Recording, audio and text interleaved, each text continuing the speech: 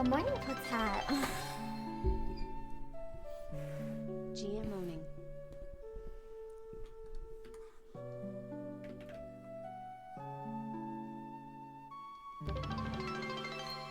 Thank you for the lurk.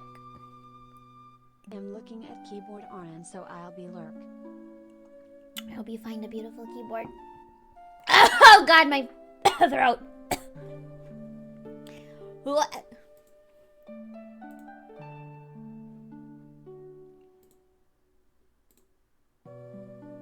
I'm so bald. Hold up, where's my hair tie? I'm so fucking bald, bruh.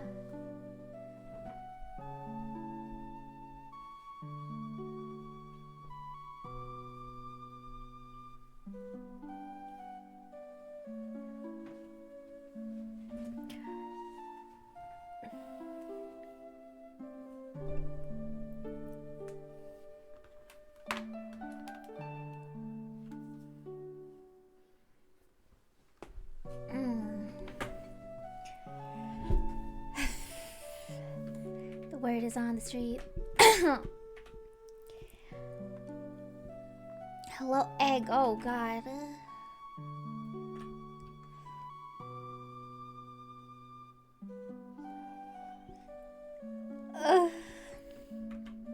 There's something I should be working on, but I don't know if I have the mental capacity to do it. So we're just gonna draw Risu today. Snow, thank you so much for the prime. Hold up, my music's kind of loud. Like to say to you, but I don't know. Hang in there, Kagos. I'm trying. I'm trying so hard.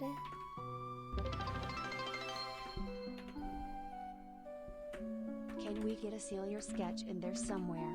Maybe. I mean, I'm gonna work on this for a bit, but honestly, I'm like kind of at the point where it's like, damn, I'm losing my, it's not fun anymore. So I might swap over to draw other stuff. I did, wait, I did want to draw, realize what you got to do. I don't believe that anybody. Hi Kags, how come you're the only rapper who didn't release a Drake diss track? Hello? When have I... Also, thank you so much for the prime. Some free time. Have I rapped in my life? I have never... I'm not even gonna attempt it. I think if I tried to rap, I'd have to put out a twit longer apology. Like, genuinely, it would be real dire. I wanted to... Have you guys seen that one meme where it's like this? But I was thinking of it, and I was like, I'm gonna draw this before stream. And then I didn't.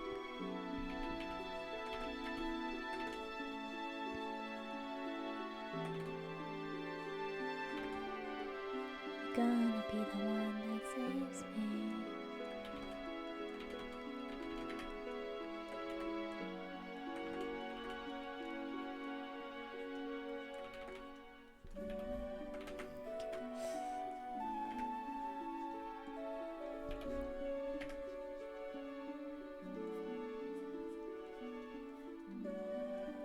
It's like this.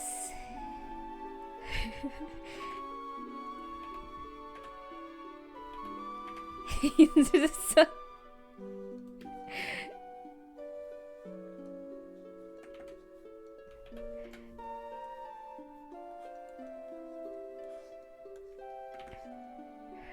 and he goes, there are no triple triad cards.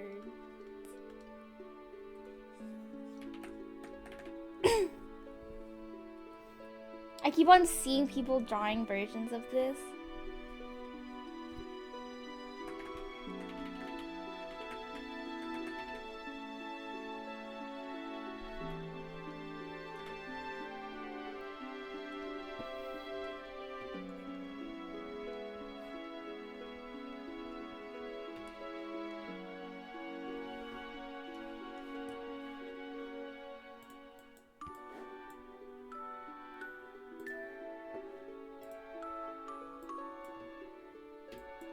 If you see me taking a screenshot, no you don't.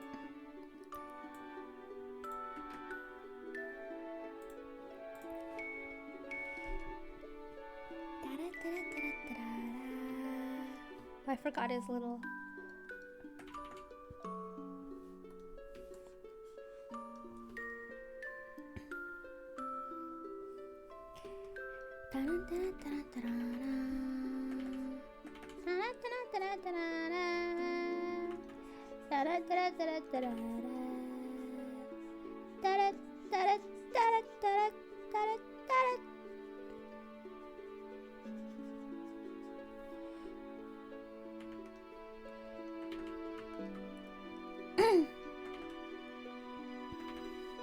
What is this?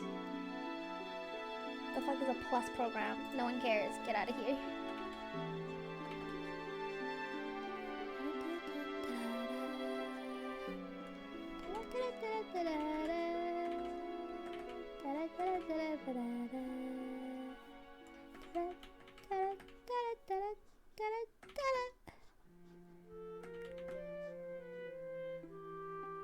Nice thigh. Help.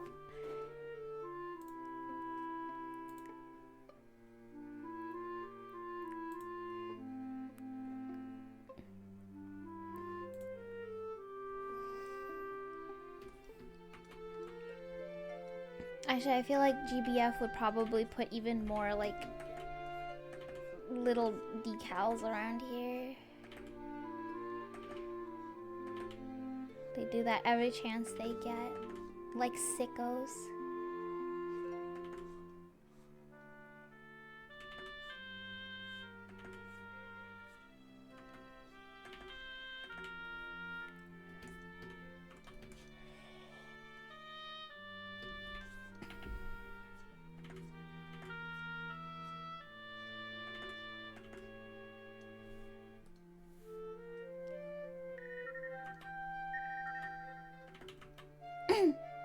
Myron, thank you for the follow.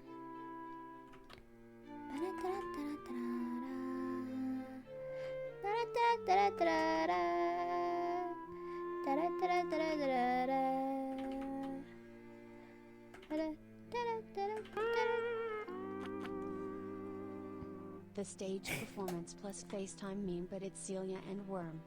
Which one's Celia and which one's the worm? Is which one's Celia? Which one's the worm?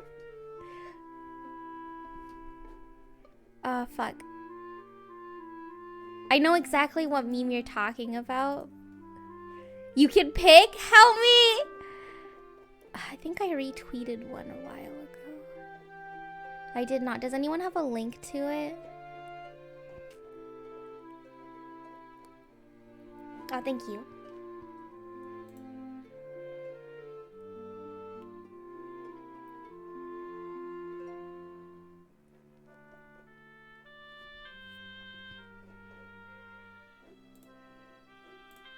Oops.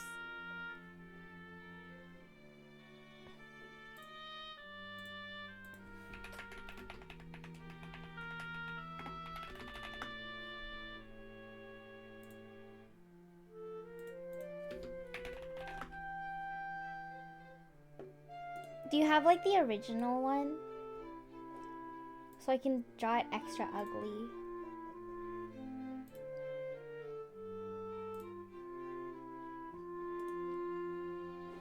I swear I like, maybe I liked a few versions of it.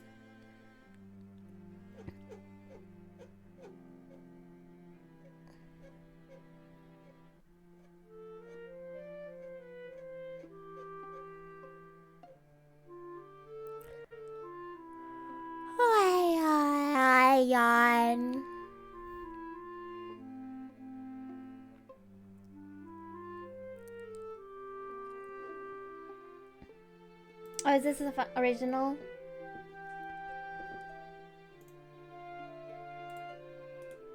Beautiful.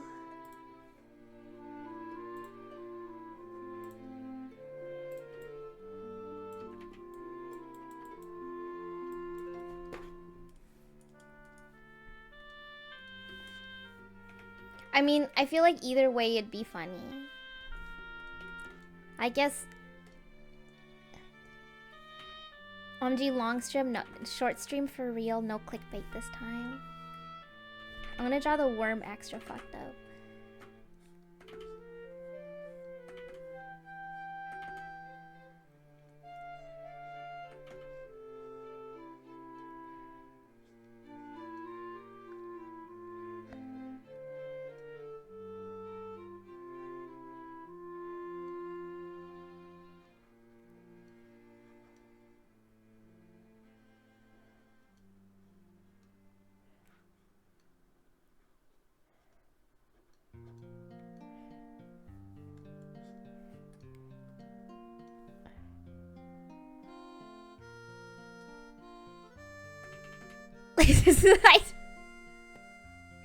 The idea that the worm has teeth. Should I make it like an empty maw then? How about that? It's just a tongue. Gummy. That's like, that's more freaky. That's more freaky.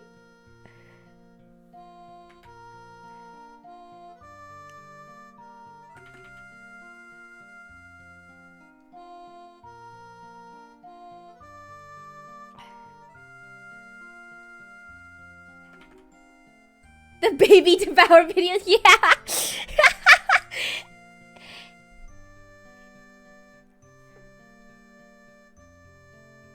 can't like capture the emotion.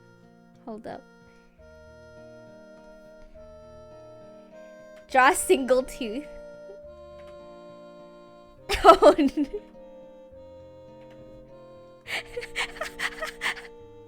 No!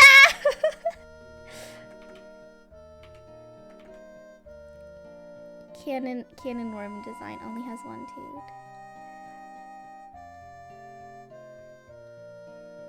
How would the worm doesn't have like any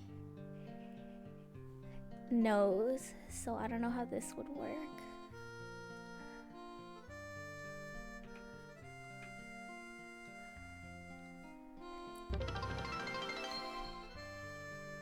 Also, the worm is like British worm is not real. It can't hurt you. British worm is real. It looks like, you know who it looks like? It looks like Olaf from Frozen. Ah, if I just put a carrot nose. It's Olaf from Frozen.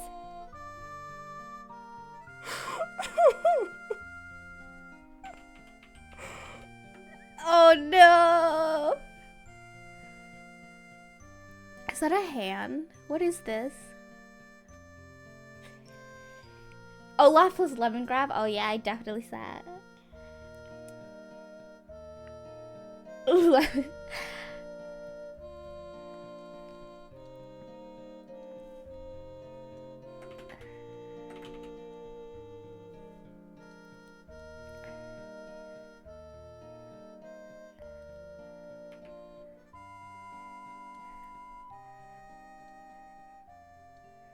Okay, it's like blurry, so if we just do this.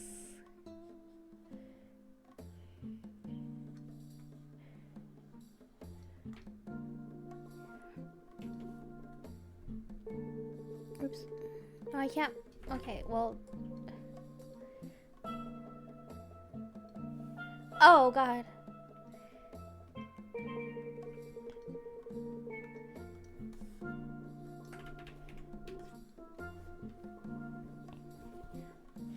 Is that terrifying? That's what the worm would look like.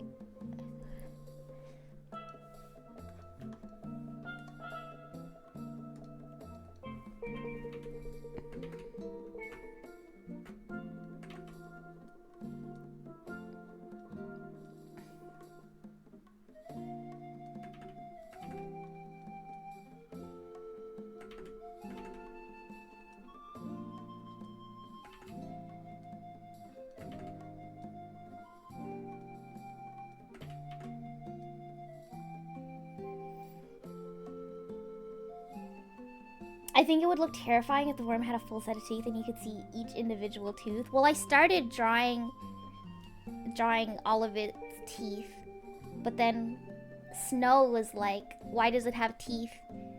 So I got rid of its teeth. And then someone else was like, can you give it one tooth? So I gave it one tooth. And that's what the worm canonically looks like now.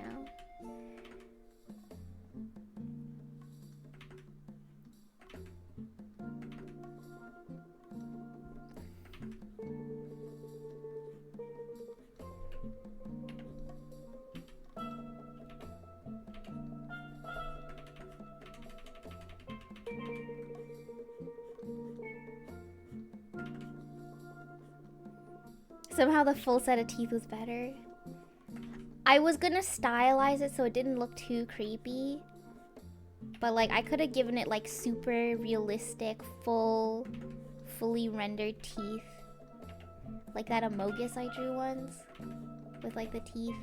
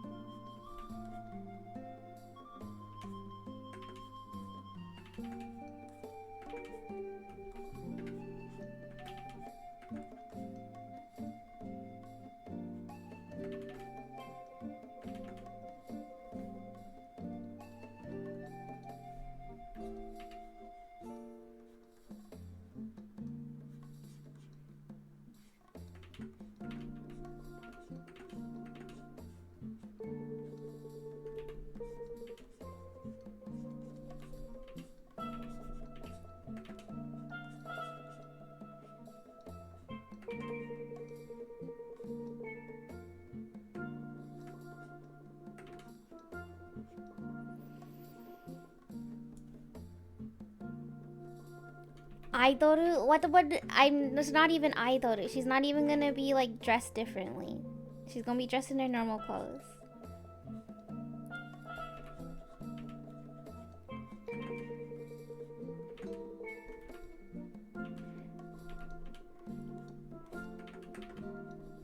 Is that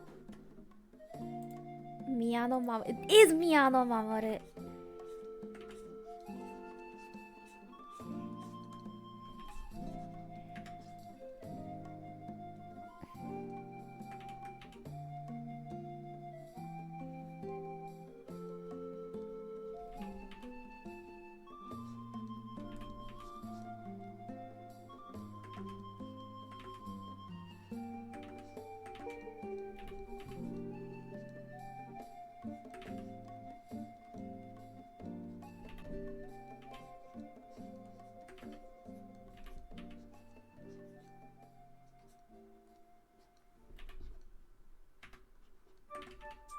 One, two, three, four.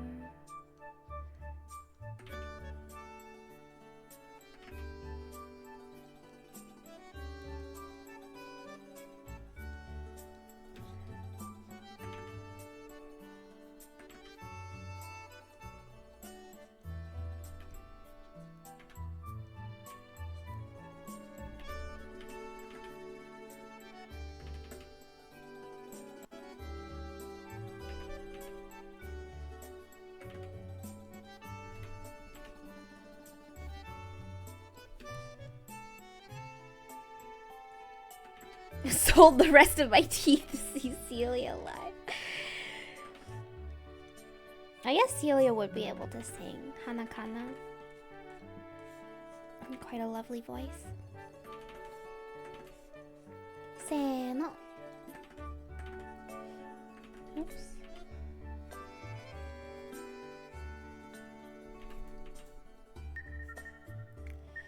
Mistre Dos Magos, thank you for the follow.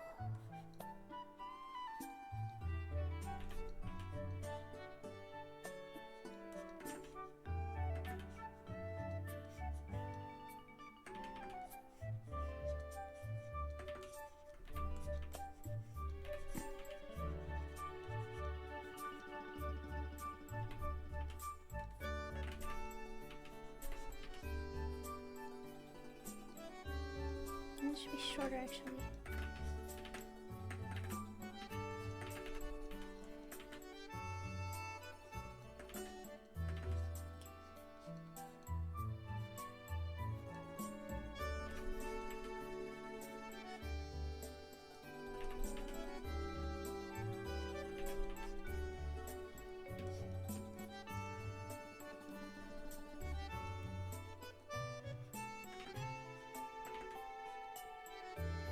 I'm a bit lazy to draw all of her belts, so she's not gonna have them. He followed. Hi, Yoi.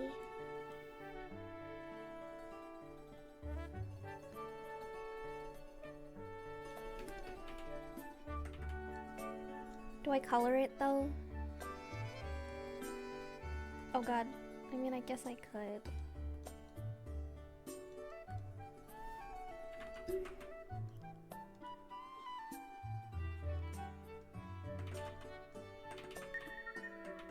That's the wrong.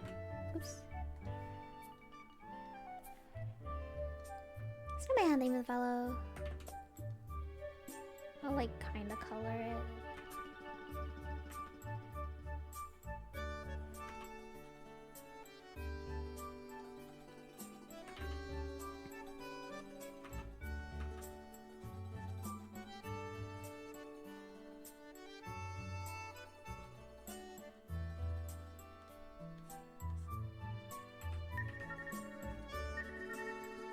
Mato Positivity, name of the fellow. You lost your only strand of hair? I mean, it fell off. I need to re-nourish myself to grow it back. Whoa.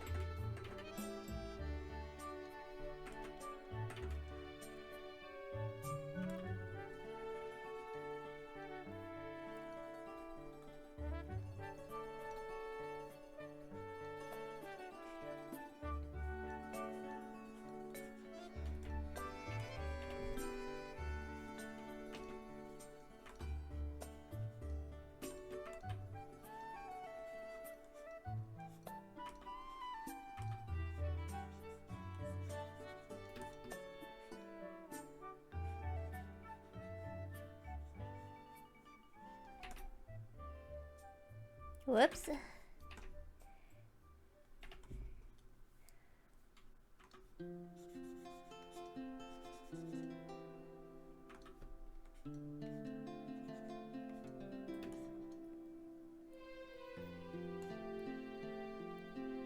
What's the original? This thing? Dark.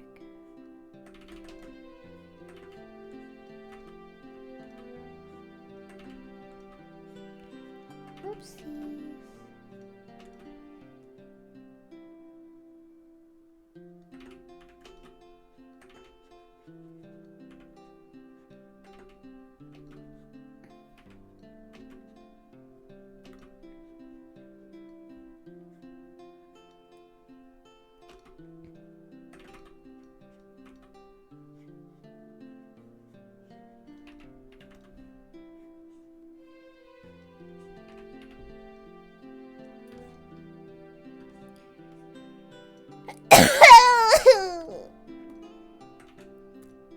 It's kind of too dark.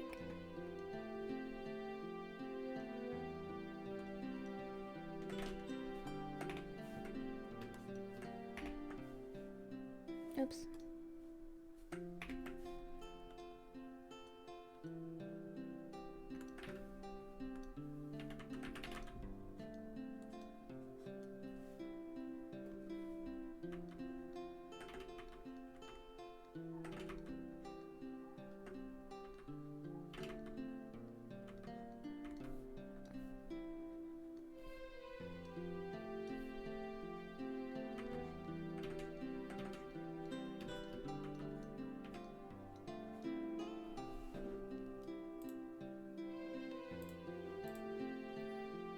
Whenever I hear like the first couple chords of this song, it reminds me of Animal Crossing.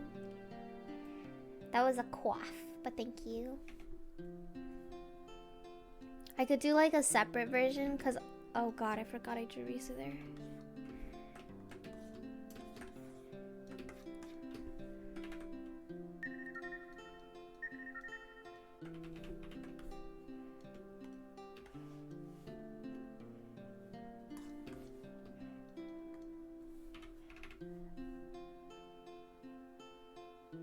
Celia version will probably be easier. Like, it'd probably look like...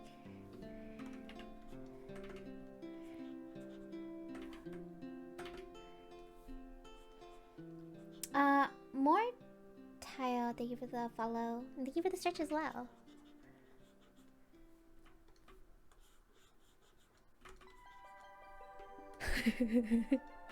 The angle of it makes it. It's time to drink water. It's time to Thank drink you for the water. hydrate. It's time to drink water. It's time to drink water.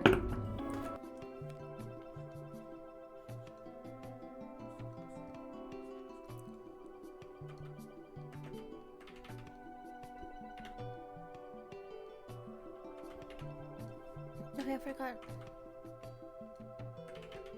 Huh?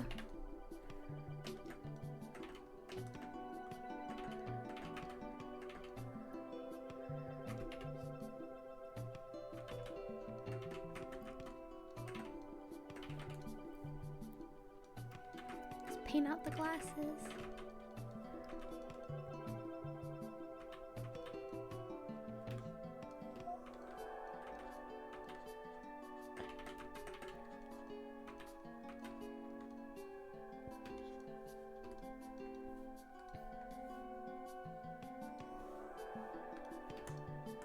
And then this would probably have to be like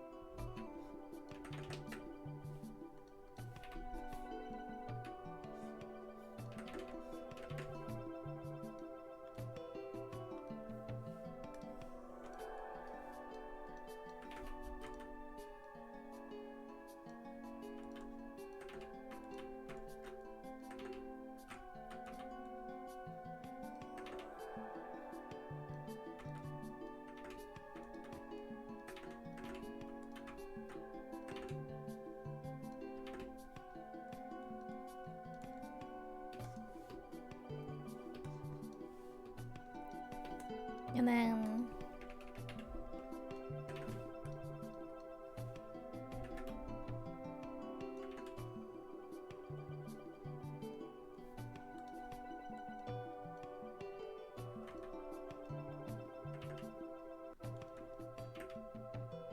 it has its legs crossed, but you can't really tell.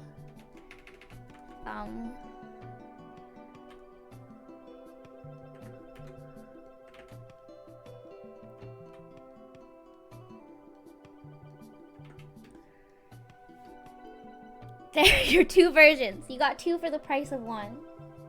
Why did I don't know why you thought I humanoid the worm. I refuse to Gajinka the worm.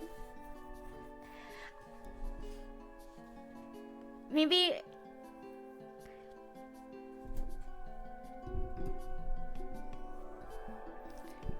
Actually, if the worm was humanoid, it would just...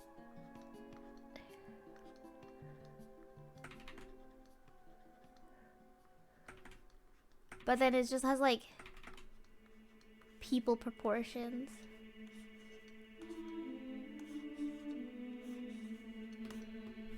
I don't know why it's long and skinny like this. It probably looked like that. How do they single out a microphone? He's holding a microphone. It's just a worm-sized microphone.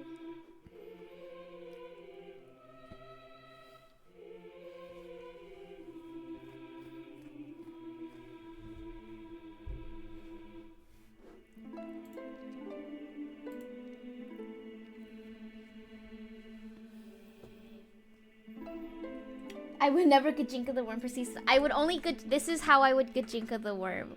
It'd have to be terrible. Like, no sexifying it. Average cogs behavior. Kinda true. Take a sip of my coffee. Coffee.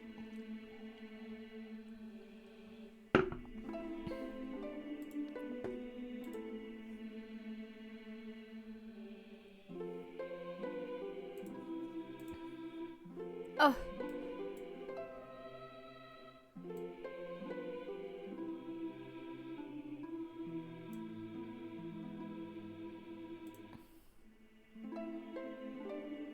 Hold up. My friend's asking me for something. But oh god.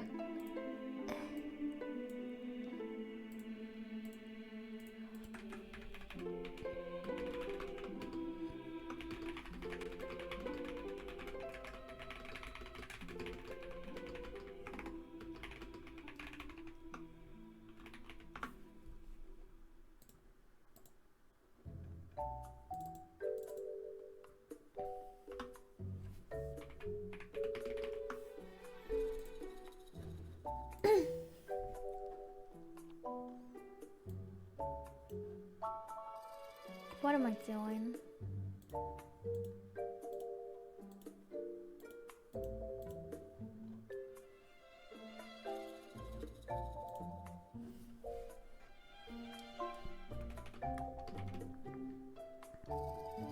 I really don't want to cut. What if I just started working on this one instead? I hate coloring so much, bruh.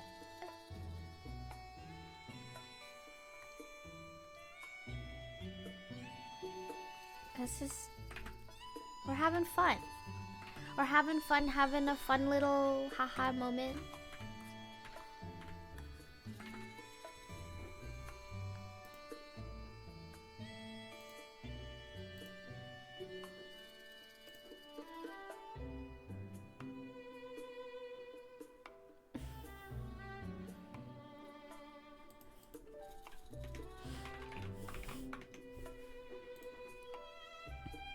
What the dog do? Oh, hello?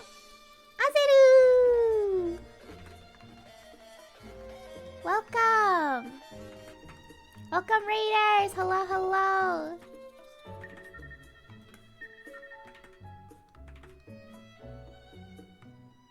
Every day is stools. What? I saw you drawing that. Oh, how is that why you sent it to me? Yeah, I was. It was a bad drawing, Redeem. I sent you my version since you usually are for our text. Here, let's show it to everyone. It's very good. Okay, this is kind of terrifying, actually. I didn't know you were a Plankton fan.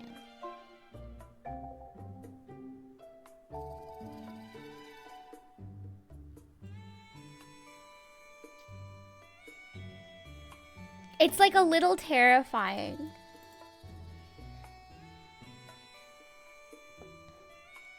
Hello, Raiders. How was your strum? I hope you had a good strum. Let me give you a shout out real quick. Oh, I'm sure everyone here already knows who you are. Shout out. It was fun. That's good. Oh wait, someone already did a shout out. My bad. How are you? I'm okay. I had a really stressful weekend. So that's why we're kind of messing around today, because just to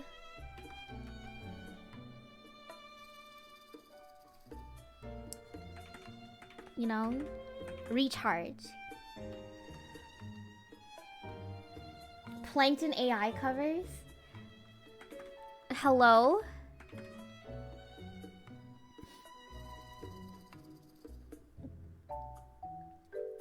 Plankton's ear is insane. He does so much screaming and yelling in his role. It's a miracle he hasn't shredded his voice.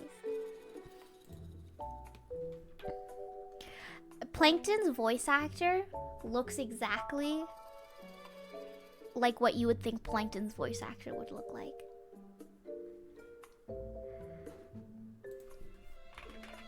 I don't know how to explain it. Voice actor.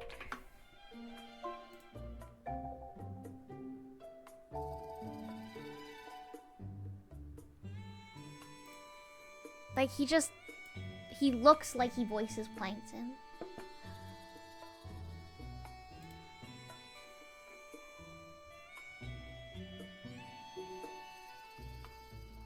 Drunk stream.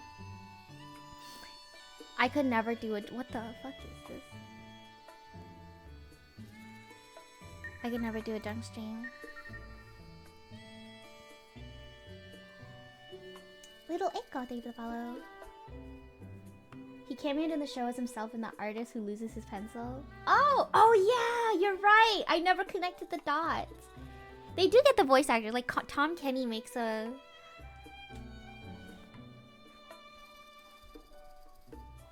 Oh my god, makes the appearance in the show quite a bit. Patchy the pirate, the showering guy.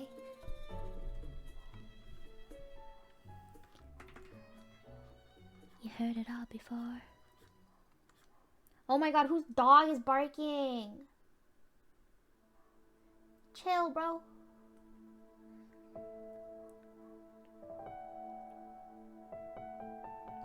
No.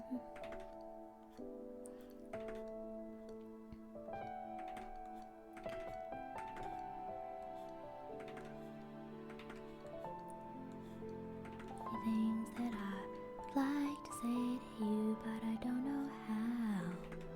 I'm gonna not do the thing where I like save it for post. So I'll try and like actually line this slightly neater than I did previously.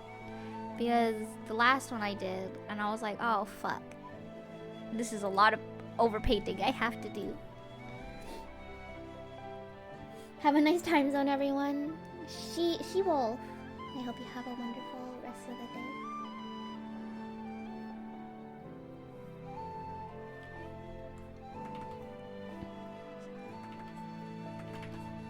Should sound. Thank you. I don't believe that anybody feels the way I do. Wait, and y'all know what this is gonna look like? Give me a. How do they draw not noses? Oh.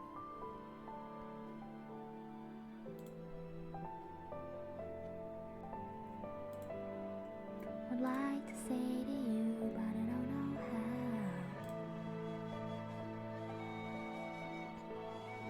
how. I'll figure it out.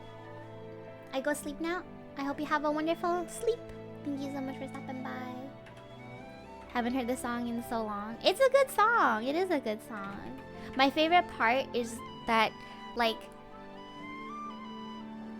when he sings, he sounds like he has an American accent, except for when he says blinding. It's blinding.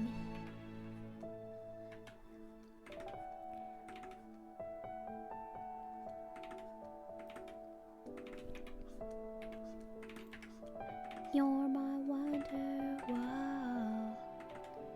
Blinding. Dude, I've been watching so much Taskmaster again. Oh my god. I stumbled on my words there. And British slang is it's like a completely different language. Sometimes I'm watching it and they're talking so fast and I'm like, was that even English? It's crazy. What do they call it? Like gaffer tape? Gaffer tape? They keep on saying that. Is that just duct tape? That's crazy. Gaffer tape. They keep on saying. Gaffer.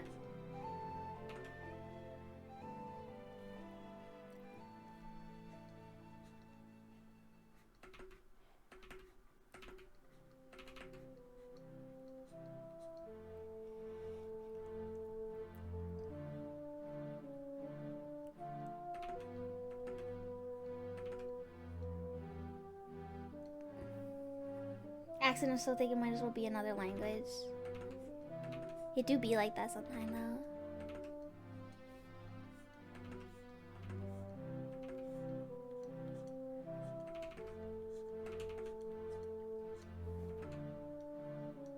Living in a lonely world.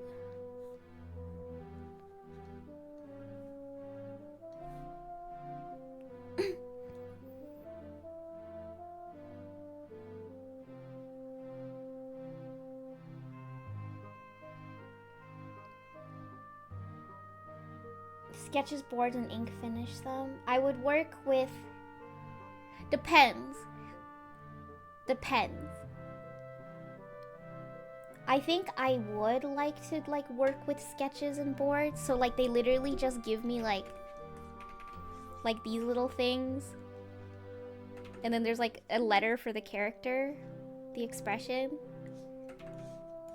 I wouldn't mind working with that and then like fully realizing it into like actual drawings.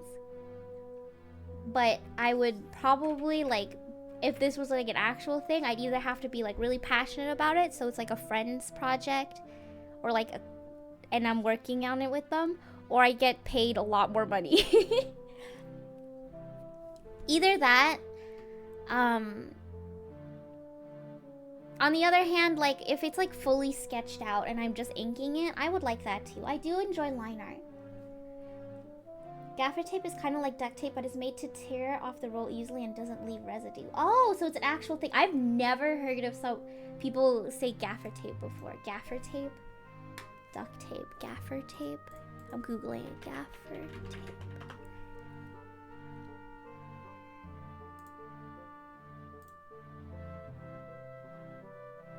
What's a thrill?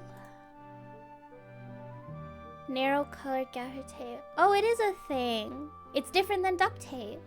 That's crazy. The more you know. Sing the blues.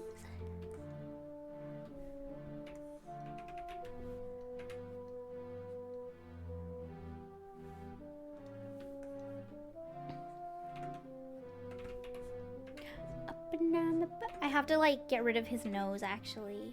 Like they usually don't. GBF characters have no noses! Goodbye, Risu nose.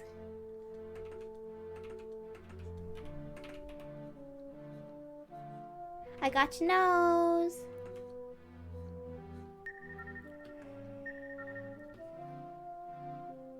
It's used in the film industry a lot. I see. Actor position, green screen tracking markers. Oh, the more you know. Femsalaya, thank you for the follow.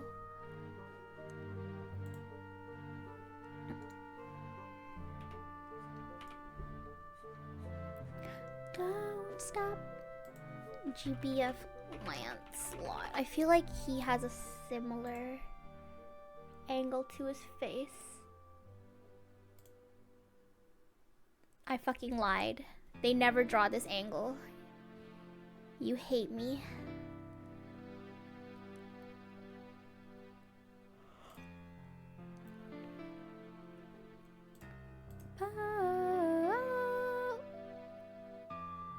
Open image in new tab. That is the crunchiest picture I've seen in my life. Open image in new tab. Why is it so small? Open image in new tab. Dude. Okay, I guess that they kind of have a nose there.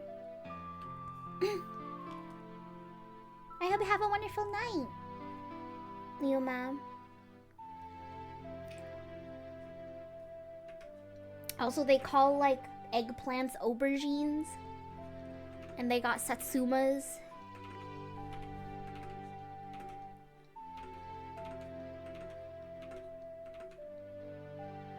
Also, like their measuring system, they say like in like instead of like pounds or like kilograms. I almost said kilograms. Kilograms, they say like stone. Apparently 18 pounds is 1 stone.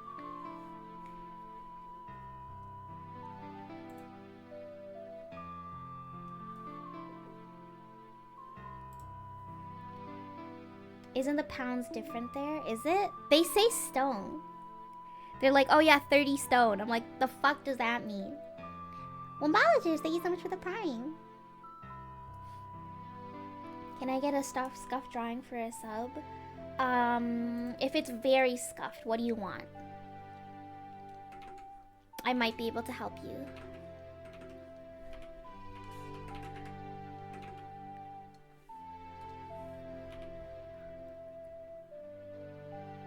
The the other side of the worm kage drawing. Worm Akatsuki. I can do that. 10 seconds. Watch this.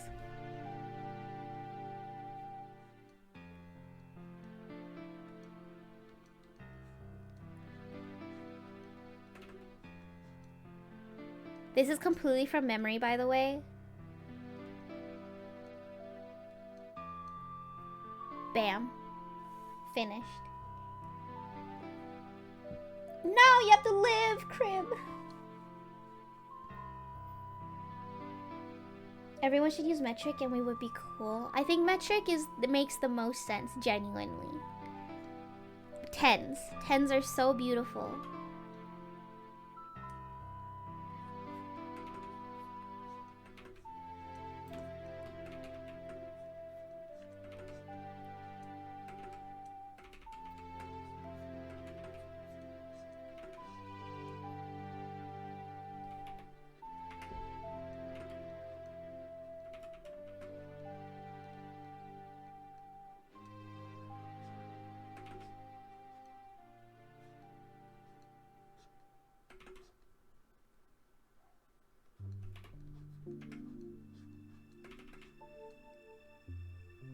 I can't count anyway. As someone who lives in the States, I can get behind metric, but you can pry Fahrenheit from my dead body. Here we go again.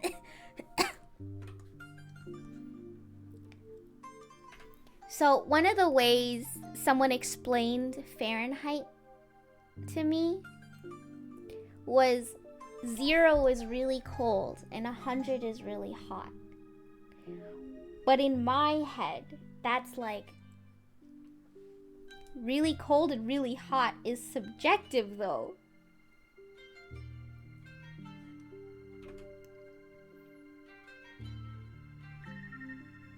This isn't Fahrenheit, by the way. I'm already... Thank you for the follow. No, it's not. Yes, it is. Literally, even during, like, when you're acclimating to the weather, like, in the summer, 12 degrees feels like really cold, and you have to put on a sweater. But if you're moving from winter to summer, 12 degrees, I'm outside in shorts.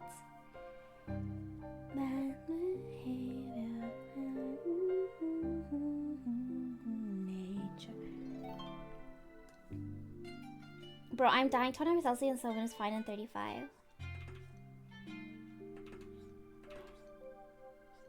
You know, like right now, I don't even know what the weather is. I should open the window. I don't know what the weather is like outside. Let me see. Ow! Someone's dog, bruh.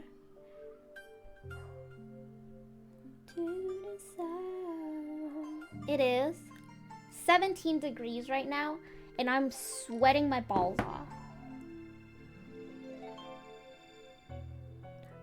What do you mean temperature is subjective? The way the person explained it to me, the way you perceive temperature is subjective.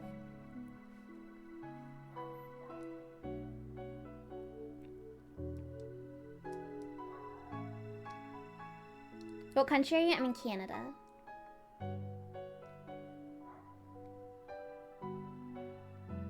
$69 is where I'm most comfortable. That's so funny. You know what? I take it all back. Fahrenheit might be the best. 69 degrees room temperature.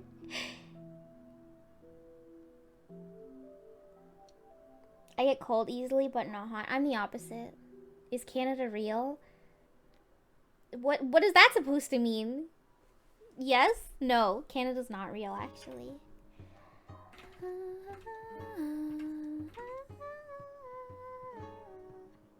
I thought everyone was joking. We are.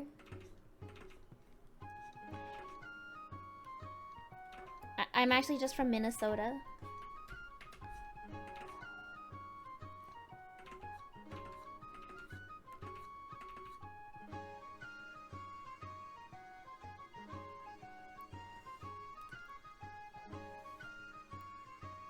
America's Canada's dirty underwear. And Florida is America's dirty underwear. I take it back, by the way. If you live in Florida, I don't mean it. I'm joking. Yay, Florida. Disneyland or whatever.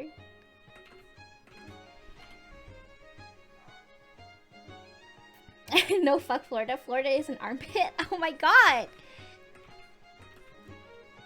But they got like beaches and gators in Florida. If Florida's America's underwear, Bakersfield is America's armpit. Disneyland or whatever. That's in Florida, right? Everybody wants to.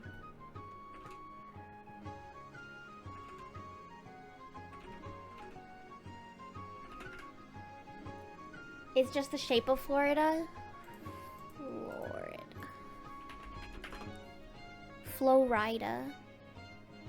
Maps. Would it be the armpit? If anything, it'd be like the weenus.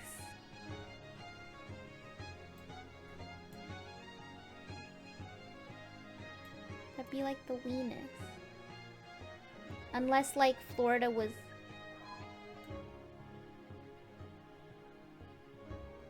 like sideways.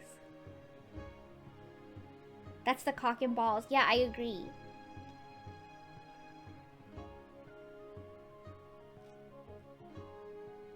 Disneyland and Disney World. Let it float off into the sea. Does anyone have that Bugs Bunny gif? OMG, the Bermuda Triangle. Oh wait, no, this is a real place. What the fuck? People live here? Don't know about my dream.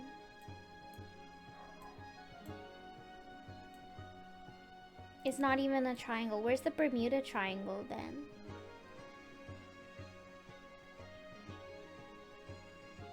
God bless I wasn't American.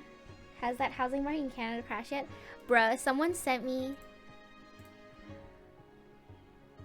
this tweet. Rooting for Kendrick. I think he can humiliate Drake to the point where Toronto real estate has a massive drop-off in property value and rent stabilizes. Please!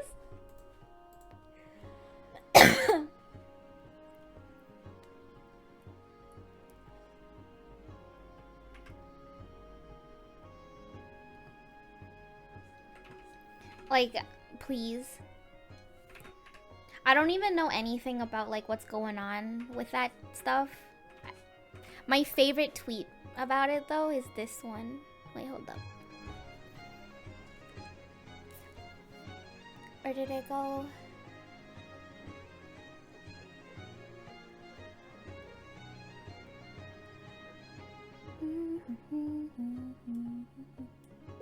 It's time to drink water. Be hydrated. It's time to drink water. It's time to drink water. It's time to drink water. Thank you for the hydrate. Arnold Cone Jobis, thank you for the follow. Where's that fucking tweet that I saw that cracked me the fuck up? Oh, here. Confused medieval knight who was transported to our timeline. This bard, Sir Kendrick of Lamar, you speak of, he hath slain how many drakes? You say, with but the power of saw. There's a fucking... His tweet is so good, bruh! I can't stop thinking about it.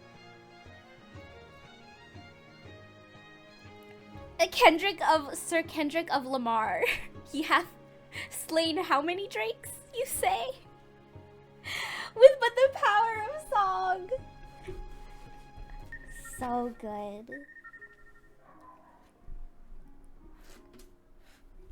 It's millionaire slinging playground insults, who cares? Yeah, I'm not too big on it. I will say some of, like, again, some of the memes coming out of it, they're kind of peak though.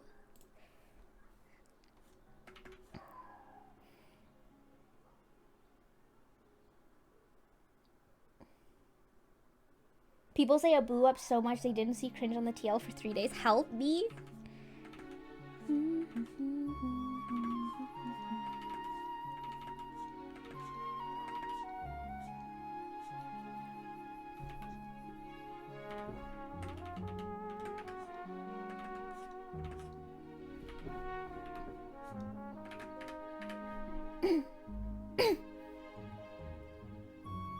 the universe aligned for that tweet to exist. Whoever tweeted that must be like the funniest person in their friend group, genuinely.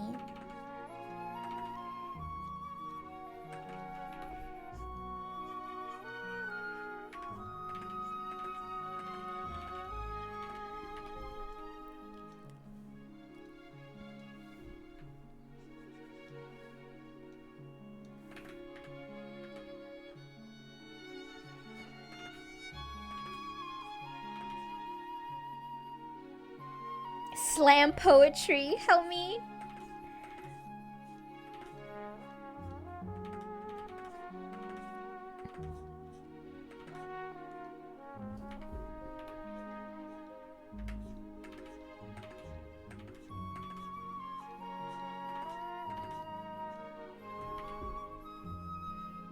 I mean, I guess if you're invested in the artists themselves, I can see why you're like would be super into this, but I'm not too. I don't really know much about it besides, I don't know, that Drake meme.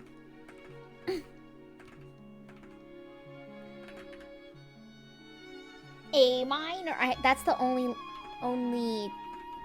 verse I've heard, TBH. I wasn't invested, but the storyline grabbed me wholesale. Wholesale! That's crazy.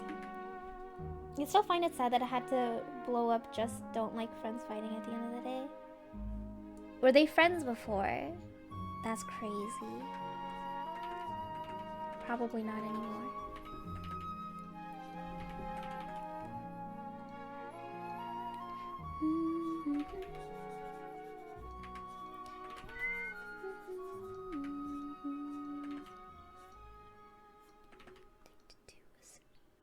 Kind of sadness.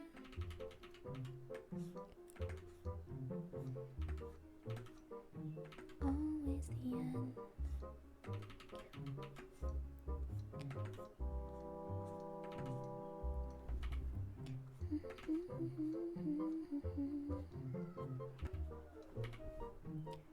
It was over. You didn't have to cut me off. Because you shake a friend the way he was rapping about him. Yeah, I'm just shrugs my shoulders. Didn't have to stoop so low.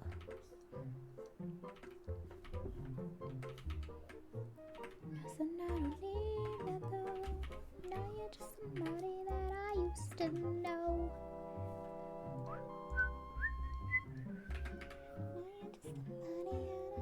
It's been a long feud apparently. Interesting.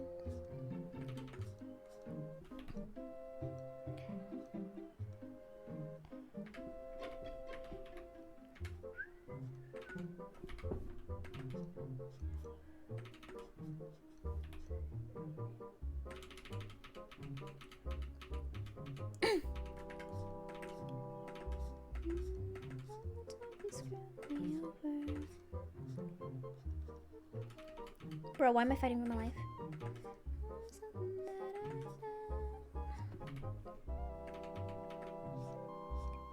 don't wanna live that way.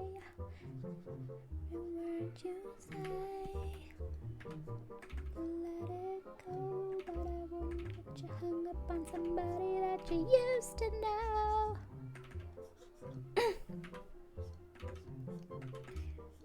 Happened to know we were nothing.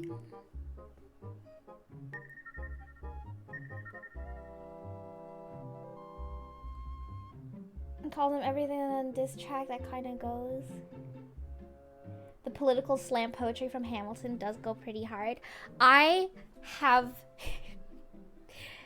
never watched Hamilton before, but I have two friends that when it first came out, they were obsessed with it. They know like all of the songs. And I forgot. We went out to dinner once, and like I wasn't really like fully tuned into the conversation. But I just heard one of my friends say like, oh yeah, Hamilton changed me. I'm like, I feel like I'm a meaner person because of Hamilton. And the thing is like, she goes to school in Hamilton because there's like a university there and she goes to school there. So I was thinking, I was like, oh shit, did something happen in school? No, she's talking about the musical.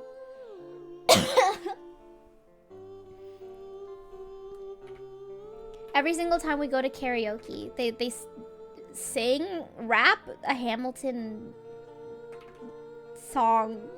What would you call it?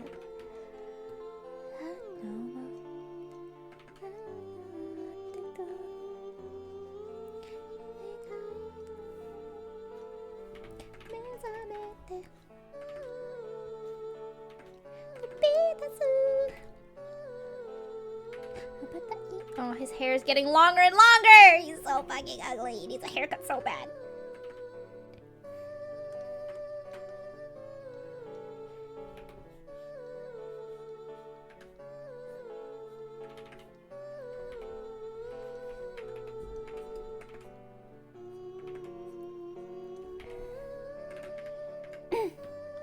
So when Kai's gonna do karaoke stream again, you're gonna have to pay me $1 million bajillion for that. I don't even know how people do karaoke streams. It's so embarrassing.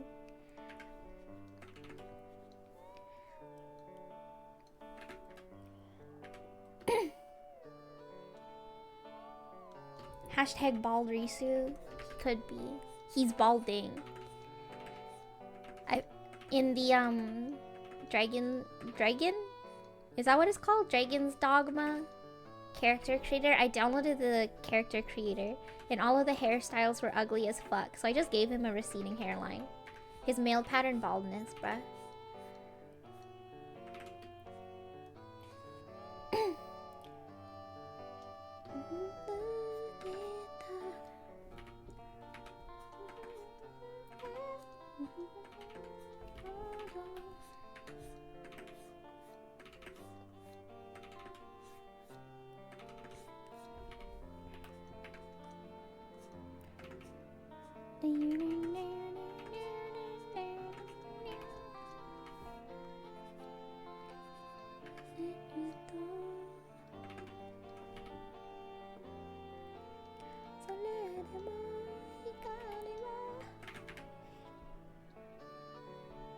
I find it so funny how many people are praising the character creator, and this was basically it was a really good character creator. The Dragon's Dogma one, I think it was really good. I think the only thing I was a little bit, I was like, oh, I guess like technology wise it'd be hard, is like the hair stuff. It'd be cool if there was more like options instead of having just preset hairstyles. Because like there was like 6 hairstyles, bruh.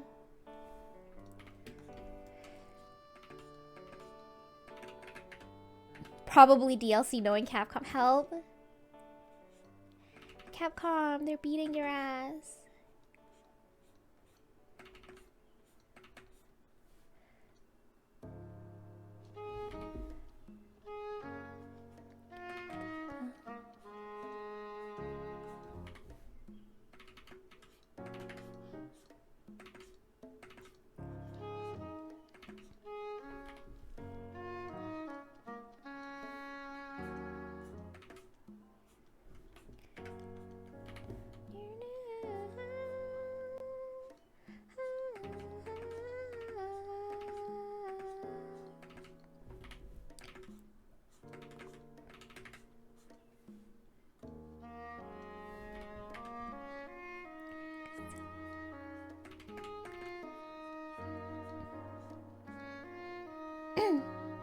I remember way back when wrestling games used to be the gold standard for character creators. Such a willful option was very easy to use.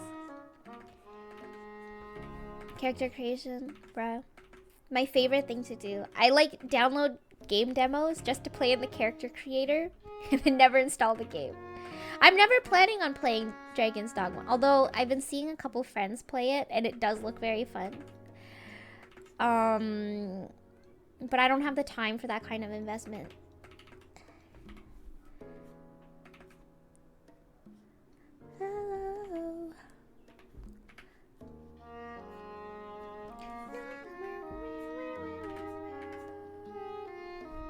Have you played Elden Ring? I haven't played Elden Ring. I have played other Soulsborne. I have played a Soulsborne. And when I say a Soulsborne, I like made it past like the first mini boss. I don't even think it was like an actual boss. But then I got extremely motion sick and gave up.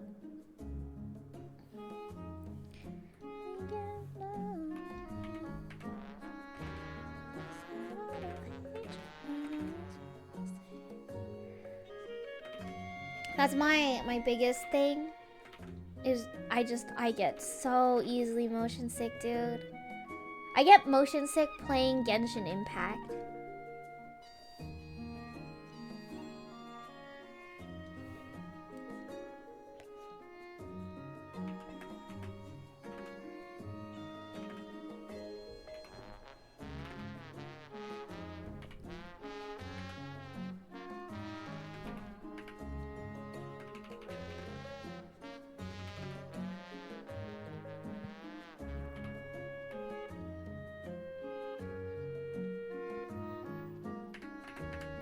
Motion blur is the first thing I do.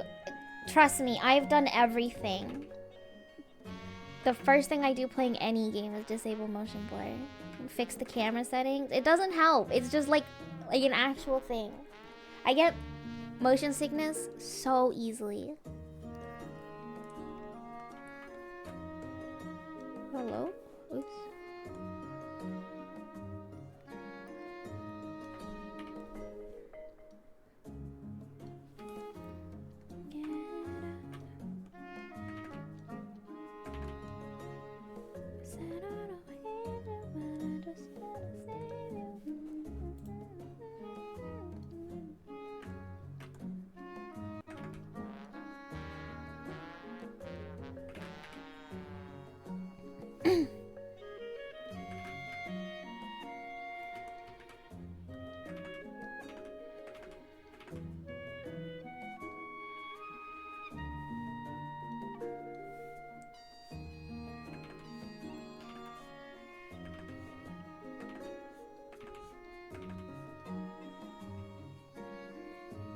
Risa! Hello, hello, welcome.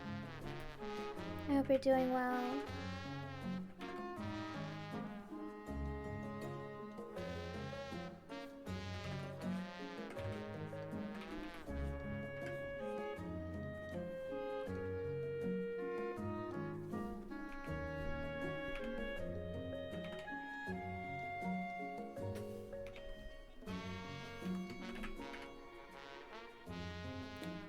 Met Gala meme. Oh, is that going on right now? What's the theme this year? What the fuck is... Oh, that's one of the...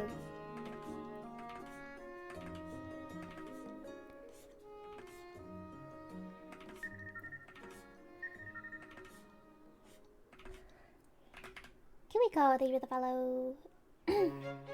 Sleeping Beauty, Spring Awakening. Ayo.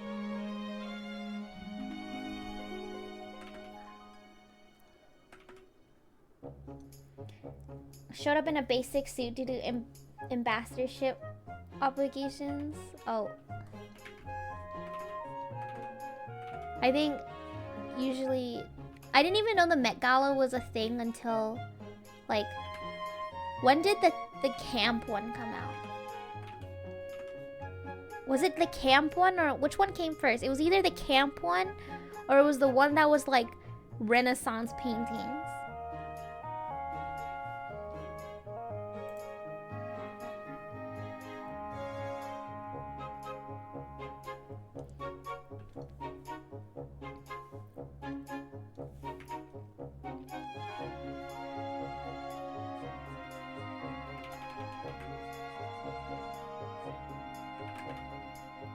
It was years ago now. That's the first time I ever heard of the Met Gala.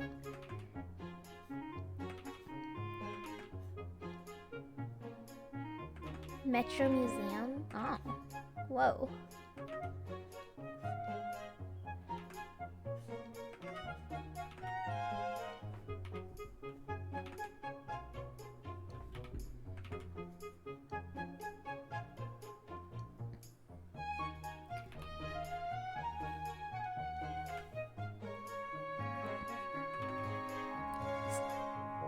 Sometimes people do come in like basic shit though.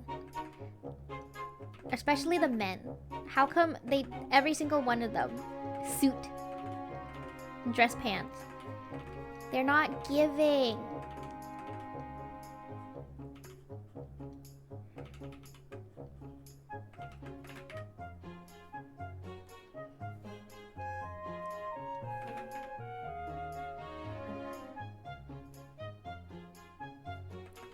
I do understand like men's fashion is more limited, but like, come on.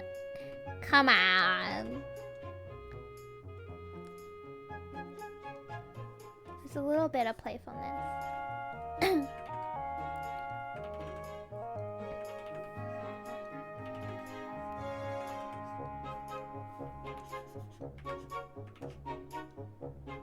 Do you care about Riot Games at all? Or Arcane? I don't give a crap about Riot Games. I am over that era of my life.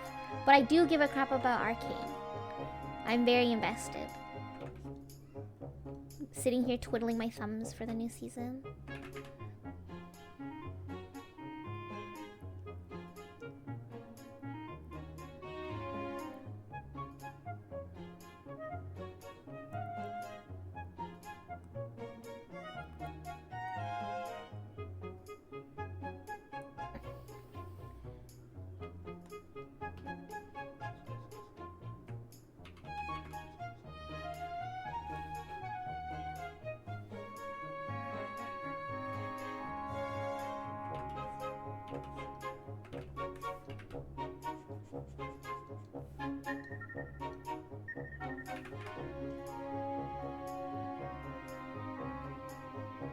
Did you see the release event where the creator had a custom suit tailored to look like something from the universe of Arcane? And I had the money for something like that. Dude, I get it. I get it. If I had money, I would invest in picking up like sewing or like costume making as a hobby. But I don't have money, which means I don't have time. But it seems very fun. I'd love to just like, I think it'd be really cool. Or like even just like cosplay. Cosplay people are insane. But it's such a huge investment. At least like as creative as I can get is limited to my budget, which is I spend a couple $1,000 setting up my PC, my tablet, my drawing program, and then that's it. No more. Have you tried crocheting? I do crochet. I learned how to crochet when I was like 4 years old. When grandma taught me. At the tender age of 4, I was already exhibiting old people habits. I have not crocheting, but I have what's it called? A scarf I've been knitting for 20 years. How old am I? For 20 years. Generally, this scarf is older than some people that I know. I started sewing it because someone got me these like balls of yarn, but they're like the scratchiest balls of yarn ever. And I was like, damn, I don't actually want to make anything good with it. So I decided to make like a quote-unquote scarf. But so I just like, there's like 6 of them. I've been sewing these 6 balls of yarn for 20 years. And you can see when I started off, it was like this. And then one of my mom's friends were like, you need to be looser. Like this shit is stiff as fuck.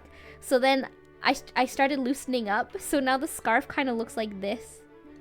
Because it's like slightly thicker now. Because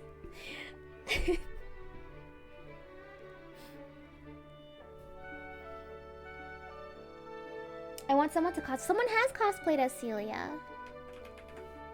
Blueberry has. I feel like I've shown it on stream before. I don't have the picture saved anywhere. Can I have the scarf? Jones declaring... I don't know who Joanne's is. Anji is at Risu, unfortunately.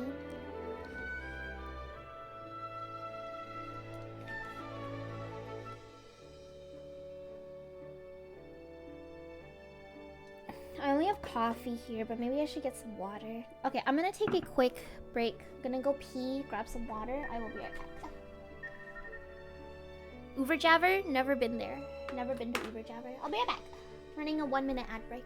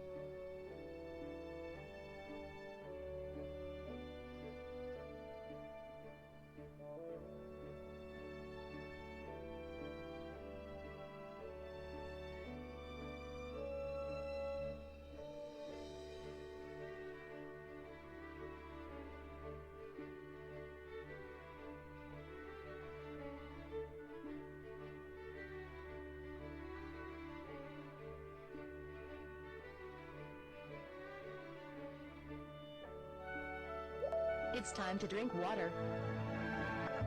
It's time to drink water. It's time to drink water. It's time to drink water.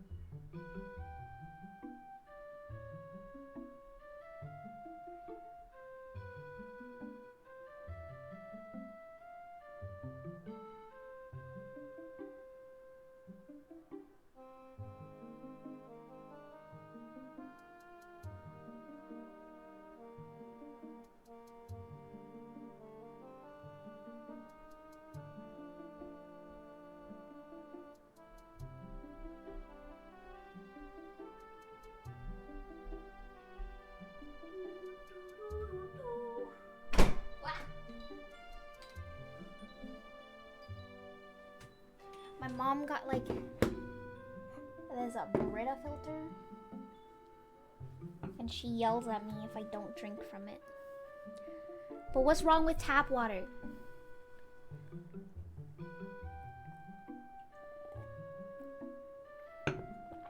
The water from the Brita filter does taste better though. Won't lie.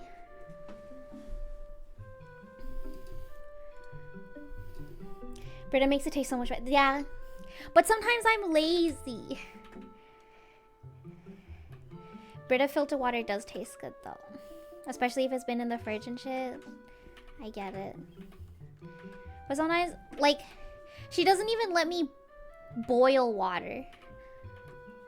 Like, I'll be making, like, instant noodles or something, and I'll use water from the tap to fill up a pot. And she'll be like, no! Use the filtered water! I'm like, oh.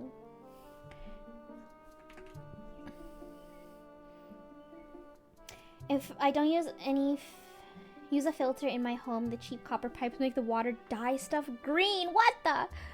Oh no. You can copper buildup. Maybe you get extra minerals. Also, Luis, hello, hello. Get down. Tonight, kimochi.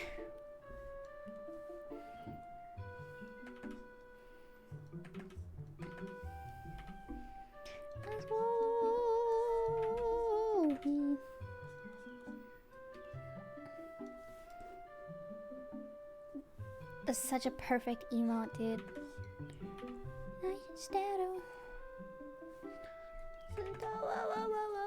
Whoa.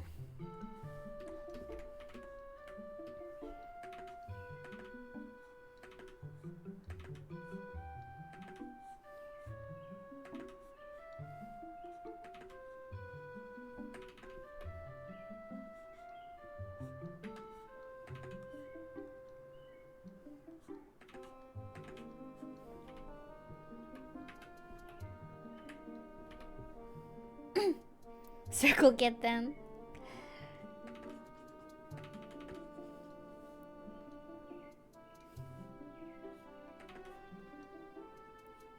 Get them.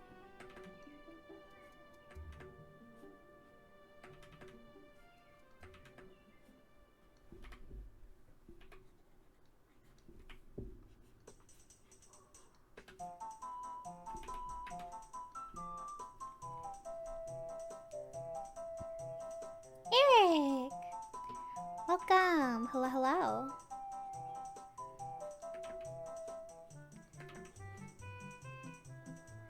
It's like smaller.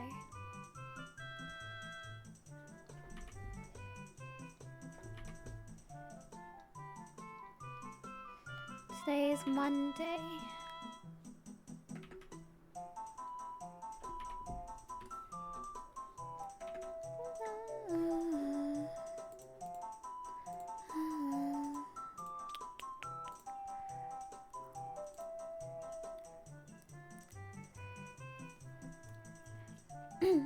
Are you doing song requests back? You can, if you check the Discord. There's a Spotify jam. If you have Spotify Premium, you can queue up any songs you'd like.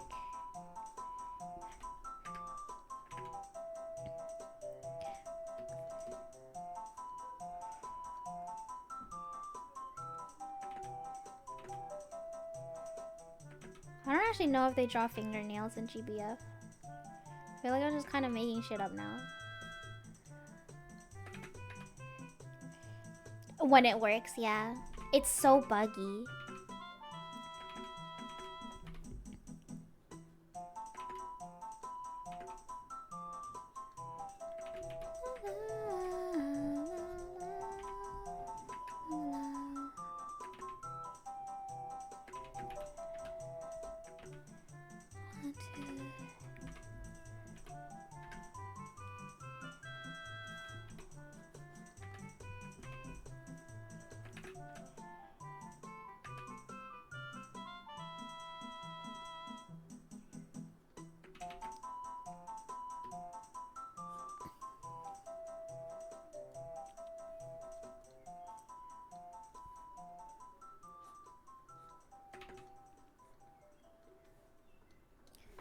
You, as soon as you said it's been seamless, it replays the same song that I played already.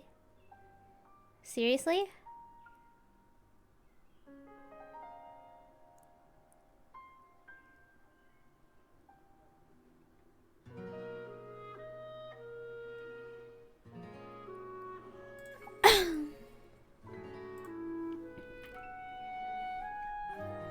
It's so buggy.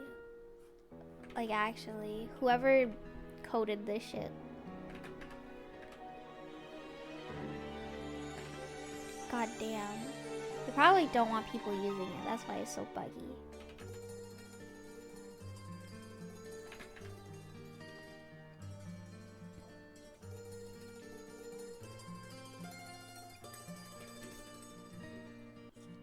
Conspiracy theory.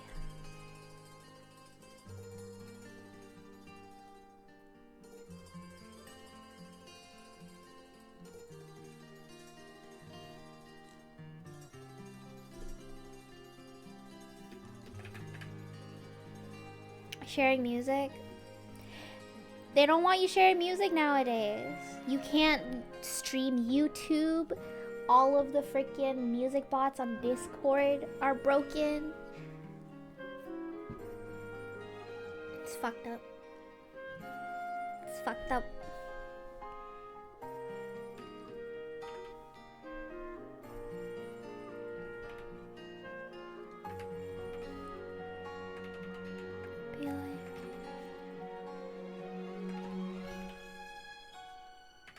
I miss the music sharing bots on Discord.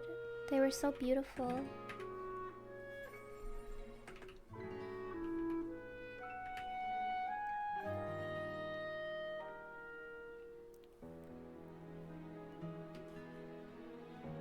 It's all capitalism's fault.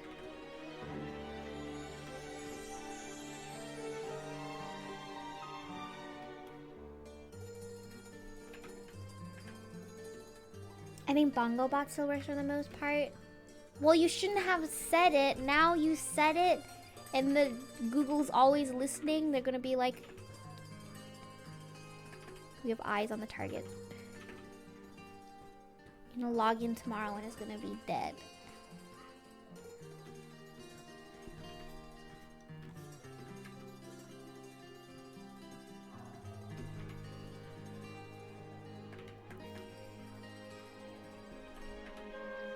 There are people outside. And a dog. It's okay, this is ASMR, you live in a town. RPG town. You just hear.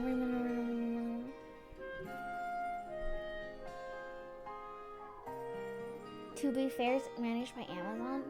What's managed by Amazon?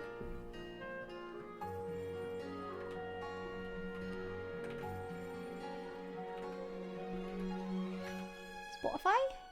Twitch? Hard to say Google would be listening. I think Google's always listening. Your phone? Google's listening.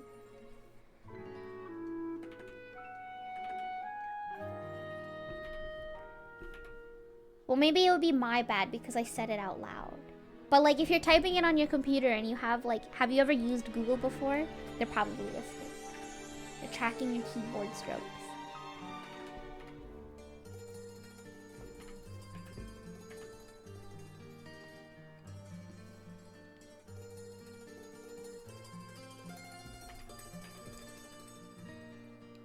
Are you using Google Chrome? They're probably listening.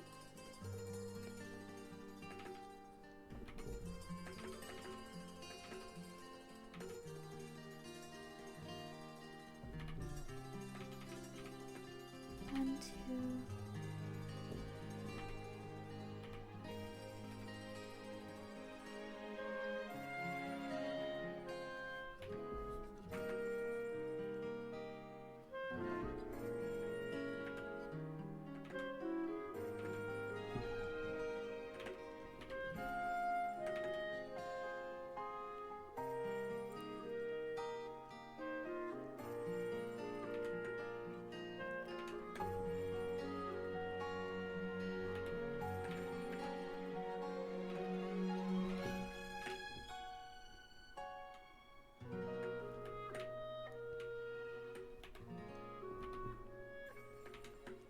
I'll figure it out.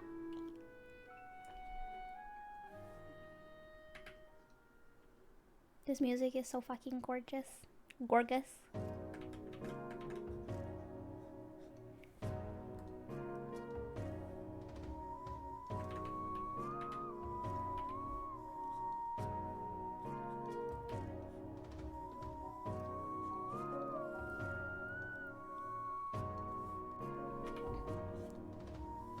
My God.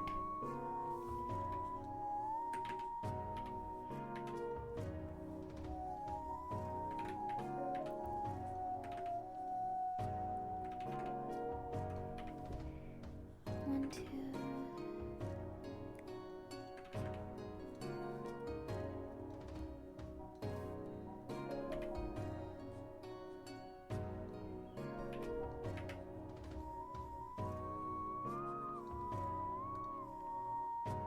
I said I do cleaner lines, but I'm still kind of like scribbling.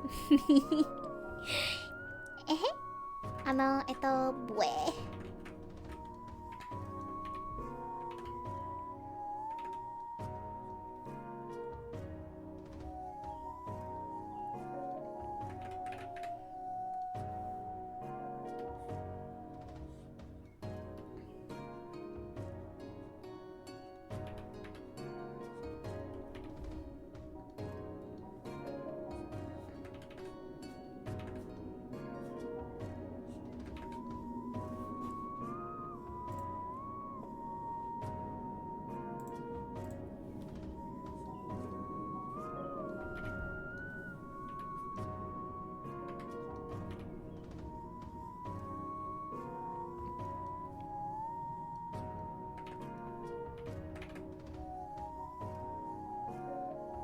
I think I figured out Spotify reshuffles your playlist every time someone queues up a song. Every time I add a song, your default playlist gets shuffled even if a song is already played. That's fucked.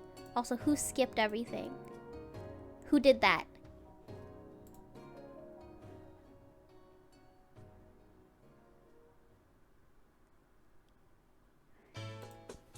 How long have you been doing art for? Like right now? An hour and 34 minutes?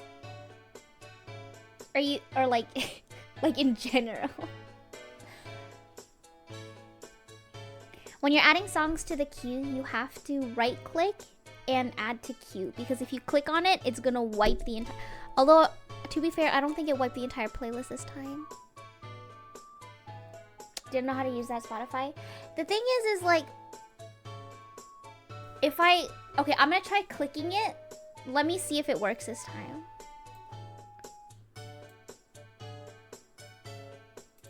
Like if I do this. Can you guys still add songs?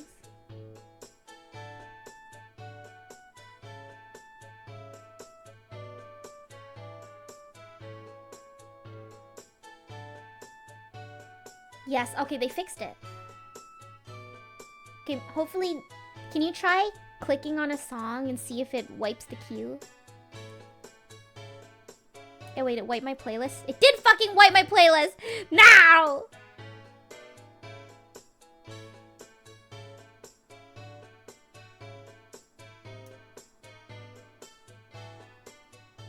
It blocks me?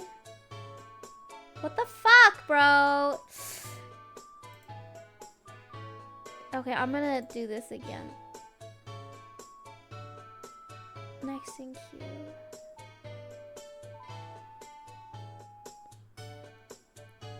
It says you can only change...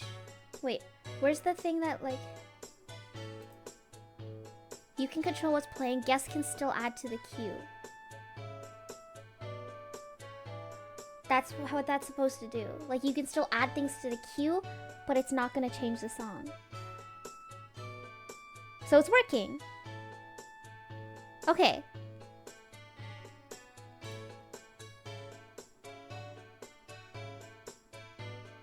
They fixed it.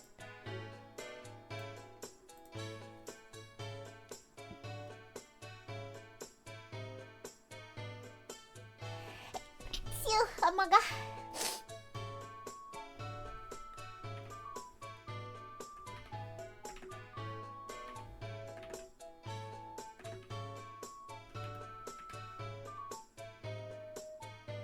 Treasure Planet is so good yet underrated. I have not finished that movie. I need to watch that movie, bruh.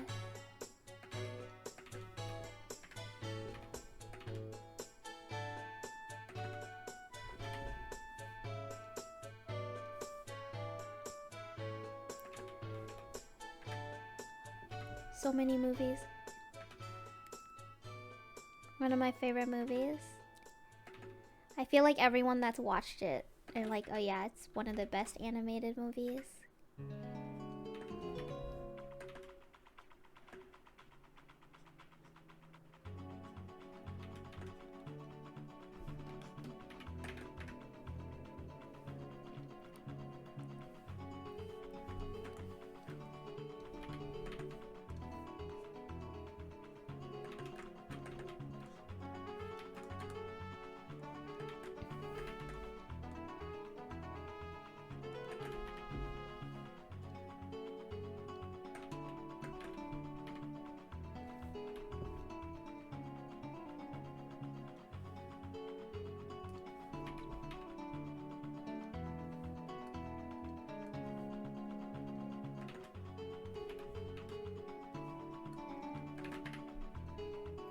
Have you ever watched Grave of the Fireflies? I feel like people ask me this a lot. No.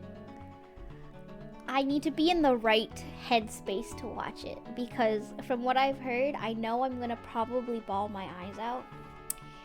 And emotionally right now, I don't think I could handle it. And I don't think I've been able to handle it for a while. So like, I need to, at some point, I need to watch it. But I have to... I'll thank you for the follow. Make sure that I'm ready to cry, basically. A lot of people are like, let's watch it together. And I'm like, no. We can't watch it together because I'm gonna cry. And I don't want you seeing me cry. Like, if I'm gonna watch it, I have to be in the right headspace and I have to be alone in the dark. Okay? With some ice cream by myself. And then I can cry.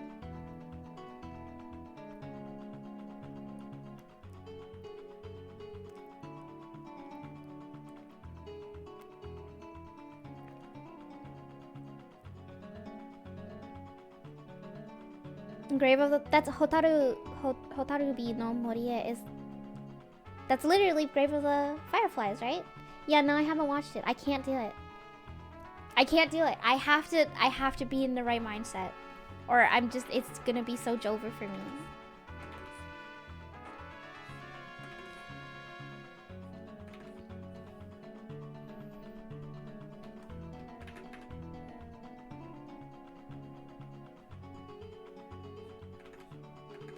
Like, brothers, I've been going through it. That deadline, I stayed up again until like 5 a.m., 6 a.m., finishing a deadline again. It was the same deadline as before, but I had to edit some stuff, and it took so long. It took so long.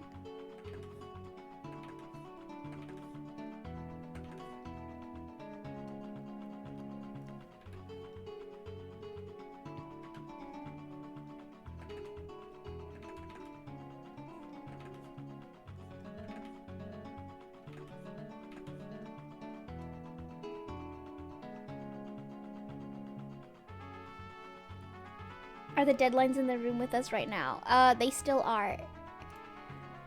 But I need a break. And then some, like, when I say this year's been beating my ass, some family stuff happened again. And but I'm so love and peace about it, you know?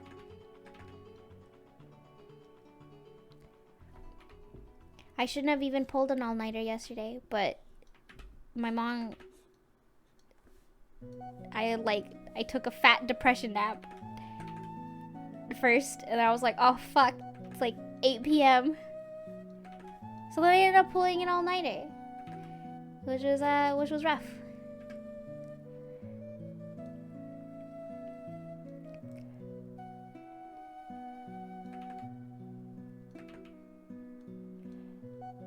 But you know, time keeps ticking, life keeps moving on.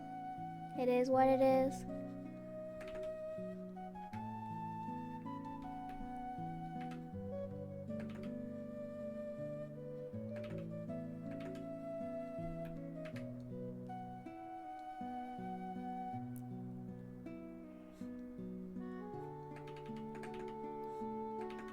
You know, hold up.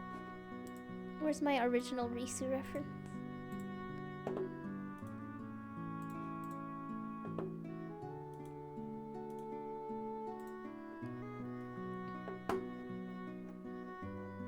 What the most recent movie, series, manga, anime that has given you a hurricane of emotions? Reese, does it have to be new? What's the last thing? Series, manga, anime. Okay, what does hurricane of emotions mean? Because, like, it's very easy to pull at my heartstrings.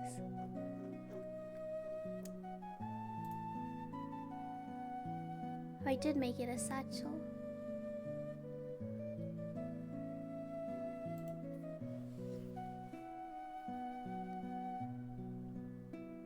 I have not watched Free Ren. No, I haven't. I read it though. I need to catch up with Land of the Illustrious. Can I say? Could be a mix or a single strong one. I'm gonna be honest with you. House MD. I'm low-key going through it with House. Every single time I watch a new episode, I'm like, holy fuck.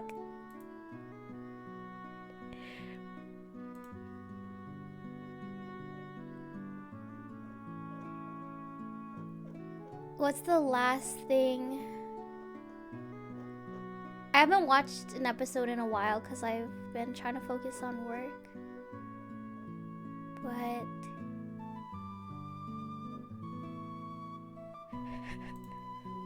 every single time. The fact that Wilson is here for meeting Cuddy's mom for the first time is killing me. Why is he here? This is my boyfriend, House, and House's boyfriend, Wilson. Why?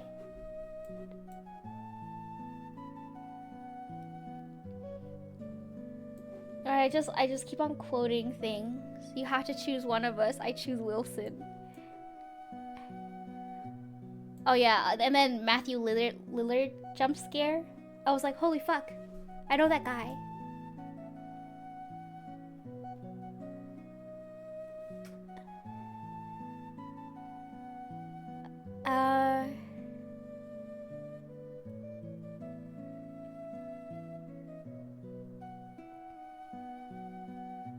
So well made, music, colors and stuff, everything. Yes. I feel like I've mentioned this before. It's really hard for me to like watch anime because it just takes too much of my time.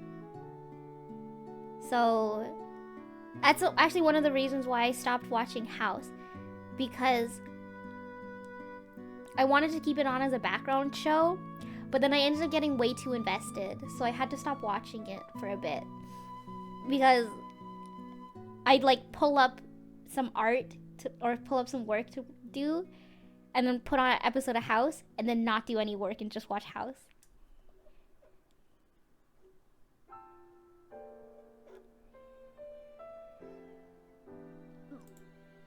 Like, House out of context. Will you marry me? Why?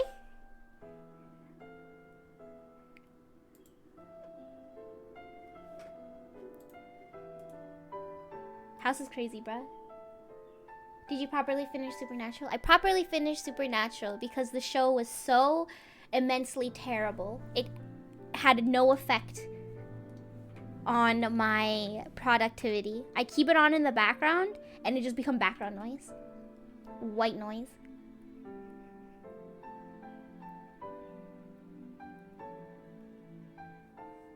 You pulled up Art of House Yaoi.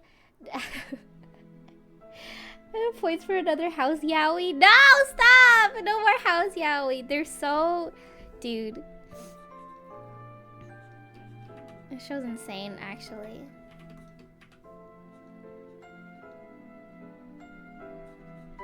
Of course, it got Egg's attention.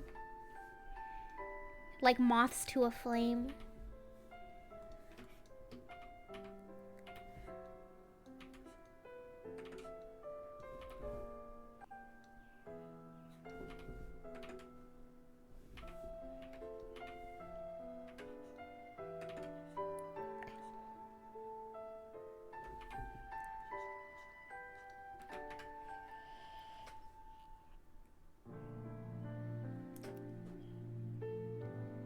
Chaos. That fucking emote.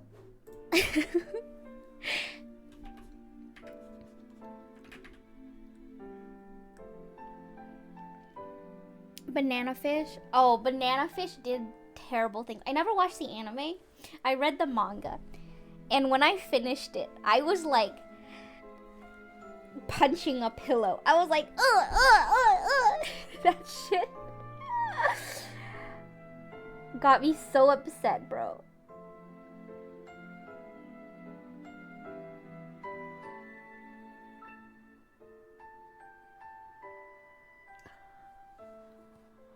Also, Ace Attorney just always gets me.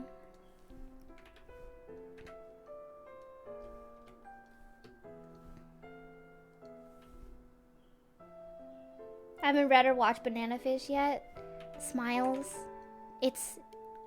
It's fun and lovely, and it doesn't end in tragedy.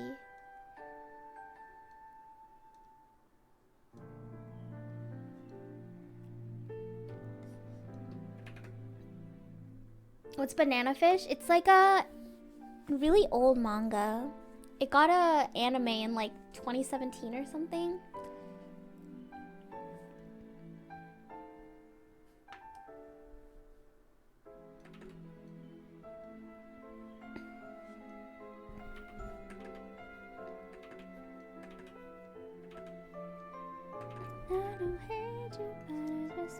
See, again, we've listened to this song already. Please.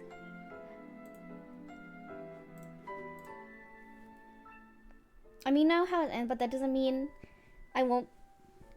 It doesn't mean I want to get attached to them, but I love Tragic Yaoi, so one of these days I must. I don't think it's that long. I don't know about the anime, but I don't think the manga is that long. I think I finished in like 3 days. Q broke, I can't add any. Are you fucking kidding me? Can you add stuff now?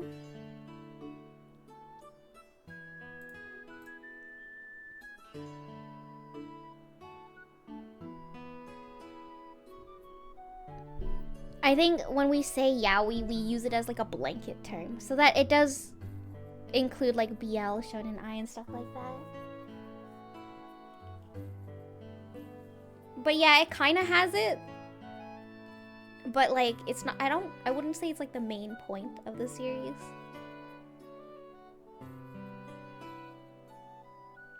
Man, who reminded me of Banana? Ah!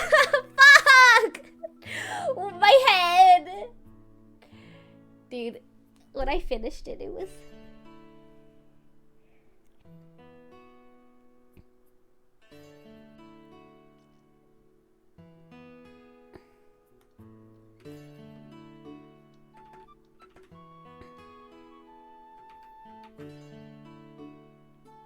Akira! Yeah, basically. Sometimes I remember Banana Fish and I'm like, God damn it. That shit so depressing, bro.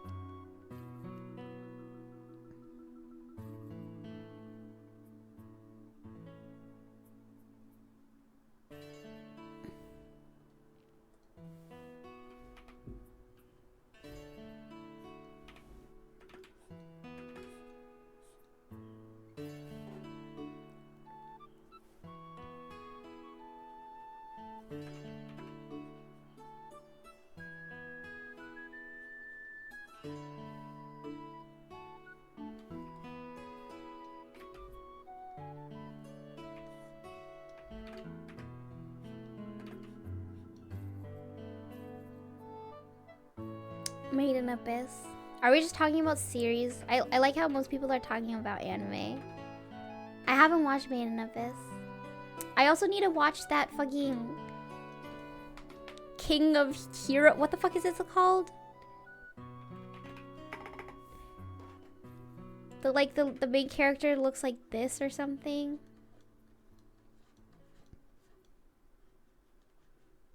Ranking of Kings, thank you. I need to watch that. Apparently that's really good. Oh my god, how do I keep on? There's trying a poach. I didn't remember what he looks like! Ranking of Kings. Okay, well I fucked it up really badly. But like he kind of looks like that.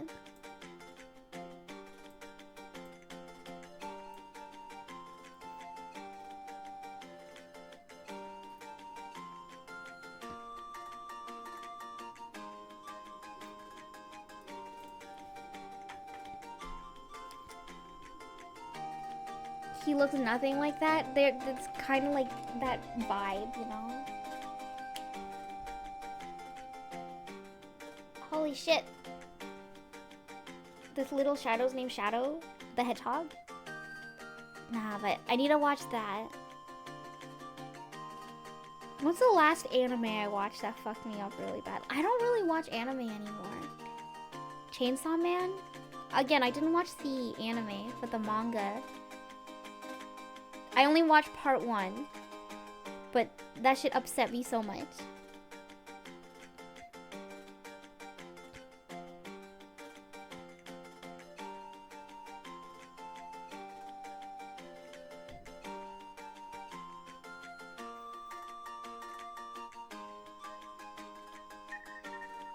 Purring, nothing even to follow. I feel like the first thing that's popping to my head that like made me cry, and this isn't even that recently, but for some reason is Haunting of Blair Manor. Bly Manor, that's what it was called. Or Haunting a Hill House Season 2. That shit fucked me up so bad.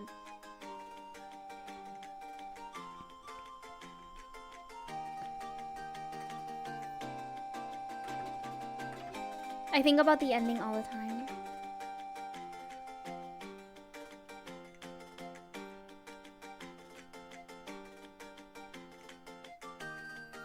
When she went gentle as a dove, I crowed. I crowed so fucking hard. Oh, I'm like tearing up.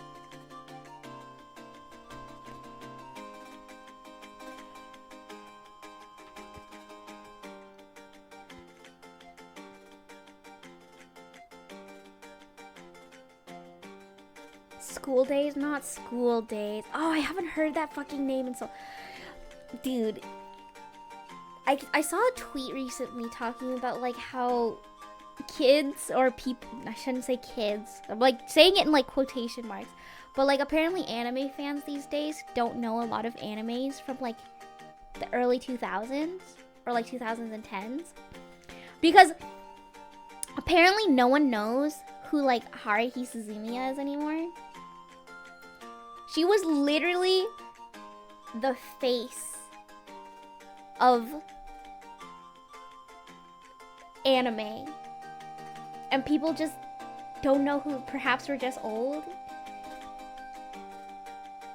Maybe we're just old. But then people still like know about like older animes. But I feel like she's not in pop culture anymore. That's probably what it is. How did she ended up... How did that happen? How did that happen? She's literally the god of anime. I barely watched that show. But you still know who it... Like, even if you didn't watch it, you still know who she is. Or like Lucky Star.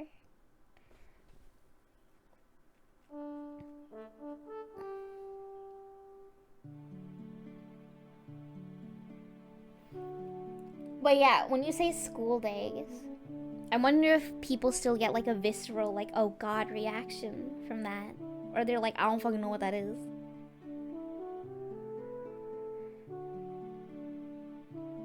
I never watched Lucky Star either, Kek, but I never considered myself. Did I just say Kek out loud? Mirai Nikki. What's like, that was also a big one. I don't know if that's still like, I think people still know about it. They don't have the same trauma, help me.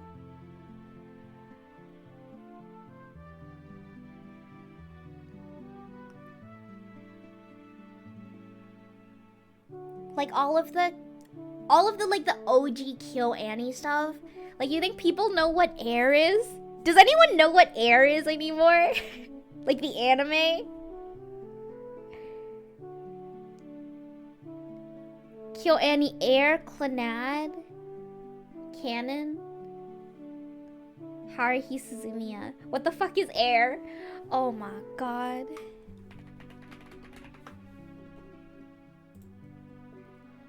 No one remembers this. This was a classic. Oh, look at them. Oh, Jesus.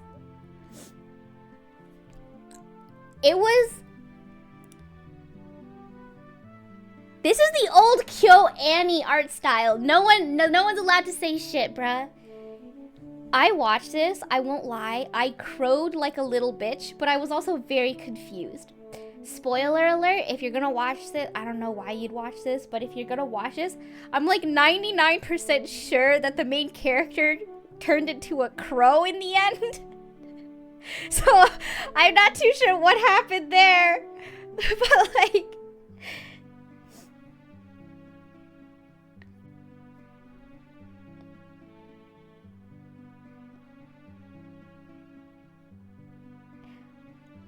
This was like when Kyo Annie was doing all of the like visual novel, like they were animating all these like visual novels. So like these were the main three, Canon, Air, and Clannad. I'm sure everyone knows Clannad.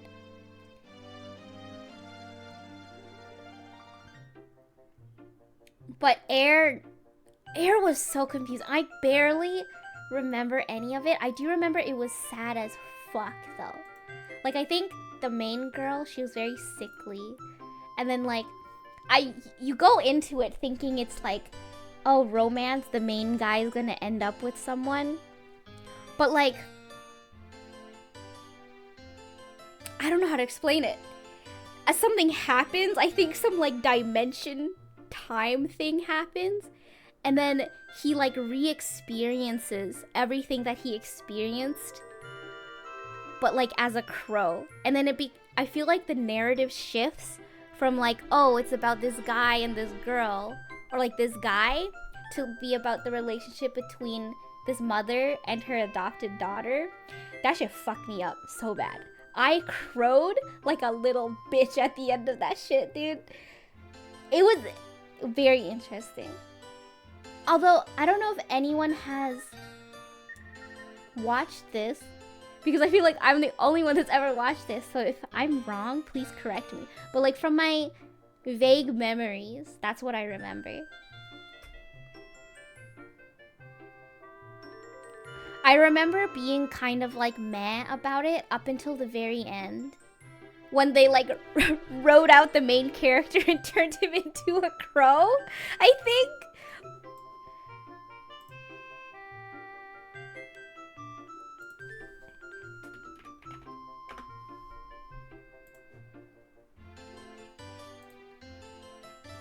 Yeah, see, I'm like 99% sure he turns into a fucking crow, bruh. like actually he turns into a bird. What the fuck?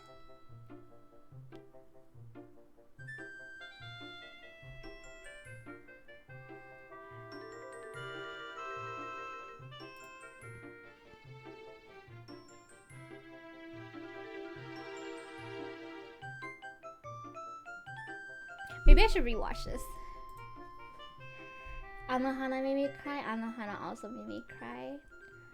I remember binging all of Anohana. I think I was in high school at the time. And how old are you? I was born in 1999. My birth year starts with a 1. I'm almost a 2000s baby though. But yeah, I remember I was eating like chips while watching Anohana in bed.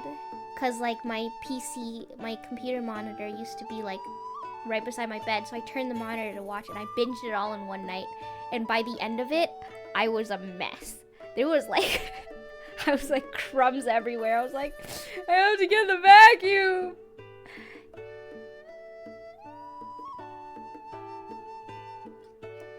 Do people remember Vampire Night? I remember Vampire. Oh God, Vampire Night, dude. Imagine if Vampire Night came out like today. The amount of discourse that Vampire Night would unleash onto Twitter if it released today. I never watched it though. I couldn't get into it. I had a huge disdain for vampires because of Twilight and Vampire Night. If anything had vampires in it during like that time, I wouldn't watch it. What's Vampire Night? Are you trying to age me by 300 years? Vampire Night sequel is still ongoing. I don't know what's going on. Bro, she got with her brother. It actually, oh my God. But the thing, I'm pretty sure they didn't even reveal that they were siblings. And then, oh my God, okay, I never watched. I think I watched like maybe like one episode up until like he was like aggressively, I don't know, like making out with her or like just biting her because like he's a vampire, right? But it was just like extremely sexual. And I was like, I can't do this. It's my cringe meter. I ended up not being able to watch it.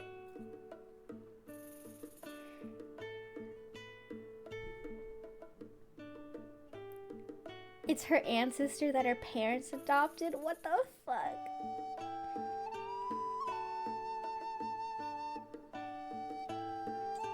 The High School DxD help? Is that the one with the supersonic tits?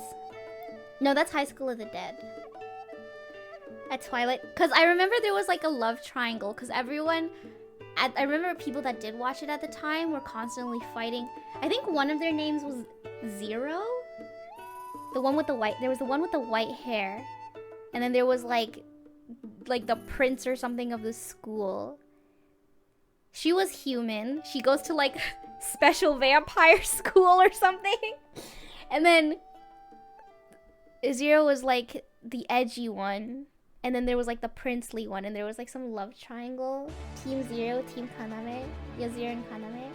My memory's so good.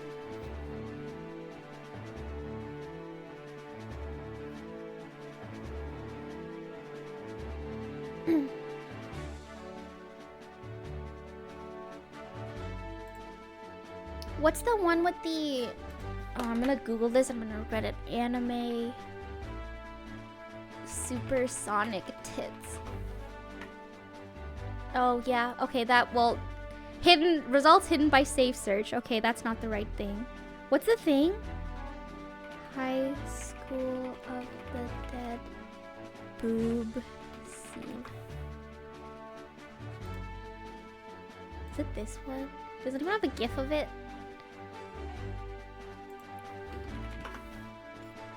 Is it this one? Oh yeah, here, yeah. This shit. What the fuck do you mean? This is why anime kids were bullied. And then I think someone on Reddit, like, calculated how fast her boobs had to be traveling in order to dodge a bullet like that. The sniper one, yeah. That's a classic. That's a classic anime moment. Like, if you're in a weeb back in the day. I say back in the day, but that wasn't even that long ago, was it? High school.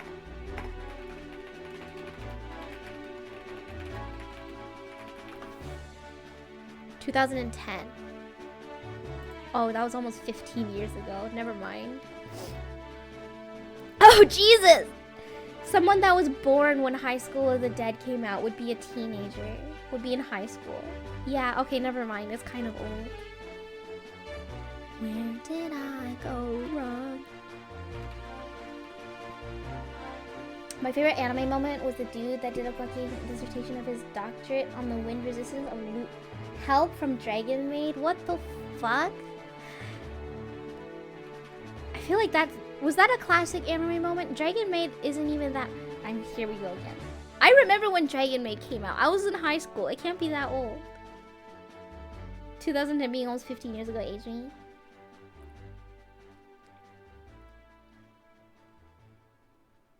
You're old? What the fuck? Season 2 was in 2020. Dragon Maid Season 1 released.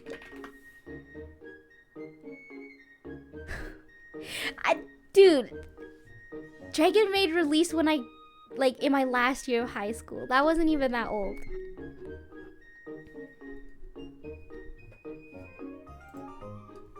I remember watching a few episodes of it because I thought it was about Yuri Dragon and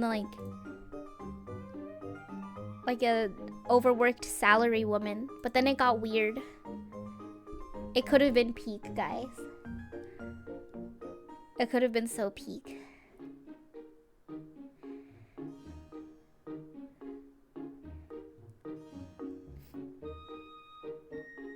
...2017 was 1, 2, 3, 4, 5, 6...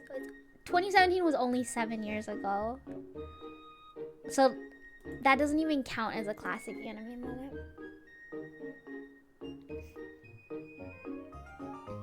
I lost a friend.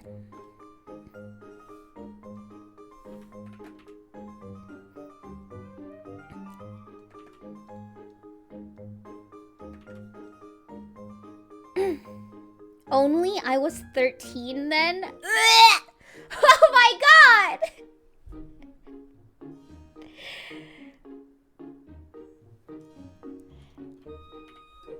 13?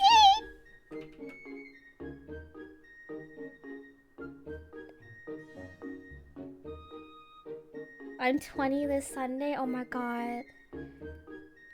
I don't feel so good. That's how I feel all the fucking time.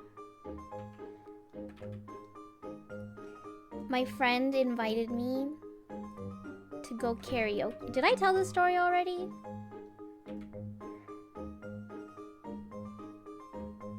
My friend invited me to go karaoke. This is when I went karaokeing last week because it was like, we had like 3 back-to-back birthdays that week.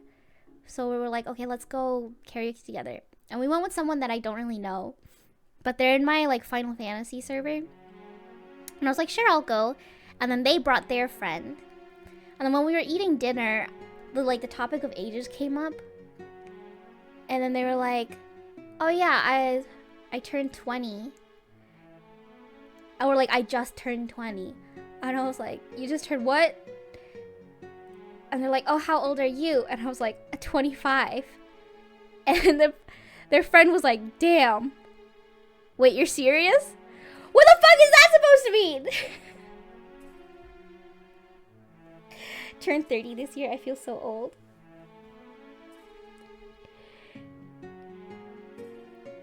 What the fuck is that supposed to mean?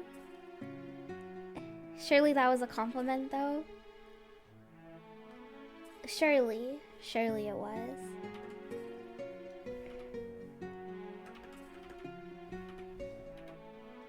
If I had a nickel for every single time I got a reaction when I told someone my age, I'd have 2 nickels. Like the last time, it was with Cheese. I don't know if Cheese is in chat.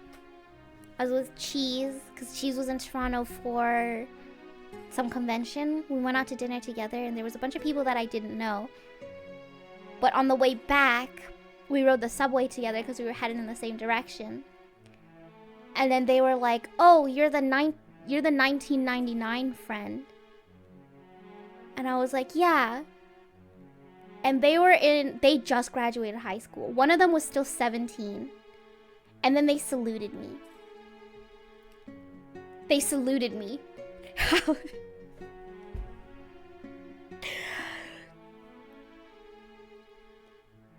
These, bruh.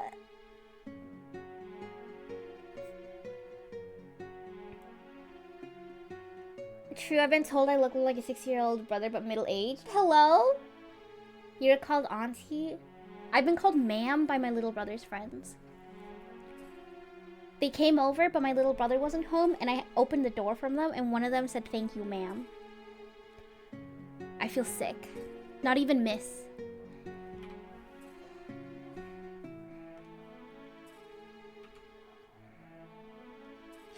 Like, it's so... People that, like, kind of know how old I am are like, "Damn, you're old." And I'm not old, by the way. I am 25. This is, like, supposedly the peak of people's lives, by the way. This is what people, the age people dream of being. 25. Okay? So, let's just get that out of the way. Not old.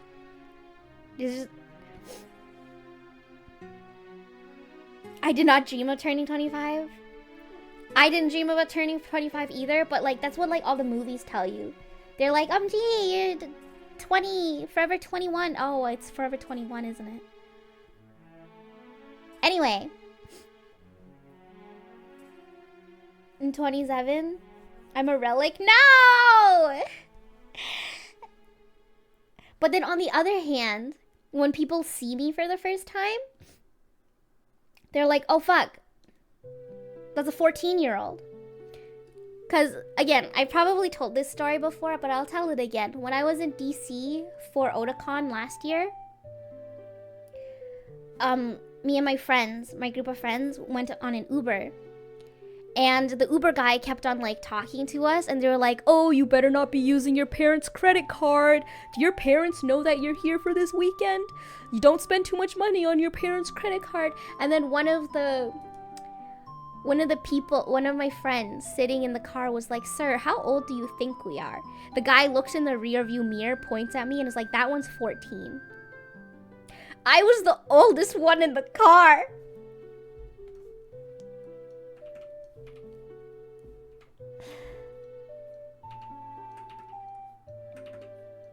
He was off by 10 years! Asians don't raisin? That's not true though, because I have fine lines now. And actually, the past 2 times I've been out, I have not been carded when I ask for an adult drink. But Fran, hello.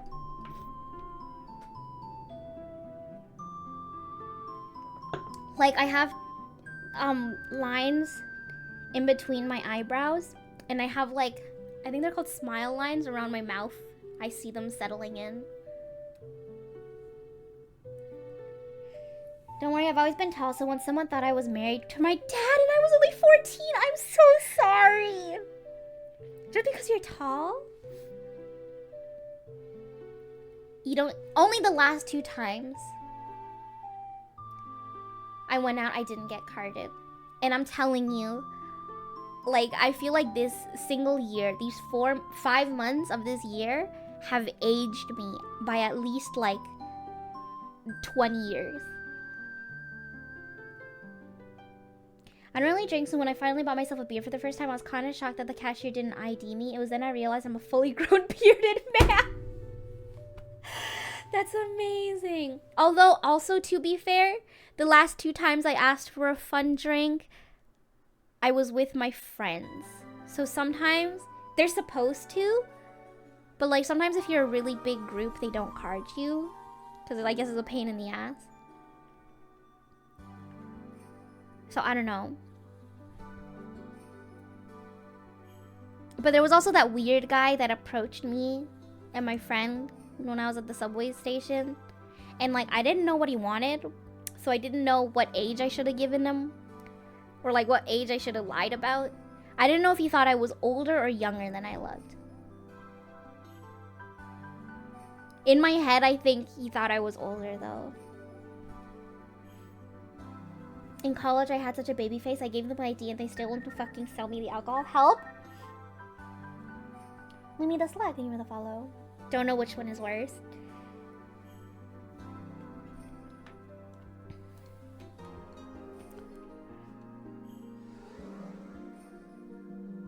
Thinking guys were talking about booze made me remember two that I put in the freezer. Over the weekend, I took one little swig of the soju. Two swigs of the soju in my fridge, and I knocked out for 12 hours.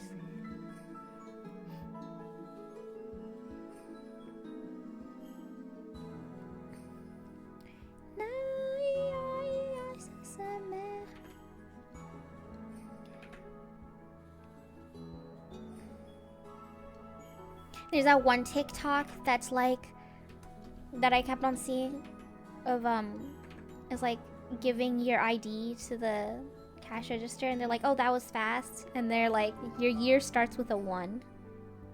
Bruh.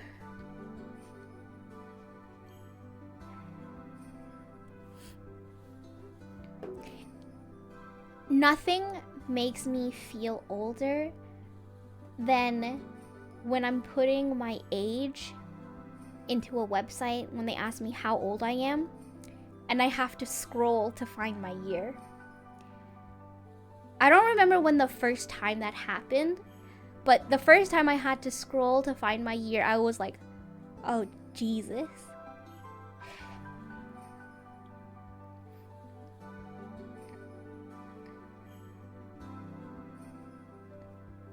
How many scroll wheel clicks does yours take?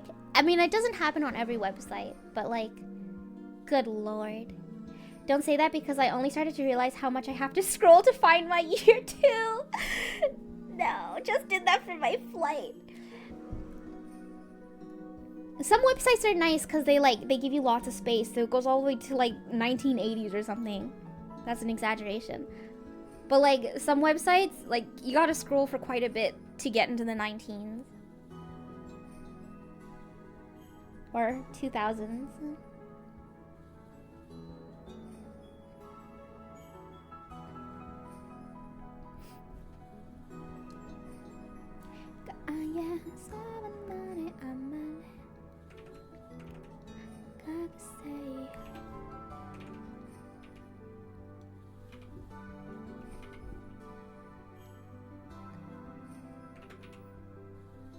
$1,800? What the fuck? Who the fuck is born in 1800? How are you still alive? The good news is that medicine is innovating kind of fast. Some doctor lady I watched said if he made middle age or younger, all of us will have at least one gene editing treatment in our lifetime. One gene editing? What does that entail?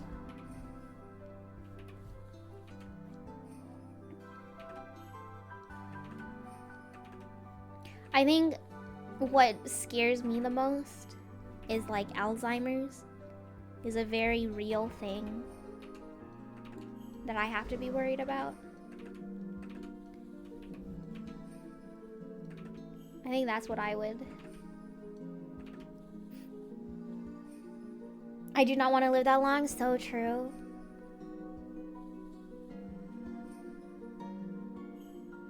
Do you have family history of it? Yes. My grandparent, and sometimes, I won't lie, my mom gets really forgetful and I get really worried. I'm like, surely this isn't a sign.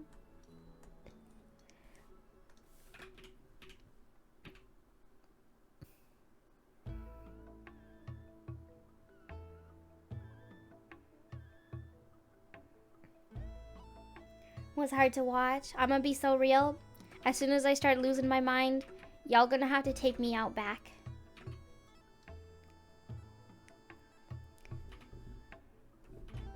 Just Of Men and Mice Me.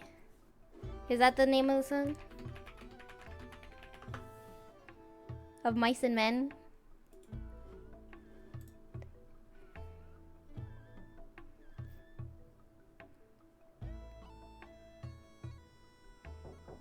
Hold on. I need to mute for a hot second.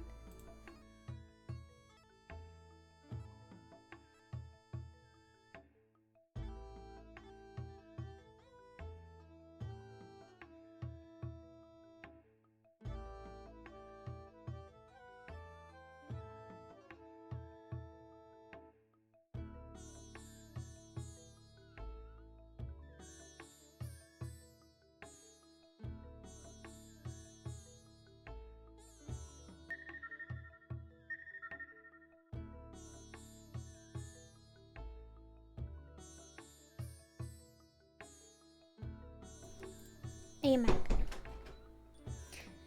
Family on my mother's side have a history, but my mom is adopted, so I'm safe.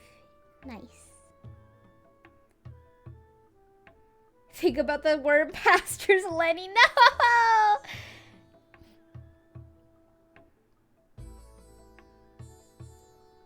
I think if I read A Mice and Men as an adult, the ending might make me crowed. It made me crowed when I read it in high school. Also, my mom brought me a bunch of puns, a bunch of bread.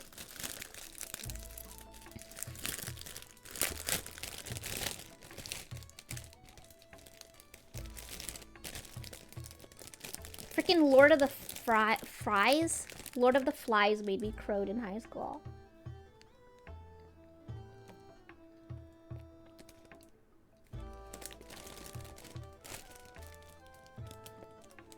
Tag, I hope you have a wonderful night. Lord of the Fries, yeah. What the? Oh, it's red bean in here. I thought it was cinnamon. That's what they call me at McDonald's.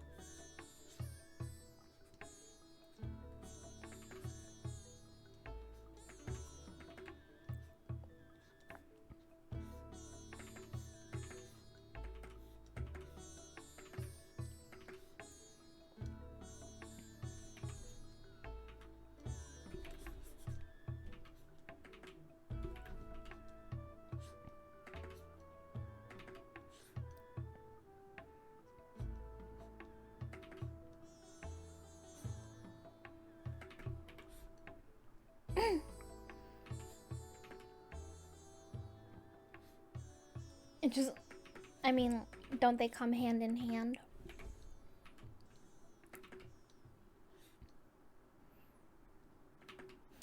Speaking of horror, I went to go watch the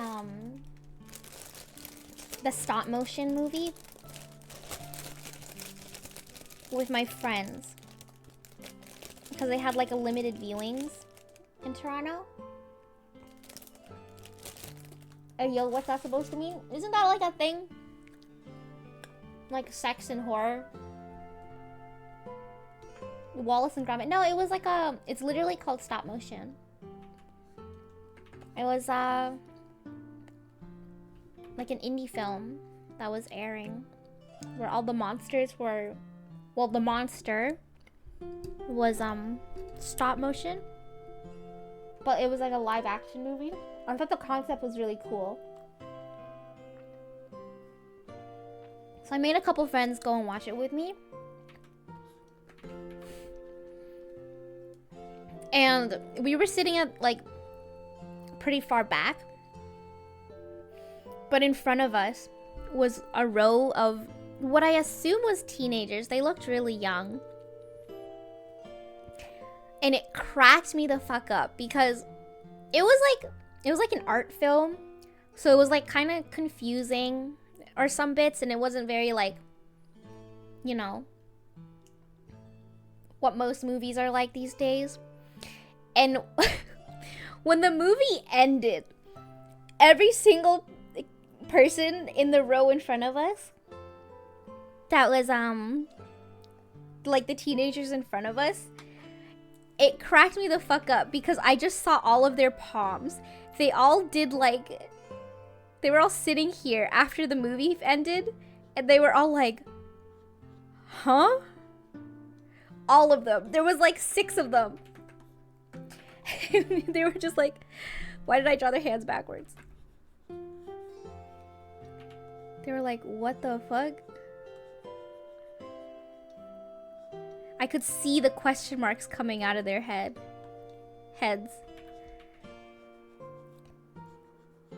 They all did the exact same hand motion. I was like, it cracked me the fuck up, dude. Indie films do be like that sometimes. Yeah.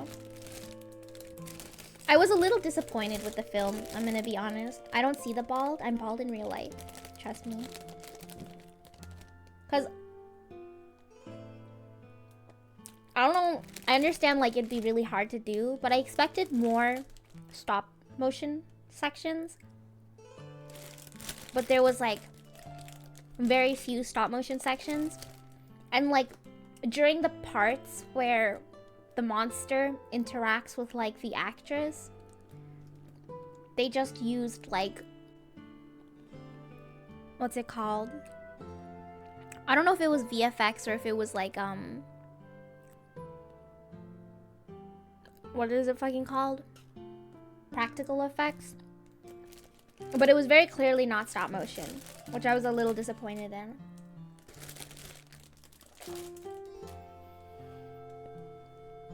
So like the actual stop motion bits were like very few and far between, even though it was like advertised as such.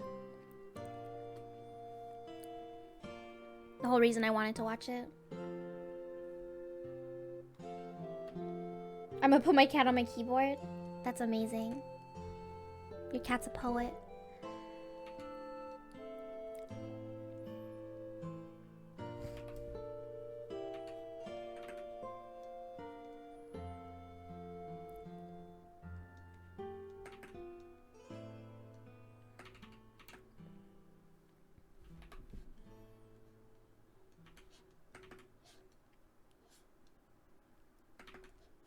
There's good, like, I'm not talking about like stop motion movies. I'm talking about specifically, I was very intrigued by this because it was a mixture of live action and stop motion.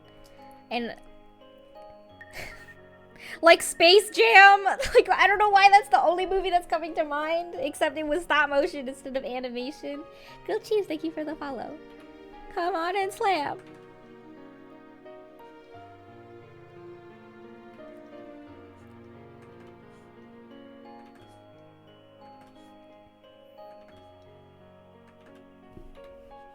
But it was horror.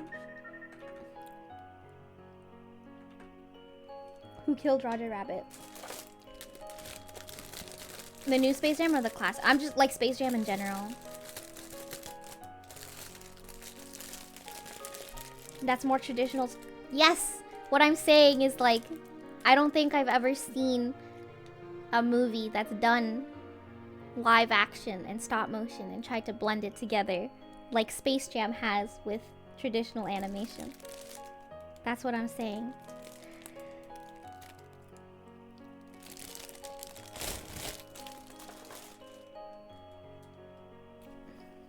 Thank you, Piggy. Sorry, I was replying to Crimson. Oh, my bad. Space Jam.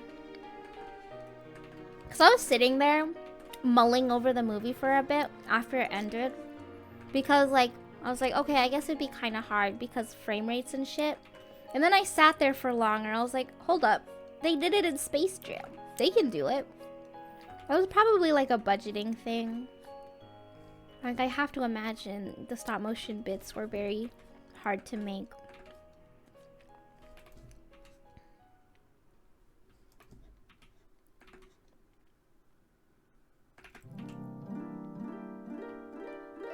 Stop motion expensive AF, yeah. And again, it was like a really... It was an indie film, so... It was fun.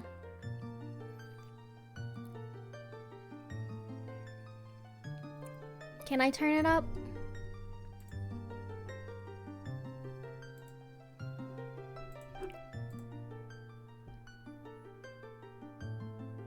How to layer actors over stop motion sounds so annoying. Just layer actors over animation sounds annoying.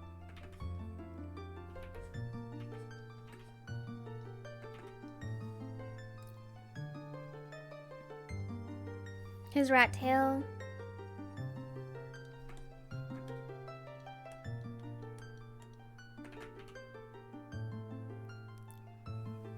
And relighting, yeah. I have to imagine it's not fun.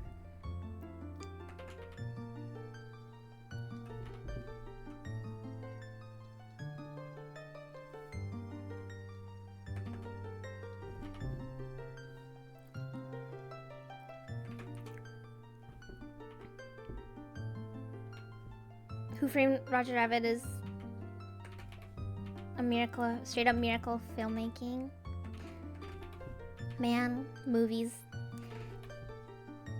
There's like a long, it was documentary style? Not really. It was like a video talking about like who killed cinema and like how dire it is, or like how dire the film industry is. And it's like, it's a bunch of things. But the main culprit, guess you'll never guess this, is capitalism.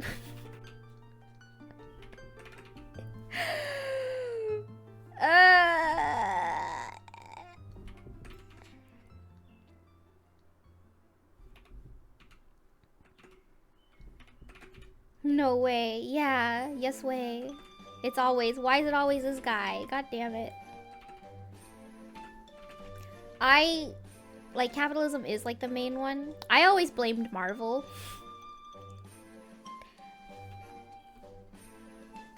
for it. And like, they're one of the reasons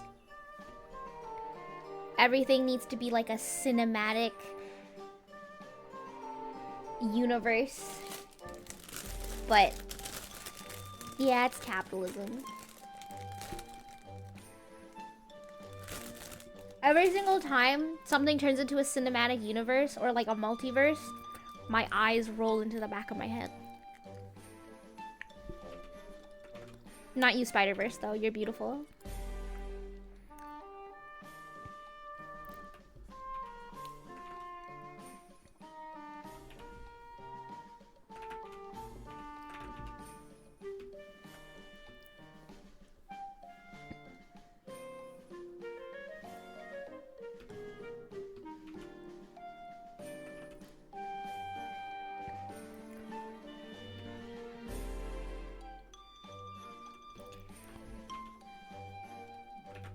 Like, I don't even know what's going... Do people even still watch Marvel movies? Or, like, Marvel shit? When the pandemic started, it was real dire for me, and I binged every single Marvel movie. They were fun, though. I'll admit, they were fun. Except Eternals. That shit sucked booty hole. And I'm very easily entertained. But Eternals was so bad. So bad. I know the last few bombed hard. Good. Hope they stop making those movies.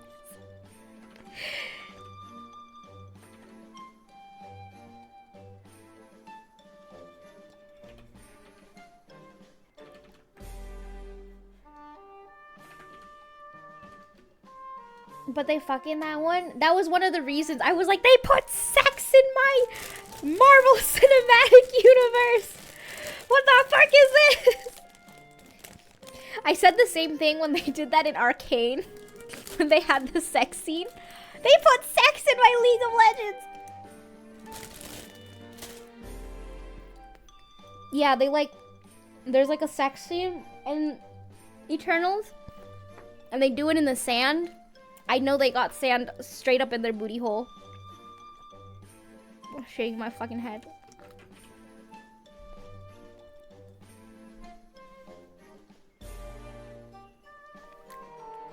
Not the sand coochie, it's probably all up in their bits, bro.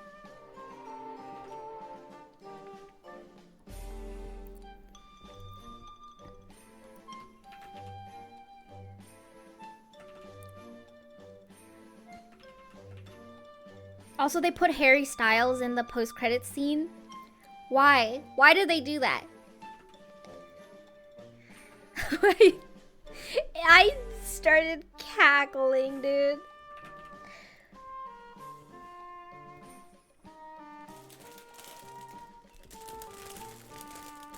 By maybe bringing back older retired characters, having them recast new bigger big bad. Yeah. I mean, why wouldn't they, right? Why wouldn't they let it end when it's printing money for them? This bread kind of tastes bad.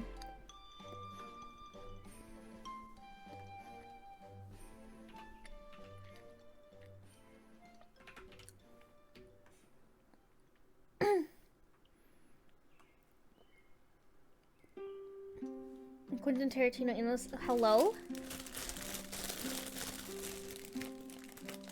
Also, movies are just so more expensive these days. What's the last, besides the stop motion movie, I don't remember the last movie I watched. I think it was maybe Scream.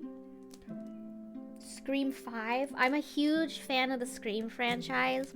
I know the movies suck butt. Anything after 3 sucks butt. But like, I watch it anyway. They're like junk food to me.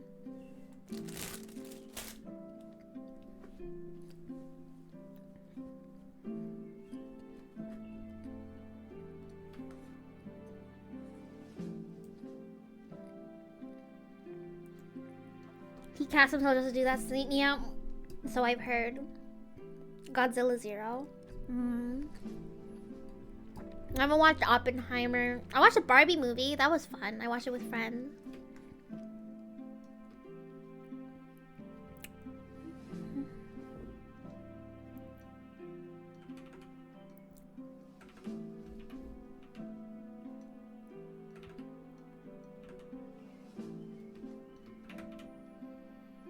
Reason I can't explain. St. Peter will call my name. Blu-ray in Japan. There is a movie. There's an anime movie I want to watch. It's the fuck. I already forgot what it was called.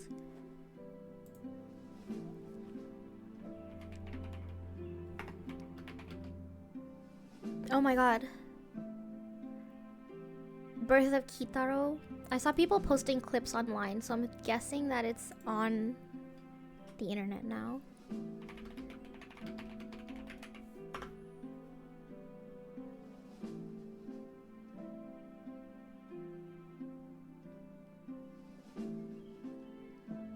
I can only think the Minecraft version is so true. I need to watch this movie, bruh. I keep on seeing fan art of these two. It may be yaoi bait. But my god, am I falling for this shit. I need to watch it so bad. Come on. I need it. I need this movie so bad. I've been waiting for like so fucking long. Every like couple weeks I Google it to see if it's been posted online yet, but it hasn't. Man. What's the name? Asking for a friend. Birth of Kitaro. Mystery of Gegege. I keep on seeing fan art of these two, and I need it. I won't like. Can I say something? It's the black hair in the suit, bruh. His some guy swag. Also, he's so short looking.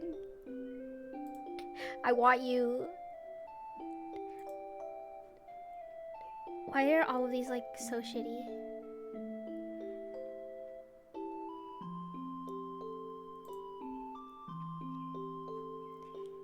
His like absolute some guy swag, bro.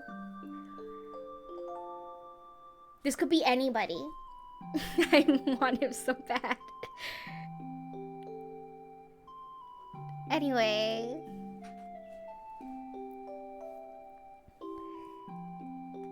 Need anime house. Imagine it was, yo, someone should do that. Someone should draw anime house. That'd probably go viral.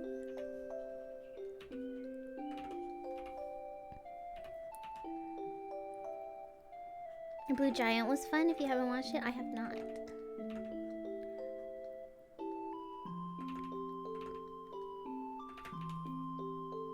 Anime House Yaoi brought to you by Cogs.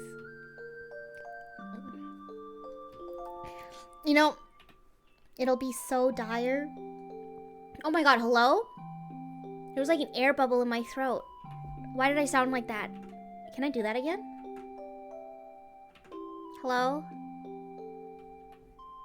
It'll be so dire if I start drawing house fan art.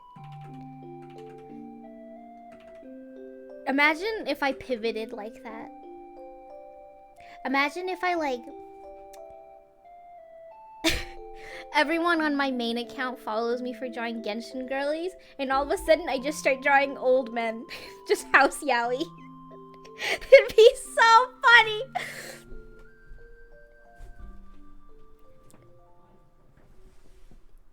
Genuinely.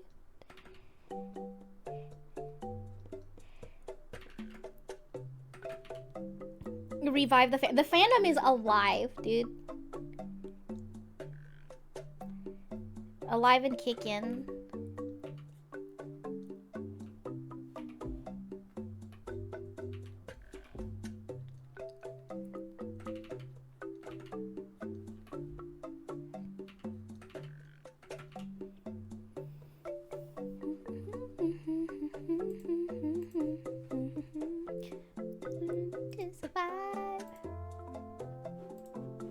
That's a good song, but I had to skip it. Montage music.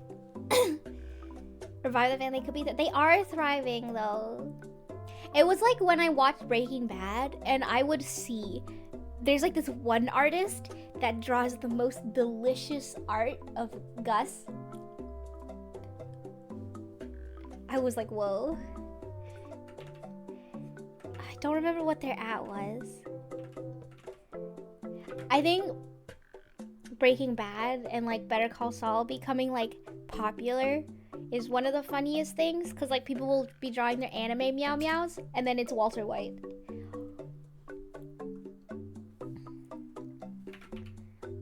Front of the train for ya.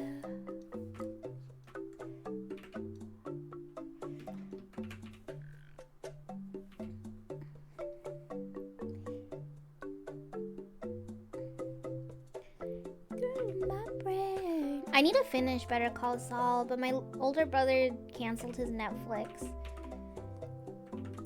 And I've kind of been lazy to sail the 7 seas to find it, you know? If you know what I mean.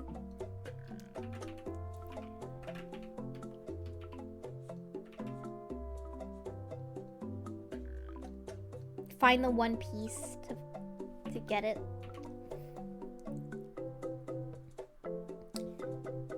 I can get the picture of Saul in the pathetic suit guy pose, but with the cat ears. It lives rent free in my head. It's so... There was like this plushie of Gustavo Fring that I wanted so bad. I genuinely, Gustavo was probably my favorite character.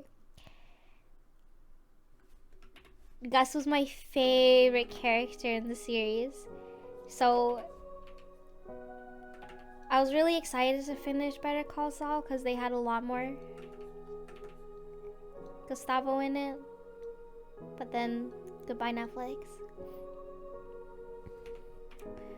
Straight through my brain. Actor for Gustavo was amazing. He's like kind of bad though. You know? He's a very handsome man.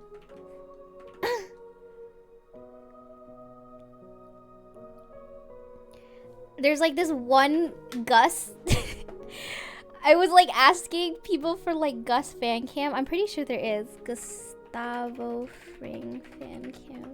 It's like my favorite video in the world.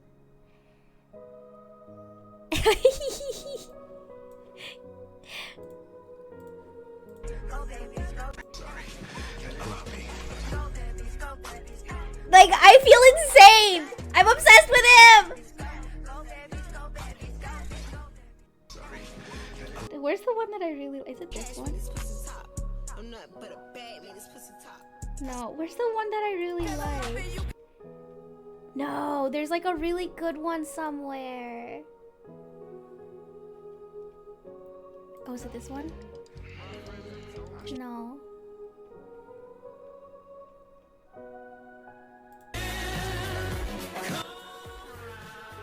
No, where's the good one? I'm so fucking upset.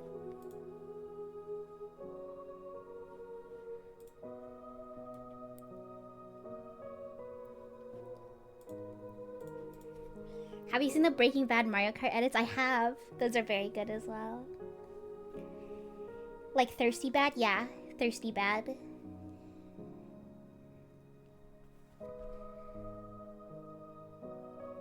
He looks so cute in his little yellow shirt. Gustavo Fring. My favorite picture of him is where he's posing in front of the Breaking Bad. Where's the one where he's posing in front of the sign? Los Pollos Hermanos. And he has like this goofy smile. He looks so cutie-full in it.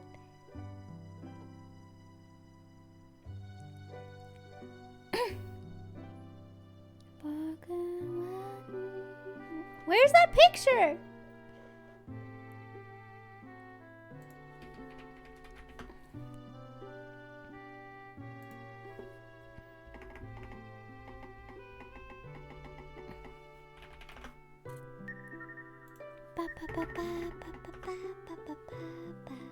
Stylist, thank you for the follow.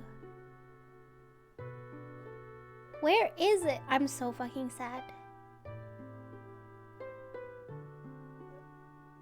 I know I have the picture saved somewhere.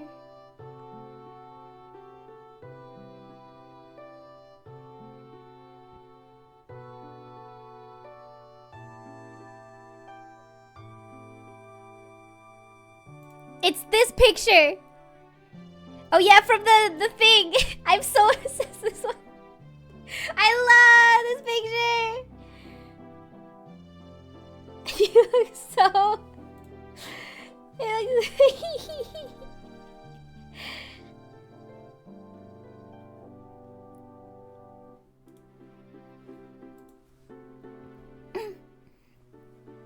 Genuinely my favorite picture of him. He looks so cutie-full. Oops.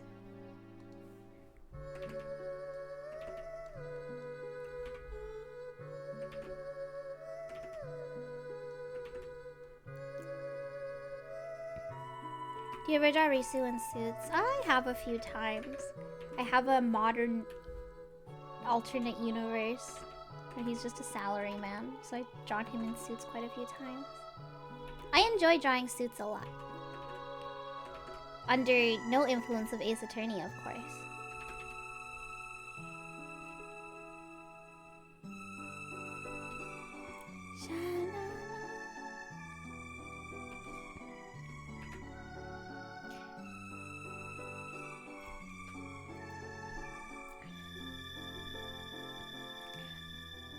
Oh yeah, also apparently no one can play Final Fantasy right now because like the servers got DDoSed. All of the servers for 14 are down right now. It's pretty dire. Debating to watch Ace Attorney. That's like one of the only Ace Attorney medias that I haven't finished, which is the Ace Attorney anime.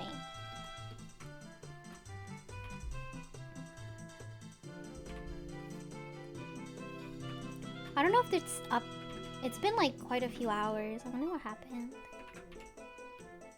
Is it worth checking out? Only if you're a fan of Ace Attorney already. I think it's very fun. Because it's like comically bad. Also, in the English, I mean not the English, in the Japanese dub, they got Kazuyuki to voice Phoenix Wright. And like, don't get me wrong, I love Kazuyuki, but he is not Phoenix Wright. He is not Phoenix.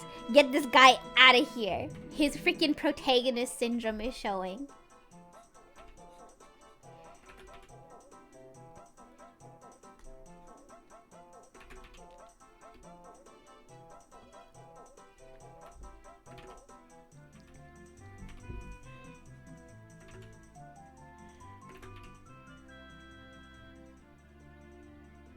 I couldn't watch the anime.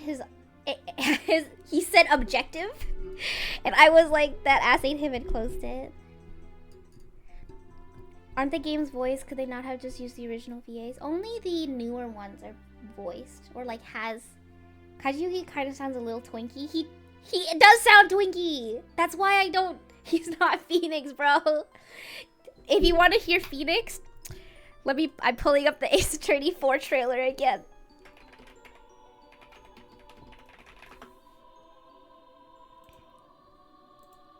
This is Phoenix Wright.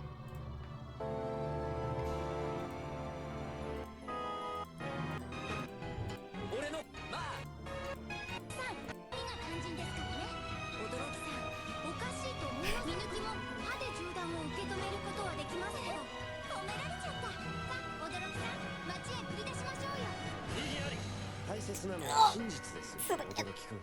今まで集めた情報の中に致命的な矛盾があるんですよ。 Where is he? 細かい矛盾を Where is he? 証人の動揺を誘う。さあね、風に聞いておくれ。被告人には証言を拒否する権利があるということですね。昔のことは It's so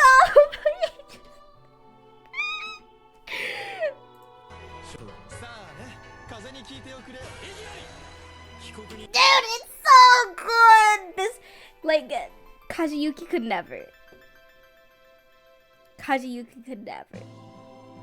I want him. には証言を拒否する権利を忘れてほしいですね。昔のことは I- Bottom on the bingo board.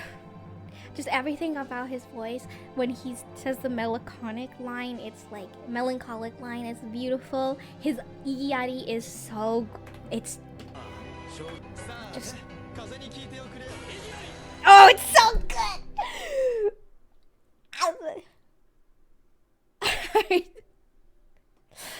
Guys, Apollo Justice. We could have had it all. We could have had it all.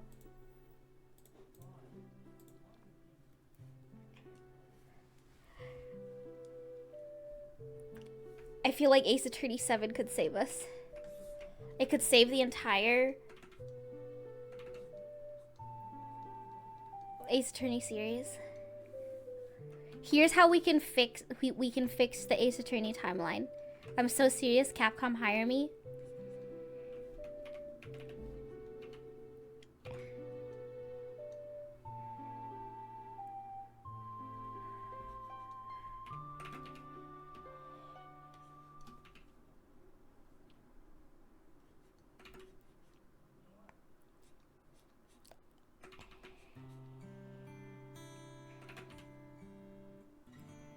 I saw the art for the popularity poll where Phoenix won. How did you survive that? I didn't survive that. That's gonna be my like 13th reason, bruh. Bruh! Okay, look. I went on a huge tangent on Twitter because of. I need to take a sip of water. Hold up. Listen. Listen. I'm talking directly into your ears right now. I'm talking directly into your ears right now. I will pull up the PowerPoint again. When Ace Attorney 4 came out, everyone was so freaking upset because of Phoenix. They're like, oh, Phoenix would never do that. Oh, Phoenix. And the game flopped. And you know what happened? You know what happened? Capcom, those fucking cowards, didn't stand their ground and decided that... I think my door was open and my family heard me yelling. So they closed it. Anyway, so they decided to bring freaking Phoenix back. And then Phoenix came back and everyone was like, boo, this fucking sucks. Fast forward, like, 10 years.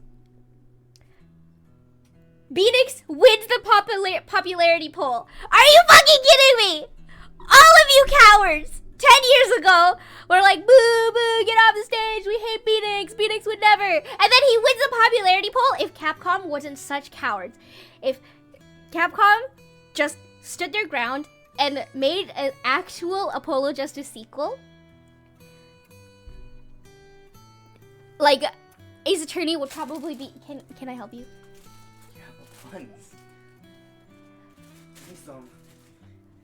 Ace Attorney would probably be, like, even post, like, the main trilogy, Apollo Justice probably would have had, like, an amazing arc.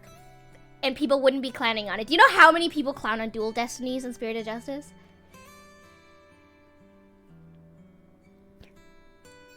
Genuinely, when I saw that popularity poll ranking, I saw red. I genuinely saw red. I was livid. I was livid, dude.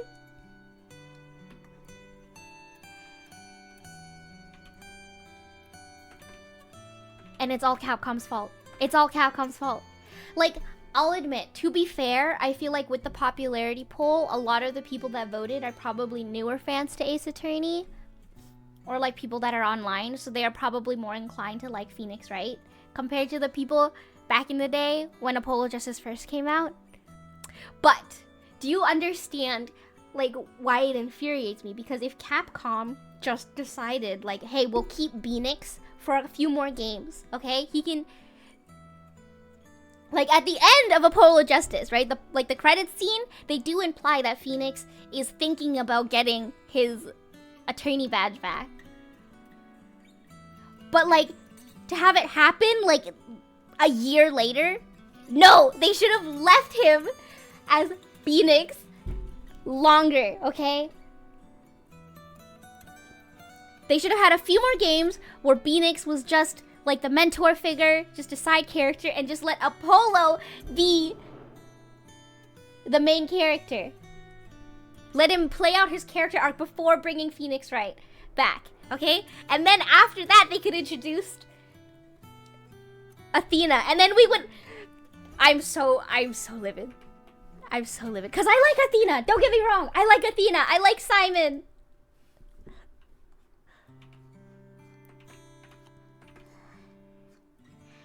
But no, they're absolute cowards. They're like, oh no, our sales for Ace Attorney are gonna tank if we don't have Phoenix as the poster boy. We have to bring him back. And now look what happened. You could have had all the Twitter fangirls.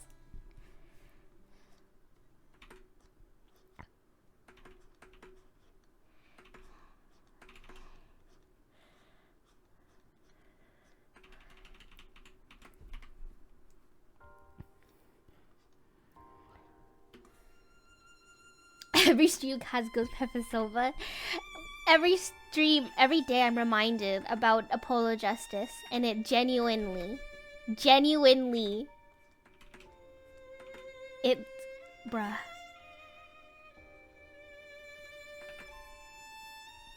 I wonder how many times your family shared the PowerPoint. Hello, thank you for the rant, Jen. It's great to see your passion. You don't understand. You don't understand. Where's my Google Drive?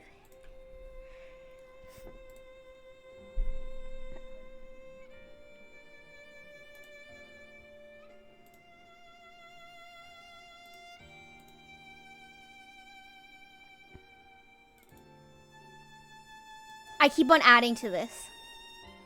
I keep on adding to this, okay? 72 slides. And every day we have more evidence.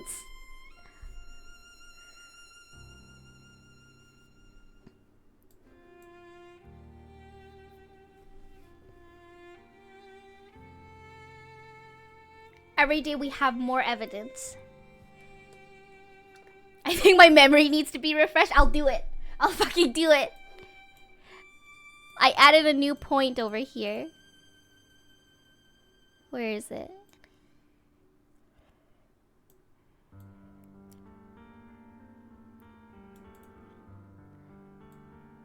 Here. In an interview, Shutakumi said that there was going to be a plot about the Scar as well as development with the Gavin Bros, but it got scrapped. Is your PowerPoint presentation still online? It's so funny. Maybe it's in a VOD somewhere. You want me to link you the... You should make the PowerPoint a points redeem. Every point redeem? That's insane. This PowerPoint takes like 40 minutes to present. It's not public. This is my own personal PowerPoint.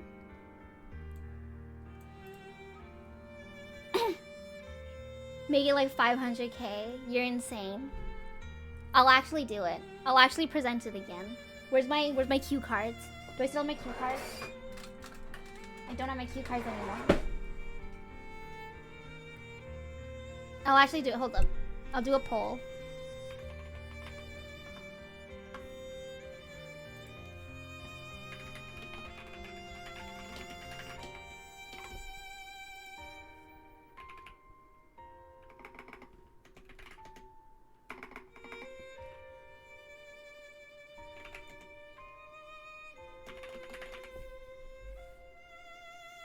Here. I'll start a poll. I'll actually do it. I feel like I've done it multiple times on stream already. I was gonna go close the door, but someone already closed the door.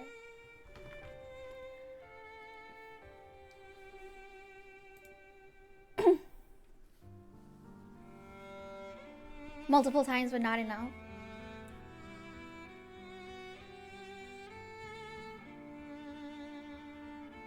I should play like Ace Attorney music in the background.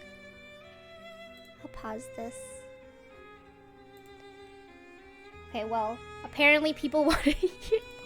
Let me switch to just talking for a bit. Just chatting.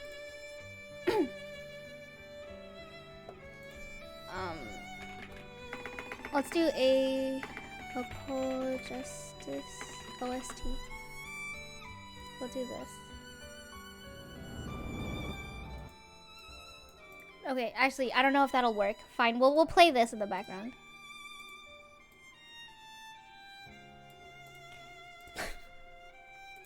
Here we go again.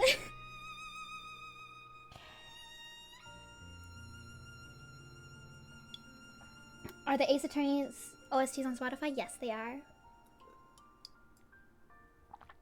Okay, well, here we go. Why Apollo Justice should have been a trilogy, and here's how it could have worked. Part, 5. This is my 5th time presenting this, by the way. 2nd time on stream. We're gonna start with a brief introduction to Ace Attorney, just in case some people have not played the original trilogy plus Apollo Justice before. I'm only gonna go over the parts that are relevant to my thesis, which is Apollo Justice should have gotten an actual sequel. We're gonna start with Phoenix Wright. So the original trilogy revolves around Phoenix Wright and his journey as a rookie attorney. And while each game is kind of its own story, together there's like an overarching plot that ties them all together. Oh god. We're gonna start with Ace Attorney 1. The main story mostly revolves around the DL6 incident, which is like a case that happened how many years ago? Like 15 years ago with Edgeworth, right? Phoenix becomes a lawyer because of Edgeworth, and yes, this is the plot to Legally Blonde. He becomes a lawyer to chase after a guy. And he hears rumors that Edgeworth has never lost a case, and there's like speculation that he's using unjust means to get that record. So yaoi-ful of him, so true. So during the DL6 incident is revealed that Edgeworth's father is the one that died, and Edgeworth ends up getting adopted by prosecutor Von Karma, who has a 40-year win streak. So Edgeworth is kind of like the protege to Von Karma. The chat's kind of covering it, but I have like these little notes for myself. But yeah, when they say like rumors of him being dirty, it's like he's using forged evidence to get the verdicts that he wants, which is guilty for every case that he is in charge of. This is an inside joke. We're gonna breeze past that. So I would say the main overarching plot for the original trilogy is the DL6 and like Fae plot, the Fae plot in general. And the DL6 is tied to the Fae plot. In the first game, it's revealed that Mia, so oh my god. Why am I here again? Mia is Phoenix's employer, basically. But she dies in the first case. And Maya, Mia's little sister, is accused of the crime. And they come from this family called the Fae Clan. And they're a family of spirit mediums. Maya becomes your trusty co-counsel for the next 3 games. You'll notice that in each Ace Attorney game, you have an assistant. Maya is the assistant in the first 3 games. So TLDR, the DL6 incident is the first case where the police really hit like a dead end. So they ended up consulting a spirit medium to help on the case. But ultimately, the accused got a guilty verdict, and ashamed, the spirit medium ended up disappearing forever. And if you kind of guessed it, the spirit medium is Mia/Maya's mom, and also at the time the leader of the Fae clan.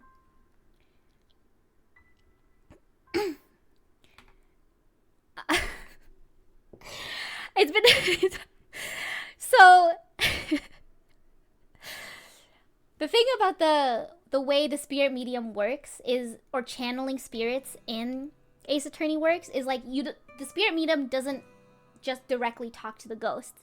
In Ace Attorney, the ghost that they're channeling takes over their body and it changes them physically. Like they physically change into the person that they're trying to channel, which is how you get this meme.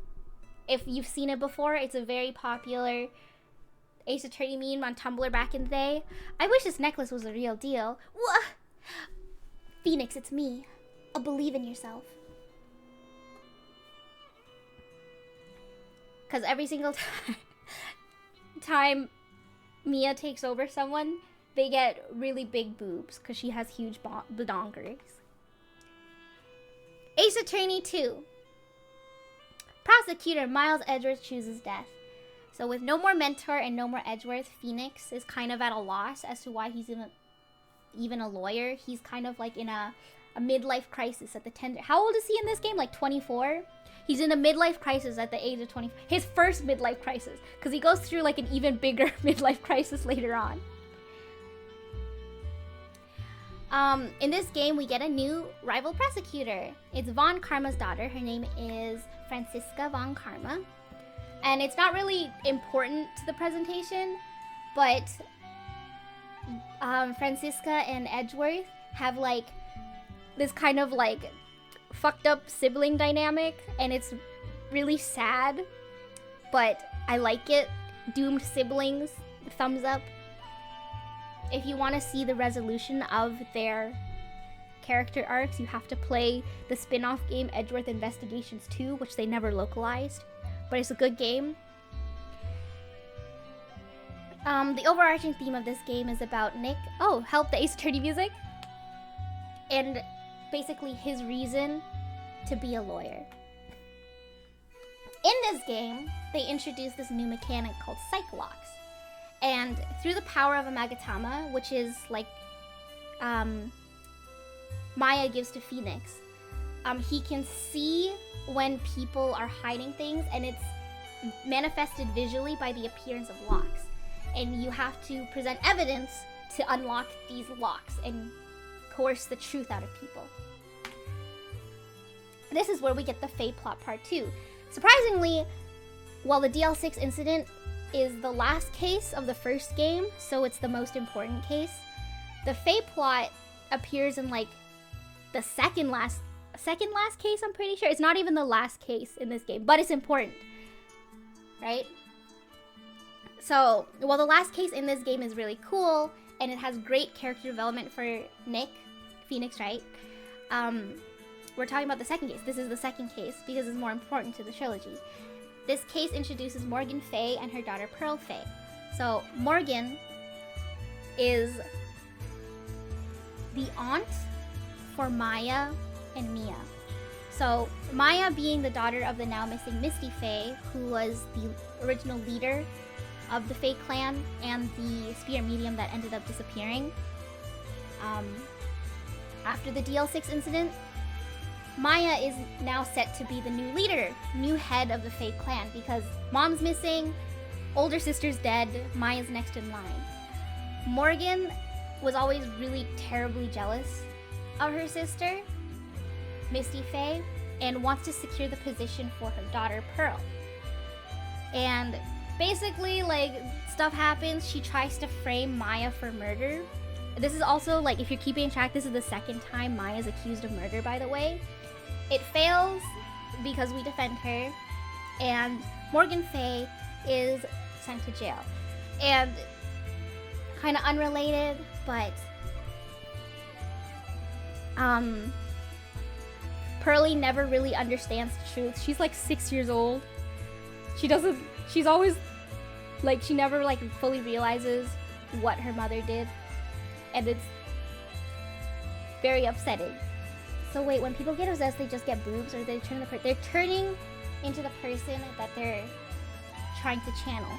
So in this case, if you're trying to channel Mia, since she has big boobs, you will get big boobs.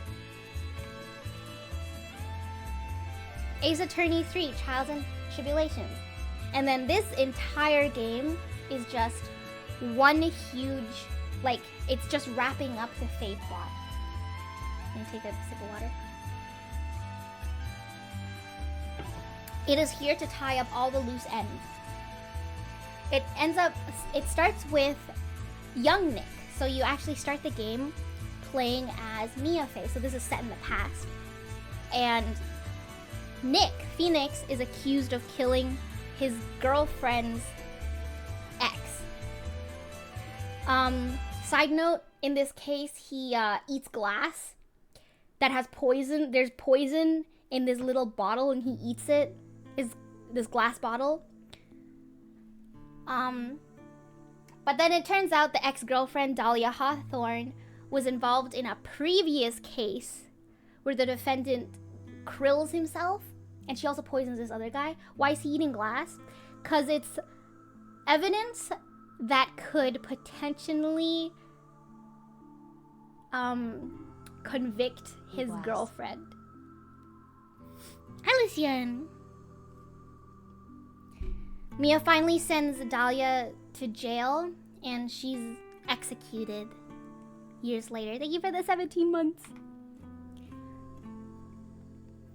So, in the last case, Pearl gets Maya and Nick to go on a trip to a temple to help with Maya's spirit training. And the temple is actually run by a branch of the Fae clan. So like a side family of the Fae clan. When Nick gets there, he sees a familiar face. If you notice, I didn't line them up properly, but they also meet an artist who ends up dead. So this is the dead body of the case, and Iris, who is this spirit medium, this nun. She's not a nun, and is accused of murder at first. And fast forward, some stuff happens.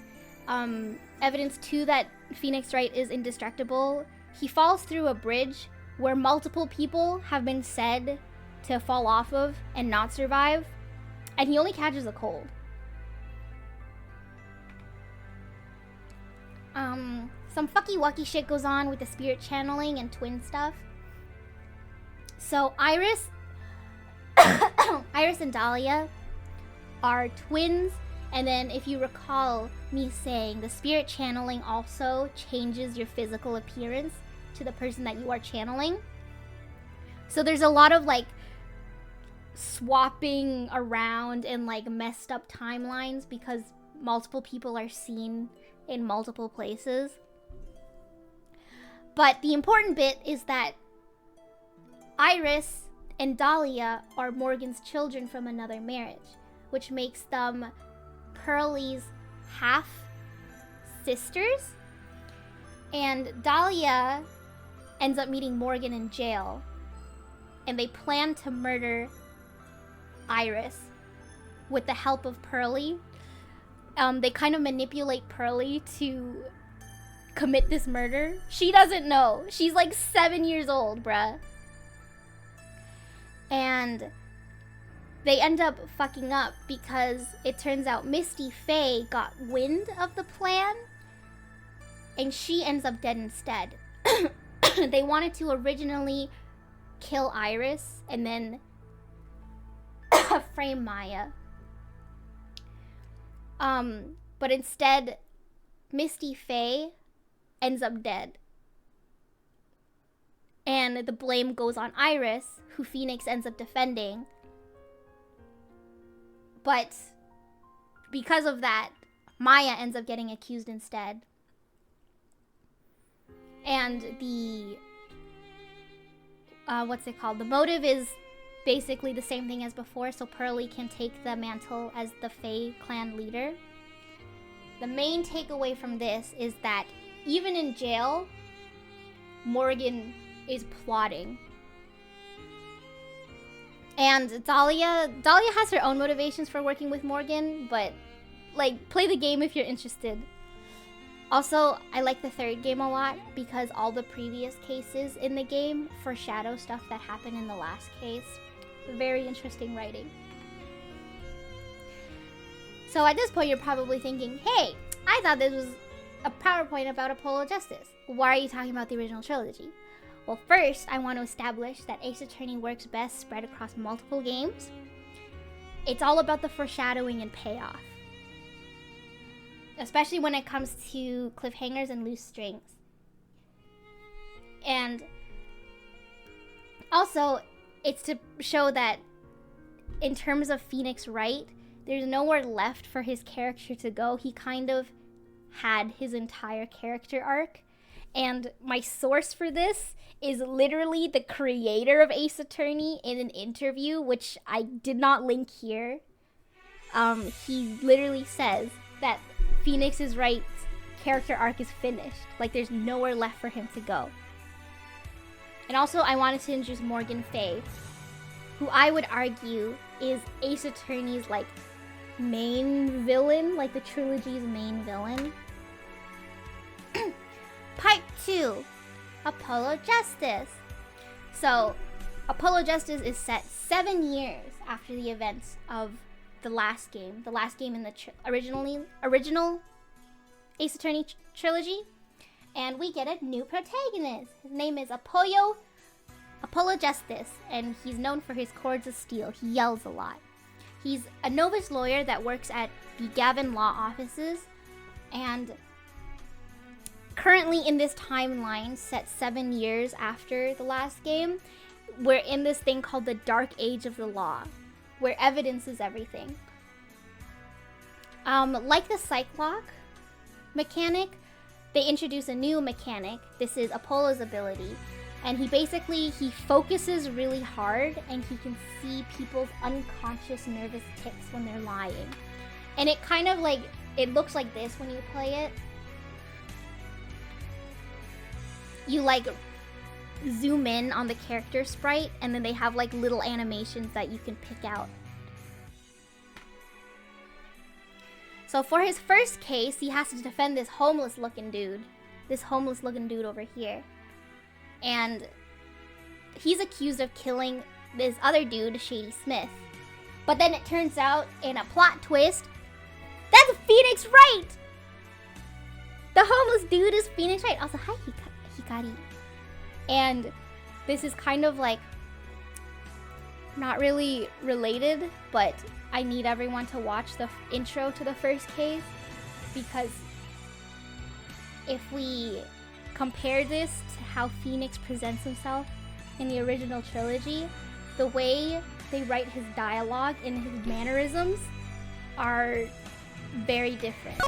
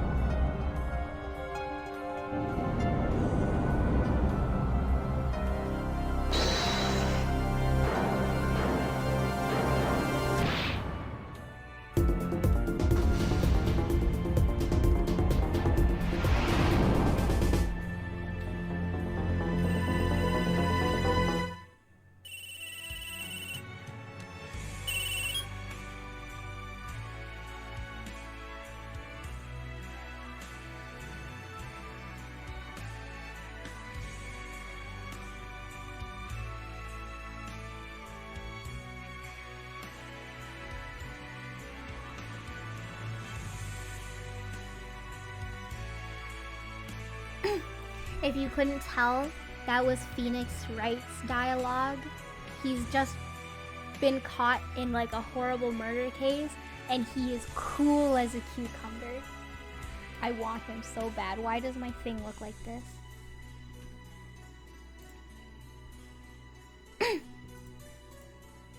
Oh god, why are you playing again? So, also, side point, apparently Apollo Justice is a huge Phoenix Wright fanboy. Here's some flavor text that they put in the game. First trial, nervous. Meeting him, cardiac arrest. And then if you check his profile in the evidence log, he goes, my first client, just standing in front of this guy makes me nervous. Bruh, it's so funny. So basically, at this, they implied that Phoenix is like a legendary lawyer at this point, and Apollo really, really looks up to Phoenix. When you start the case, you finally realize that this homeless-looking man is Phoenix Wright. And Nick is now disbarred and a poker player who's never lost. He has a perfect poker playing record. Where have I heard that before? You know, perfect win streak. The parallels! Anyway, they actually explain his official occupation is that he's a pianist, but he can't actually play piano. So it's just like a cover for like a poker ring. But apparently, like in the Ace Attorney universe, gambling is illegal. So they're like, he like kind of backtracks and he's kind of like, oh, it's not like we're playing poker, but we're not actually gambling. It's just some like good old like competition, some, you know, just some laughs, you know, we're playing for fun. So throughout the entire case, Nick seems to be 2 steps ahead, leading Apollo like carrot on a stick style. And whether it be withholding testimony or hiding evidence, he seems like really shady now, like 180 degree from what he was in like the original trilogy. And here's a quote: inconsistencies, lies, Phoenix Wright, as if Phoenix Wright would never lie, and up's to me to prove it. Things that aged horribly.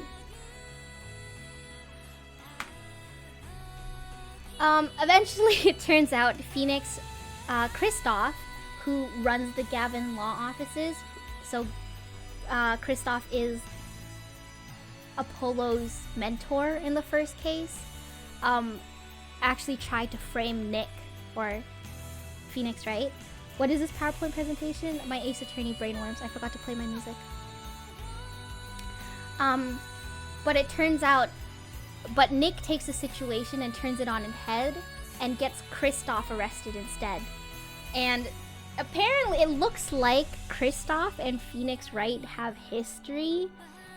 When you finally get Kristoff accused, he says something like, "Is this your idea of revenge, Phoenix Wright?"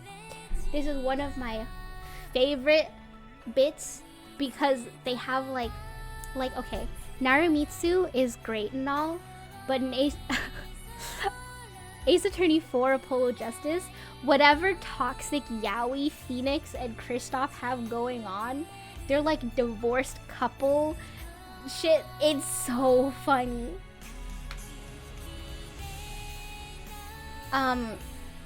It turns out that the final piece of evidence that Nick provided Apollo was forged. Apollo, finding this out, punches Nick.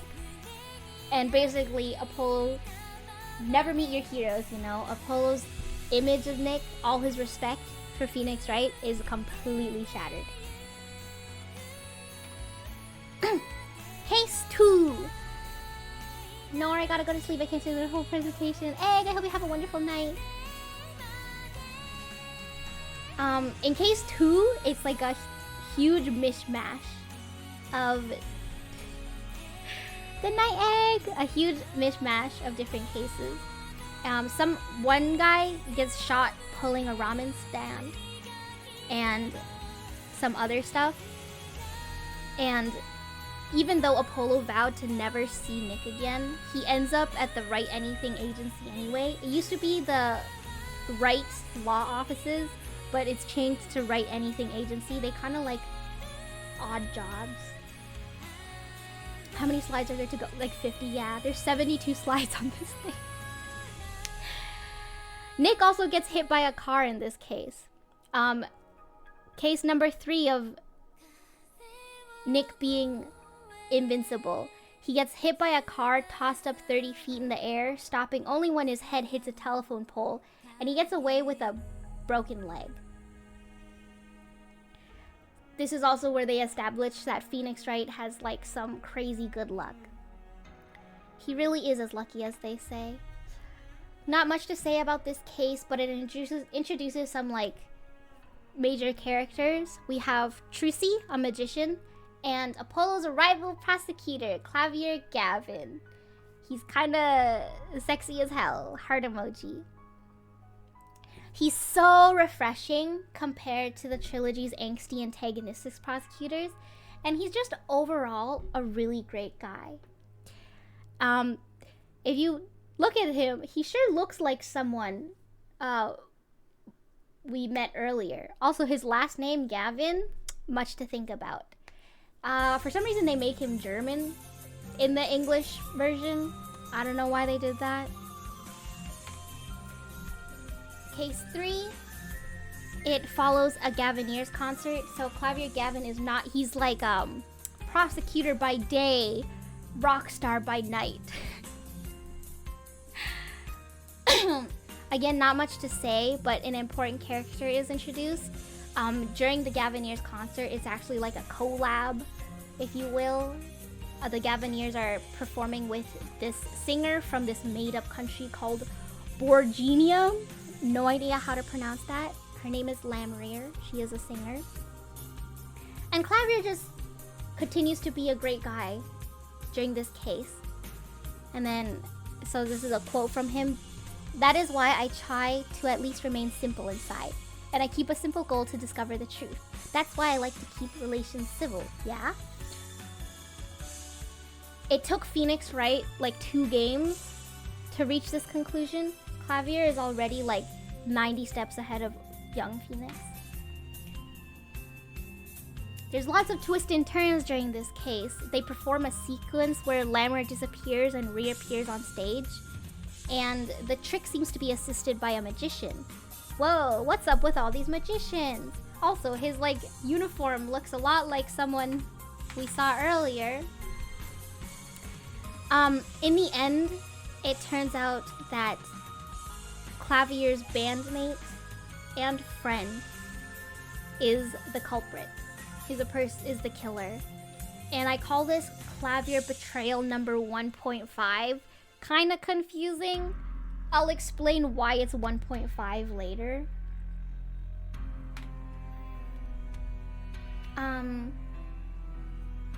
This is where the meat of Ace Attorney comes in, okay?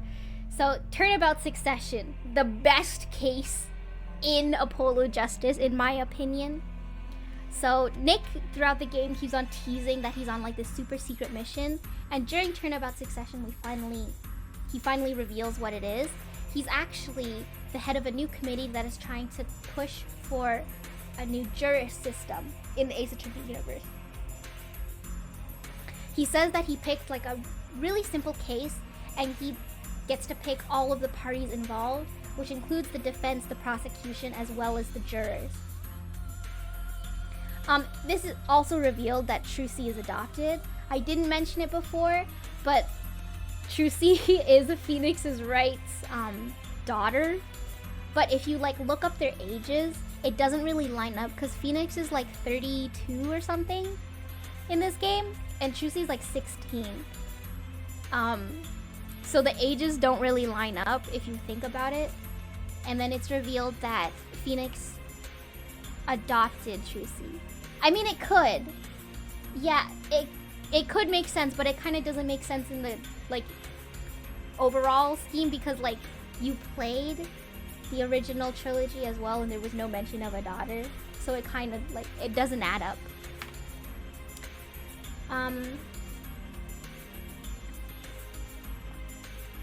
So the case seems simple enough.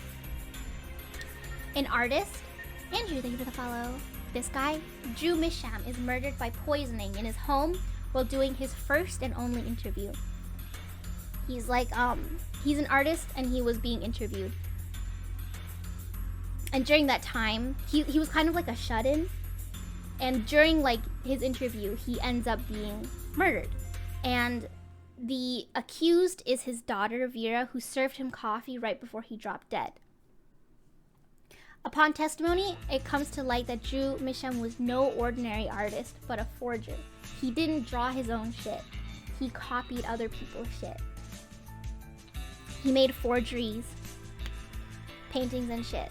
But it turns out that he doesn't only forge artworks, but he could basically create forgeries or replicate anything. Anything. Upon even further testimony, it seems that Drew Misham wasn't even the artist. He was just like covering for his daughter, who had a very like, what's the word? Had a talent for this kind of thing. So all of the artworks and forgeries were made by Vera. She's actually a very nervous girl and she never leaves home, which is why like she's hikikomori, she's shut in. But they do end up like convincing her to come to the courthouse to provide testimony. And she seems very keen on Clavier. He is a very beautiful man. And here's a quote. Trucy says to Apollo, "I know it's hard for you, but hey, he's a handsome guy." Apollo, what's hard?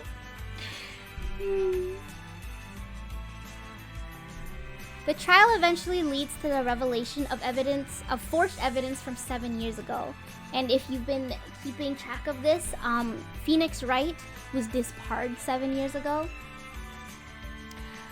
So Apollo tries to press her about who requested it. But before a conclusion could be reached, Vera ends up falling unconscious. The symptom, the same poisoning her father died to.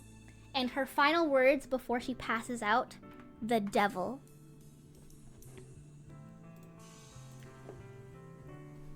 So, intermission! With Vera out of commission, we get a POV swap! Phoenix time!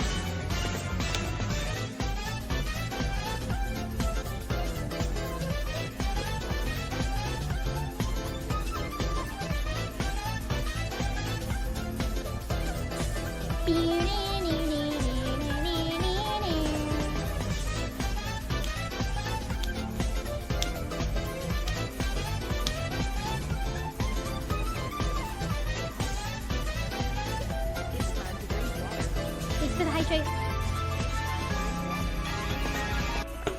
It's time to drink water. Thank you for the hydrate. It's time So to yeah. drink water. We switch POVs to Phoenix from 7 years ago. Now we're gonna figure out why Phoenix actually got disbarred.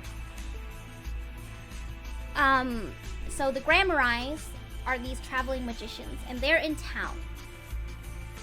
But unfortunately, Magnifi, the head of the Grammarize, is found shot dead in his hospital bed. The accused is one of his two pupils, Zach, Enigmar, stage name Grammari, or the other pupil. I forgot his fucking name. And my overlay is kind of covering it, but if you look at them, they look very familiar. This is Zach's daughter, Trucy. Hold on a fucking second. Anyway. Zach refused his previous attorney because they lost to him in a poker game. But Nick, when playing poker against Zach, actually beat him. Zach says he's only ever lost to one other person at poker in his life. Phoenix is good at poker.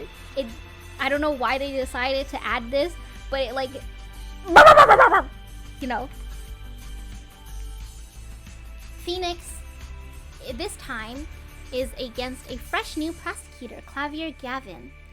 And this is a huge twist from previous cases because in every other case, you are the rookie. You are the person that's pulling, like, unprepared, pulling things out of your ass, trying to get the not guilty verdict.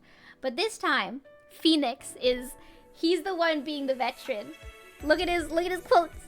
You're out of your league, Rocky boy. How sad it is to see the novice's overconfidence.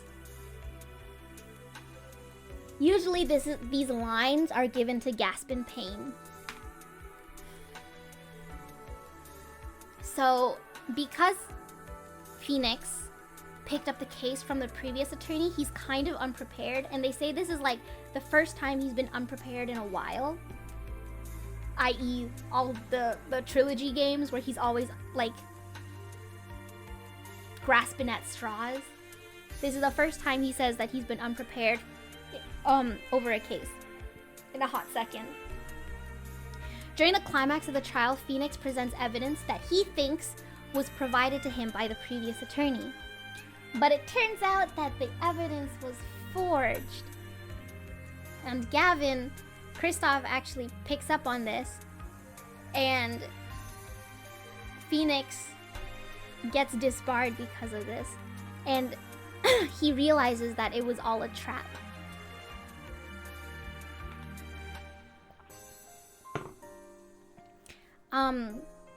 Zach, who is the accused, actually ends up disappearing before a verdict can be announced, leaving behind his daughter Trucy, and also Phoenix disbarred.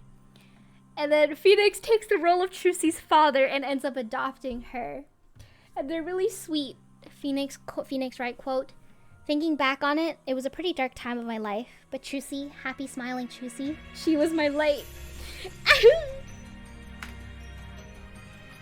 Now begins Phoenix Wright's 7-year-long mission to find the truth over what really happened to the Grammarize, as well as the forged evidence that he unwittingly presented. So he's basically trying to gather evidence to find the truth. So this is where they introduce another interesting mechanic that takes you between past and present investigations, and to help you like connect all the dots.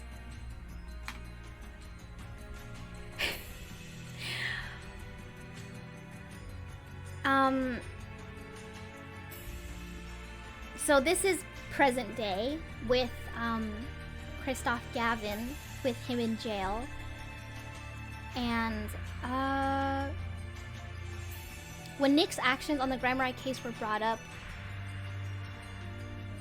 with the Bar Association, so they introduced this thing called the Bar Association, they unanimously voted for him to be disbarred, except for Kristoff.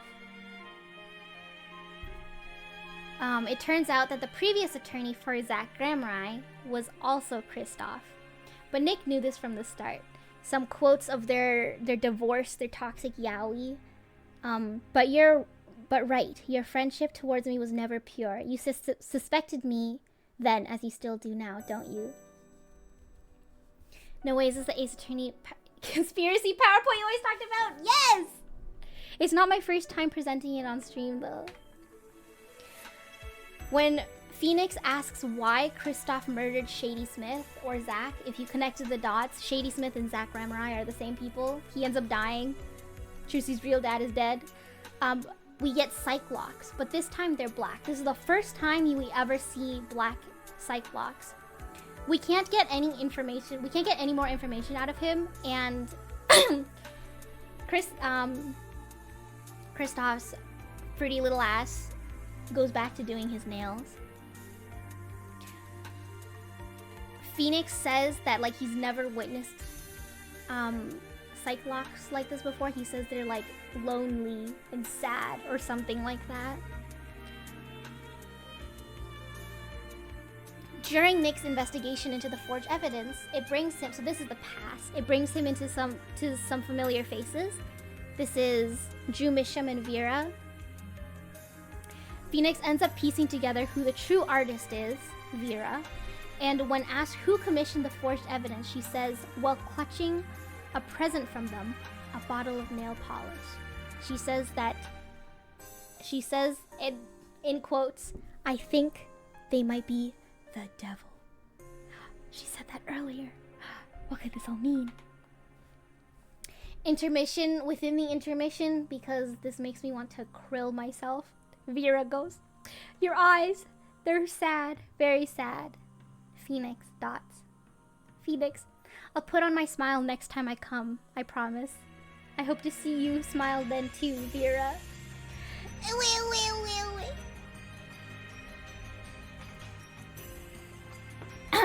So I'm just gonna connect all the dots for you. Through this investigation, you learned that Shady Smith is Zach Gramerai, who disappeared 7 years ago. So this is the guy Phoenix was accused of murdering in the first case.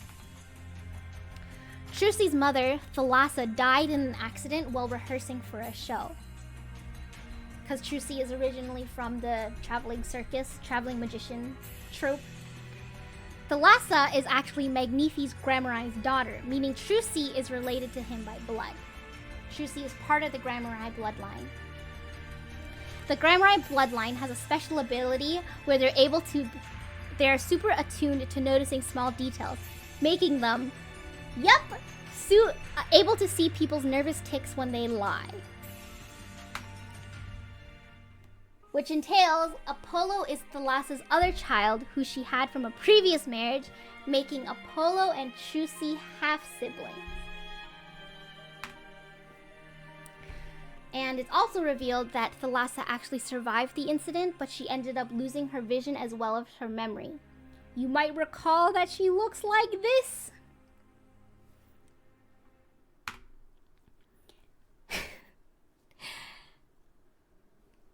Phoenix's ugly ass button on his hat isn't just for show. It turns out it was a camera filming all of the evidence he has collected over the past 7 years.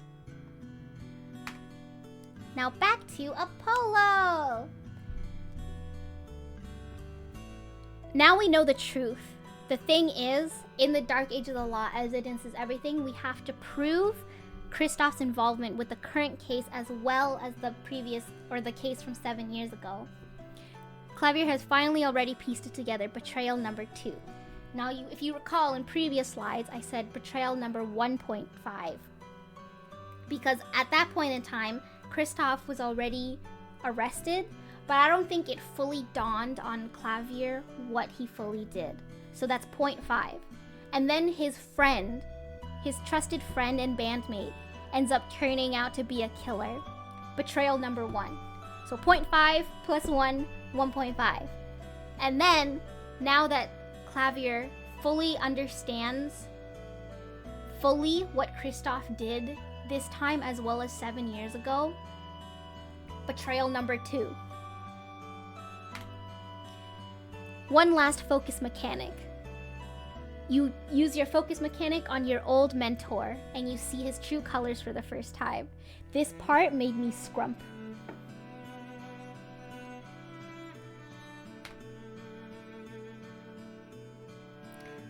When he's lying, Kristoff flexes his hand, revealing the devil, and you'll notice he has a giant scar at the bottom of his hand.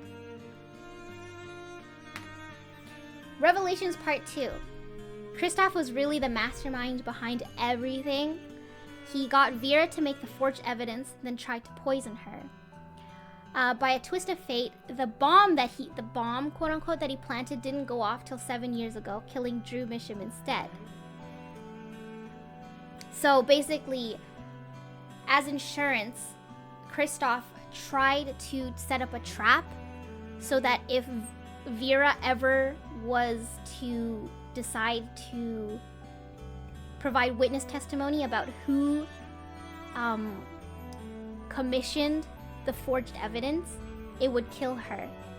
But it ended up killing her father instead.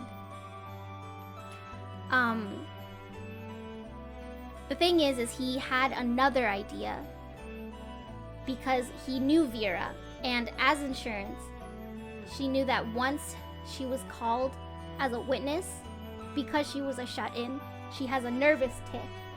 Her nervous tick of biting her nails.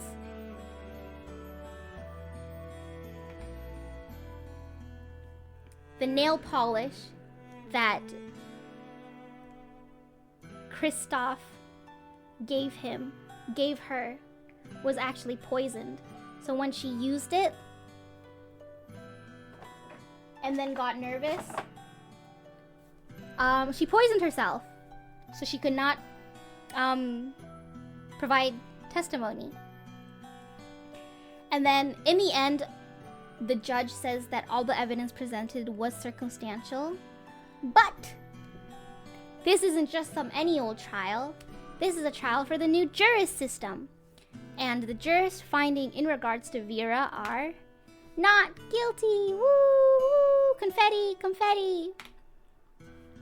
The game ends with this wonderful picture of the siblings, and they still don't know that they're siblings. Only Phoenix knows.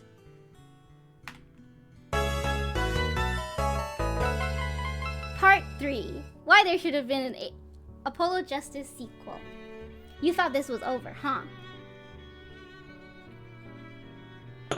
Might have lost the plot as to what this presentation is. Yuki, thank you for the follow. So, here's some obvious reasons why Apollo Justice should have gotten a sequel. Number 1, Trucy and Apollo still don't know that they're siblings. Number 2, will they ever meet their very much alive mother? Because they don't know that their mom is alive as well. Apollo's dad, we don't know who Apollo's dad is. We know who Apollo's mother is. We know that Apollo has a sibling, but we don't know anything about Apollo's dad. The game ends with Apollo saying, and that's pretty much the end of my story. For now, anyway. Some less obvious plot threads, in my opinion. The Gavin siblings. He says he's fine, but does this look like the face of a man who's okay? You can't see my mouse. Oh, yes, you can. Literally, what the fuck is going on with this scar? Like, that's a big-ass cut. And they never elaborate on it. And actually, in an interview, Shu Takumi says that there was going to be plot about the scar as well. Scar as well as development with the Gavin bros, but because of like time and stuff, it ended up getting scrapped. We have the Grammarize. There's some shady shit going on with the Grammarize. And the Black Cyclops. We didn't even get to unlock the Cyclops, dude. We don't know what this guy is freaking hiding. Some other things that stood out to me after playing this game multiple times. The Bar Association could have been a bigger plot point that ties into the Dark Age of the Law, right?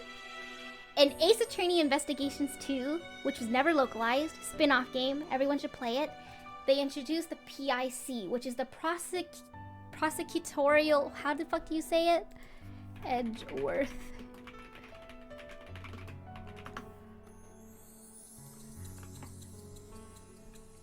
How do you say it? PIC, prosecutorial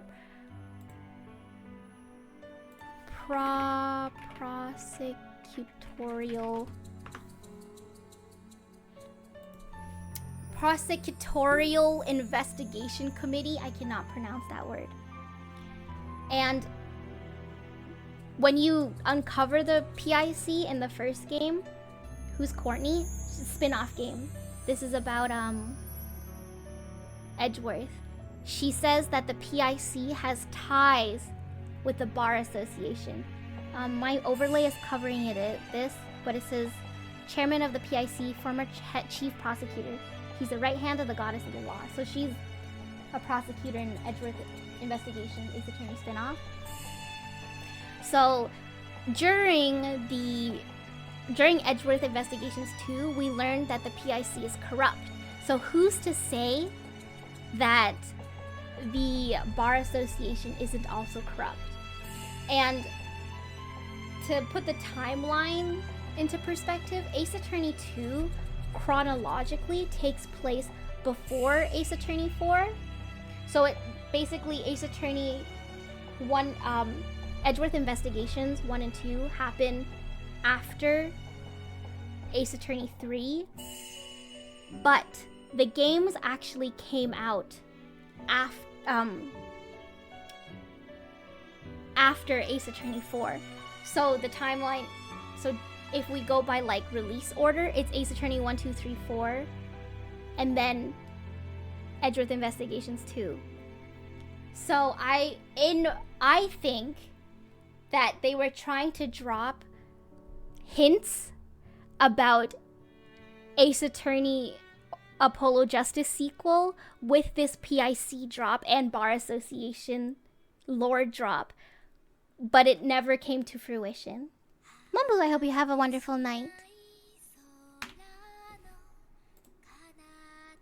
PS from part 2 that I didn't know where to put because I needed it as a segue. During the original Grammari trial, Phoenix is led to believe that Valent Grammari is the true culprit of Magnifi's murder. This is Valent Grammari. And after Vera's trial, Phoenix talks to Valent, and he confesses that he did mess with the evidence at the time to throw off the time of death of Magnifi, but he didn't kill Magnifi. And Phoenix believes that this guy's telling the truth because he has the Megatom on him. So the game ends up ending with them leading us to believe that Magnifi's death was a suicide. Spoiler alert, I don't believe Magnifi's death is a suicide. Also, the way they worded it, I'm pretty sure Phoenix doesn't believe his death was a suicide as well. Some stuff about Grammari. Magnifi was very ill, hospitalized with not much time to live, so he plans to name a successor. He sends each of his pupils a letter. In it, he tells them to visit his hospital bed. There he will leave a gun. The people must take a gun and shoot one shot square in the forehead. I just came back super interested. What's the game order exactly? There's the chronological and then release order. The timeline's fucked.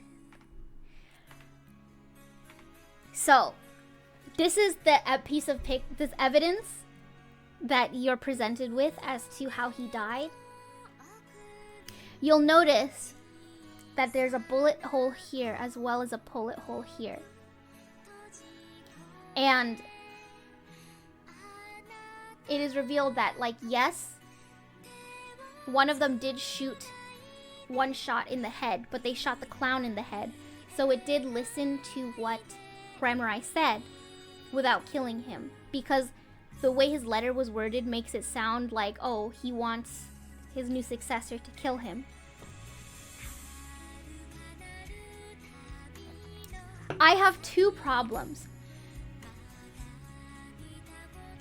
So when Magnifi sends the letters, he assigns different times to Zack and Valent, Zack being up first. When Zack arrived, there were two guns, but Zack, not wanting to shoot his mentor, shoots the clown instead. Passing the test, Magnifi names Zack as the successor. Supposedly, when Valent arrives, he claims that Magnifi is already dead. Knowing that Magnifi always favored Zack more, he tried to frame Zack for the murder in order to claim the position of the successor of the Grammari's for himself. Now, I have an issue with this. I have two problems with this, okay? I don't know if anyone else can point it out, but two reasons why I don't think it's a suicide. Number one, you know how they talk about burn marks? If you shoot someone at point blank, the gun's gonna leave burn marks? There's absolutely zero mention of burn marks mentioned on Grammari's body, which leads me to believe that he was not shot at point blank. Number two, he's shot in the middle of his forehead, dog. If you were gonna shoot yourself in the head, you'd probably come in from the side, right? Why is the bullet in the center of his head? It makes no sense. It makes no sense, which leads me to believe that he was murdered and did not commit suicide. I personally think that the Grammari plot was supposed to be the successor of the Fae plot. Magnifi's death is shady. He goes so far as to lie to the world about his daughter, who he says who's missing, and then lie to his two pupils that she's actually dead to blackmail them. And Thalassa also refuses to reveal herself to Trucy and Apollo, which leads me to believe that there's some shit going on in the Magnifi family, and Thalassa is trying to protect Trucy and Apollo from it. I call family drama equal and if not more convoluted than the Fae plot. We're gonna talk about the Black Cyclops. So if you remember, Kristoff had black cyclops when he was pressed about why he killed Zach Gramarye. And they never unlock it and they never elaborate why his cyclops were black and what they mean. But actually, in Ace Attorney 5 Dual Destinies, we encounter black cyclops one more time. This time, they actually explain it. They say that they supposedly represent secrets that the individual is keeping without even being aware of it. And if you try to force them off, it would cause permanent emotional and spiritual damage. So, online, people theorize that Kristoff's final breakdown is because Apollo forced the black cyclops off. But because he's not the owner of the Magatama, because Nick has the Magatama, he, as well as the players, because we're playing from his POV, are just not aware of it. I think this is a bullshit! Everyone that says this is true is lying. This is cop-out answer. No one believes it. And if you say you believe it, you're lying. Number 2, Clavier. He seems like the most normal character in the series, right? I think that his character should have had like the opposite of character development, should have had like character regression, right? They could have shown the repercussions of having the people closest to him constantly betray him. And I would have loved to see him go from your ally to your enemy. Where have I seen that before? Asogi. And this is one of my other theories, is that Shu Takumi never got to finish Apollo Justice, so he took all the Apollo Justice plot and shoved it into DGS. Game Theory 1. Kristoff had something to do with Magnifi's death. I have absolutely no basis for this, but in my head, this is how it works. Magnifi's death was not a suicide. The Black Cyclops, in regards to killing Shady Smith, are somehow related to killing Magnifi as well. We know that Kristoff tries to tie up all his loose ends, and I think Zach was a loose end that he had to tie up. Phoenix just happened to be the victim at the time to take the fall for the murder. But unfortunately for Kristoff, Phoenix was like 7 steps ahead, 7 years ahead. And then this is kind of a stretch even for me. So Apollo's father, is a musician. And then they mentioned this in they mentioned in the first game how Thalassa and Apollo's father meet is because Apollo's father is a musician. And Clavier's kind of a musician. And I was like, maybe they know each other. You know, could Kristoff, like Phoenix, know who Apollo was this entire time? Who knows? Maybe. I feel like there's some dots there that could be connected. It can't be a coincidence. Apollo's father. In Ace Attorney 4, we only learned that he's a musician, and he met Thalassa when he performed with the Gramarye. But in Ace Attorney 6, we learned that Apollo was born in Kurain, and this is the founding place of spirit channeling, which is from the original trilogy with the Fae clan and stuff. And that's where his father, Joe Justice, actually died in an arsonist attack. But he manages to save Apollo.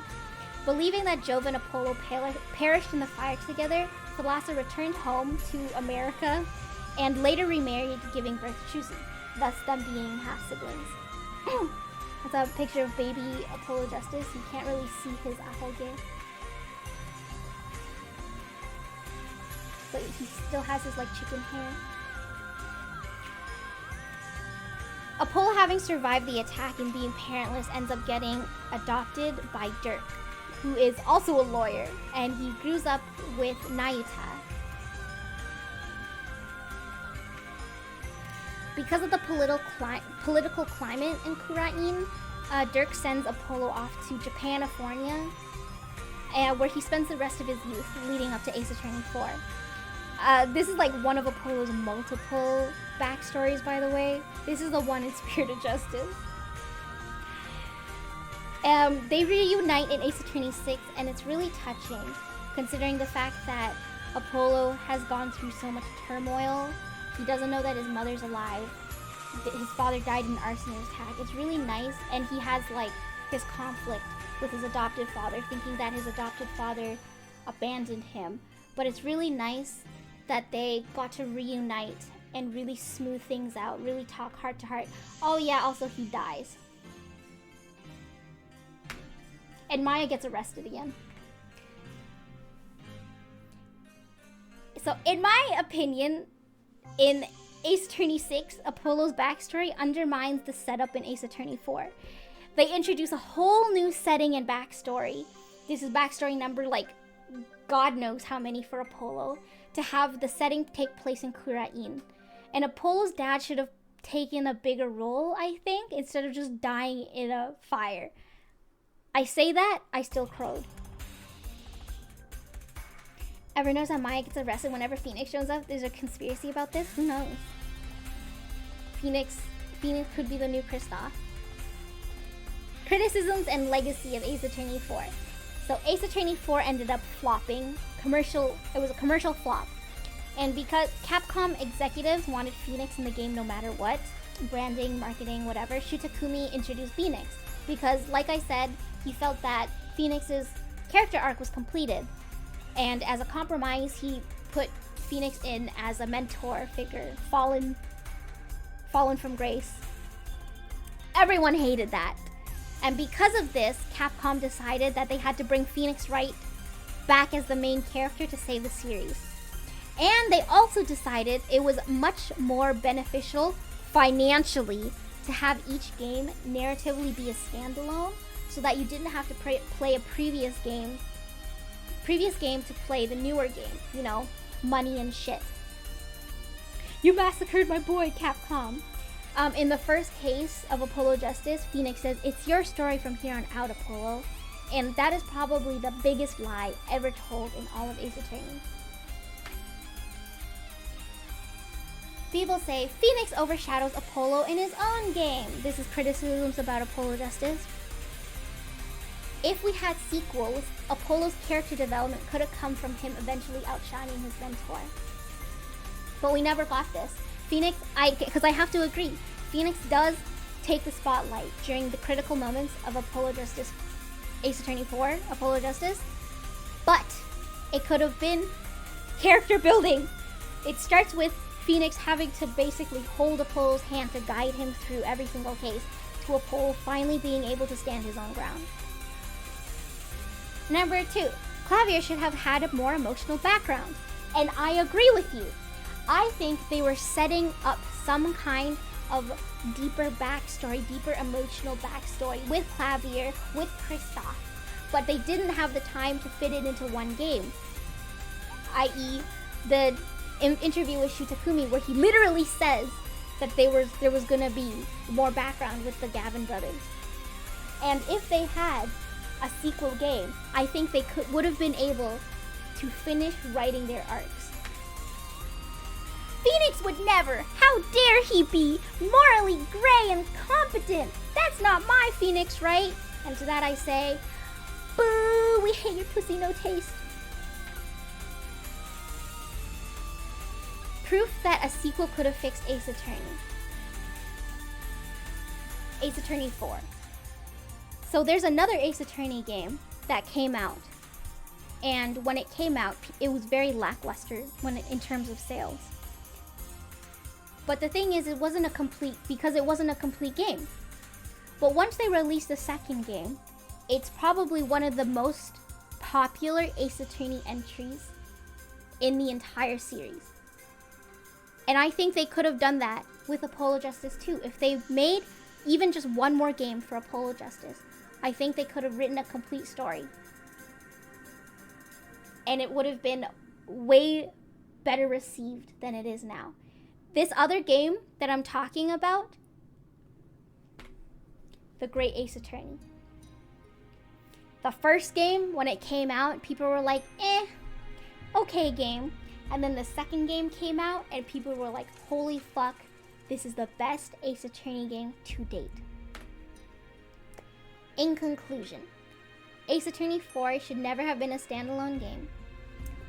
They forgot about Apollo Justice.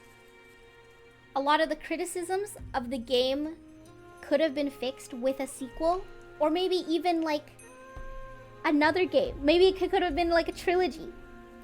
I've been watching this for an hour. It's beautiful. I'm so sorry. I think Ace Attorney 5 and 6 backtrack on Phoenix's character. All of Phoenix's character development from the original trilogy, plus his new lookout on life from Ace Attorney 4 has completely been unwritten. And Apollo is literally just there to fill whatever role the narrative needs. In Ace Attorney 5, they introduce freaking Athena. I love Athena. But then Apollo goes through his freaking like leaving the ninja freaking leaf, the hidden leaf village arc, and he becomes emo because his like best friend gets killed, and he's basically just non-existent in Ace Attorney 5. And then in Ace Attorney 6, they give him a completely new backstory just so that they can have like this new and exotic setting for their new game. And I'm not forgiving any of y'all. Any of y'all that let Ace Attorney 4 flop, I blame this on you. The end. My throat is like gone. Any thoughts, comments, questions?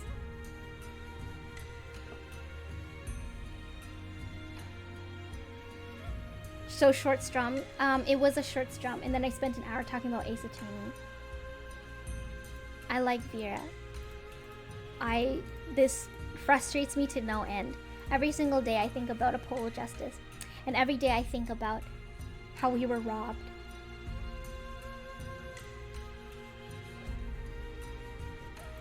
You don't understand how frustrating it is playing Dual Destinies or Spirit of Justice. And Phoenix Wright is like that. And they completely forgot about these guys. Clavier, Kristoff, they just don't exist to Capcom anymore. I feel, whatever, man.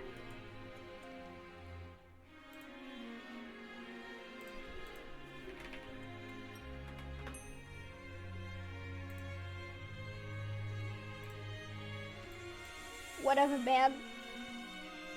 I can't believe I spent so long talking about it again. How does this keep on happening?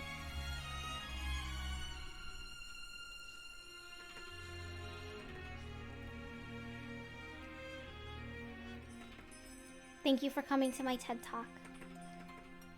Everyone buy Apollo Justice Trilogy. It's on Steam. It's on the Switch eShop. It's on PlayStation. Isn't the real reason Ace Attorney 5 brought Phoenix back the original main writer wasn't intended to busy in the Monster Hunters? The backups had to be saved. They didn't have Shutakumi. Shutakumi never even... Okay. I'm pretty sure Shutakumi didn't even want Ace Attorney 4 to be a thing. Because like I said, he said that Phoenix's character arc was already finished. But Ace Attorney was actually a very profitable franchise for Capcom. Like, it's so incredibly iconic. So they kind of made him make another game. And to compromise, he made Phoenix, so they introduced a new character, and the game flopped. And like, I'm sure that's one of the reasons. One of the reasons is he like kind of didn't have interest in Ace Attorney anymore. His character's stuff was already finished.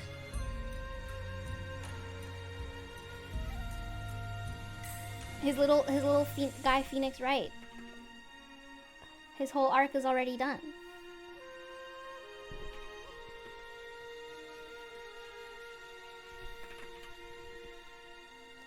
But Shutakumi, I would say Ace Attorney is Shutakumi's little baby as well. Because, have you seen DGS? I truly believe that, like, spiritually, the successor for Apollo Justice is DGS. I feel like there's bits of DGS that Shutakumi wanted to conceptualize in Apollo Justice, but like just couldn't do it because of like, I don't know, executive people telling him stuff. But look what happens if you just let the man cook.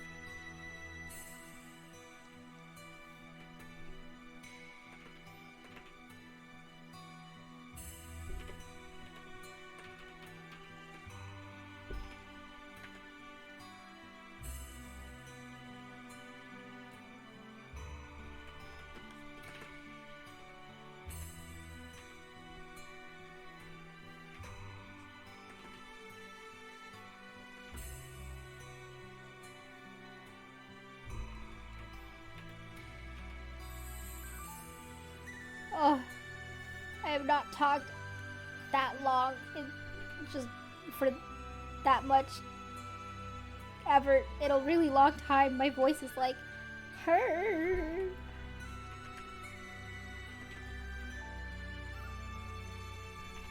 Every day I think about Phoenix, and I get so upset.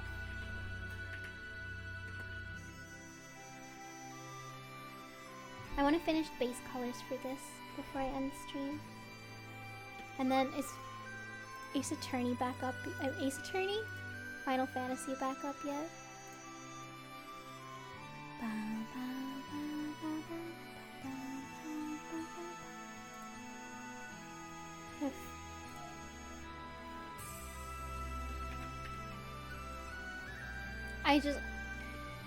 I'm telling you though, Ace Attorney 7 could fix everything.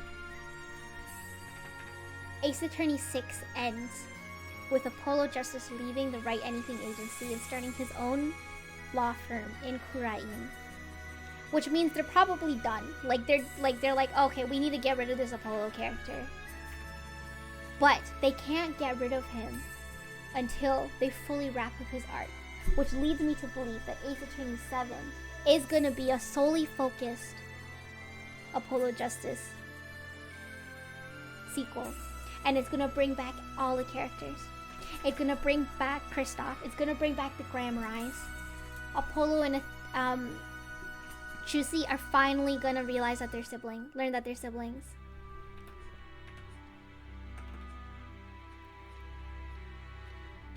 Kristoff is gonna make a comeback. Just to fuck shit up one more time. You know what? I would even like, just based off of how Ace Attorney goes, it's like 1, 2, 3 games, 1 year after the other. Time skip. 1, 2, 3 games, 1 year after the other. Which leads me to believe that Ace Attorney 7 will also have a time skip. Right? It'll have a time skip. Phoenix is gonna be Salt and Pepper. He's gonna have white hairs. Copium. And Apollo's gonna be older. At Frost, thank you for the follow. It's gonna be a couple years since the ending of Ace Attorney 6. He's been running his own law firm for a bit. But some catastrophic event happened, and he has to head back to Japanifornia and help Phoenix with something, and it's gonna like snowball. It's gonna snowball. So according to the timeline, when's the next game? This year? Question mark? It'll be announced this year. If you're asking me when the next game will take place, I think 7 years is a bit long. Maybe like 3 to 5 years between the last one. Wait, was it this year last year? It was this year last year, and it was this year the year before that, but it has to drop eventually.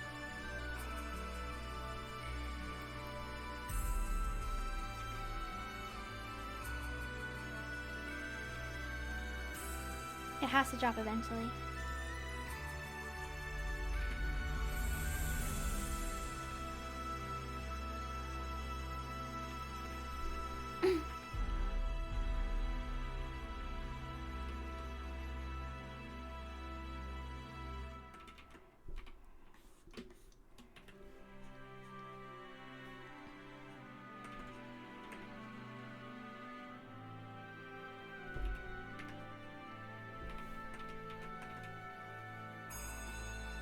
Guys, when Ace Attorney 7 comes out and all of my predictions come true, I swear to God, y'all gonna look like the biggest fools. I think Ace Attorney 7 can save Ace Attorney. I think they should ignore Polo and make Larry Butts the main character, and it's like Better Call Saul. What the fuck? Larry Butts is running from the law.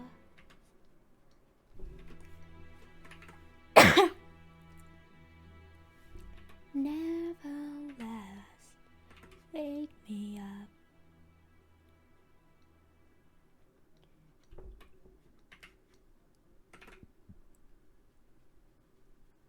They could save it, but Capcom could make it worse. I'm like knocking on Capcom's doors right now. Genuinely. When September ends.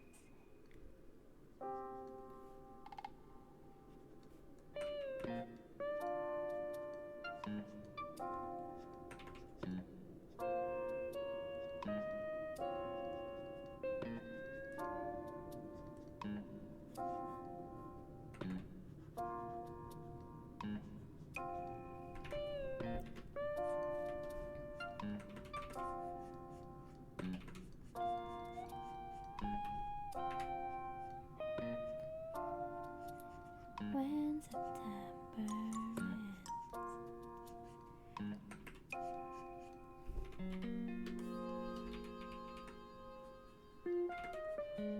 I think it could still happen. I think Ace Attorney 7 can fix everything. I genuinely, in my heart of hearts, I believe it. They have to bring him back. Please. It's such a wasted opportunity. They can't make the cuntiest character ever and then just never do anything with him. Bro was cunt and servant.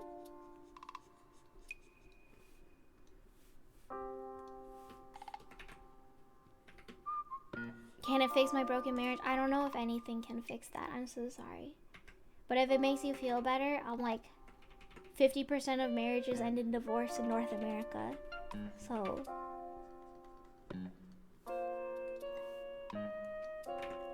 it's like, you know,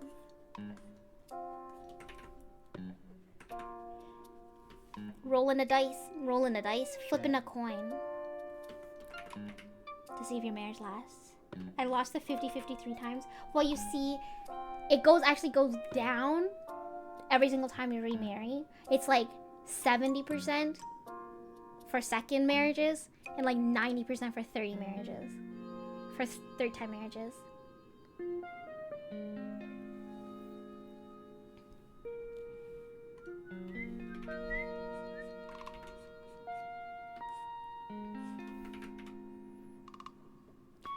The economy is so dire. I'm like thinking. Sometimes I think and I'm like, damn, I should get married for tax benefits.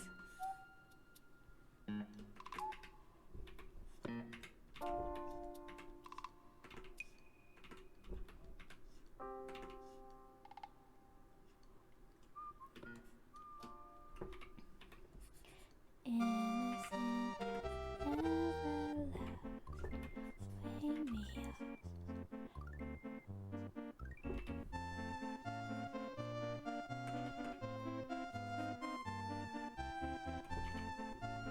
Okay, I'm gonna run to the washroom real quick and run a 1 minute ad break. I'll be right back.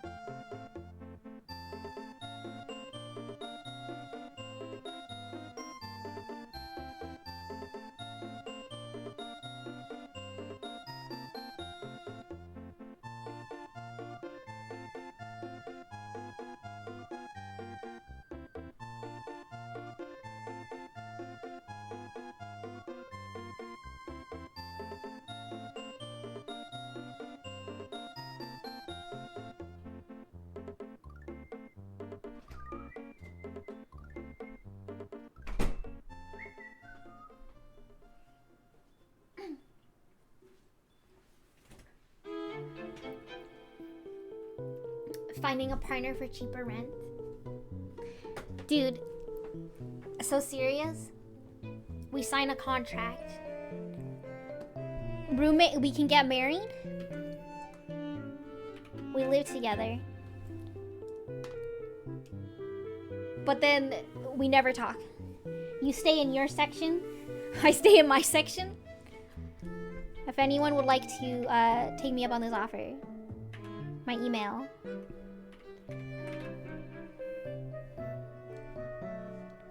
It's genuinely so dire.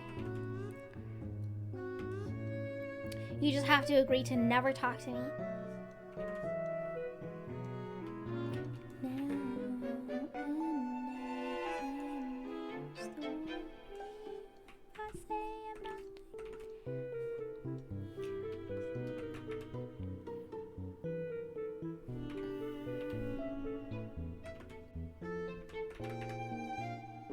I heard some people in Vancouver share their bed to lower rent.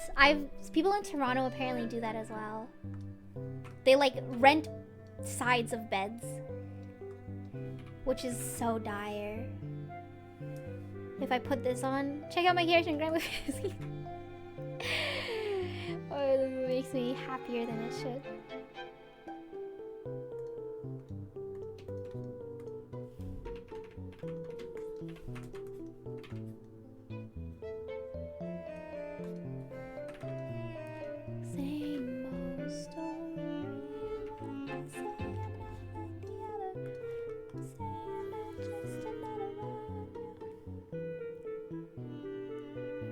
People getting arrested for turning their balconies into suites. Bruh. It's so dire.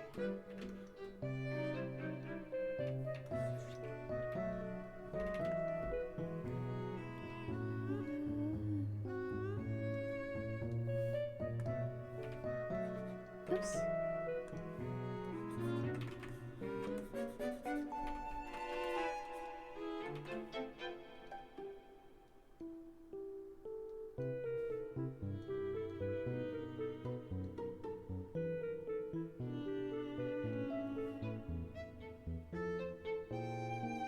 Oh, this should be longer. Are you? Are you? Oopsies.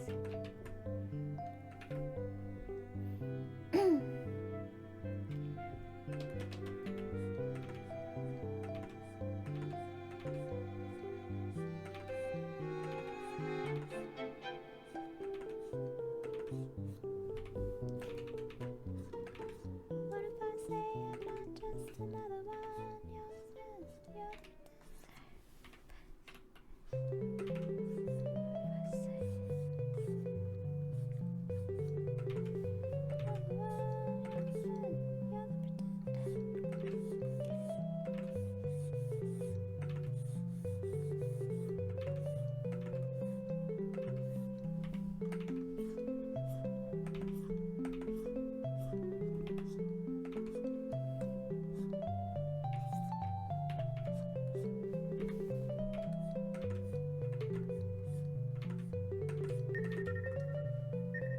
Nakochi, thank you for the follow.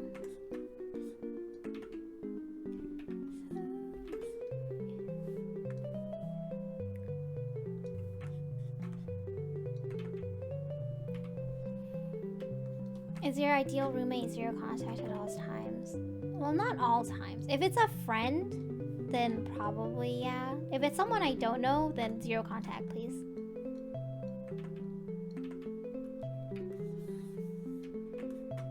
But even if it's a friend, I do want to be like, hey, if my door's closed, unless you're like dying or something, please don't knock on it to make small conversation.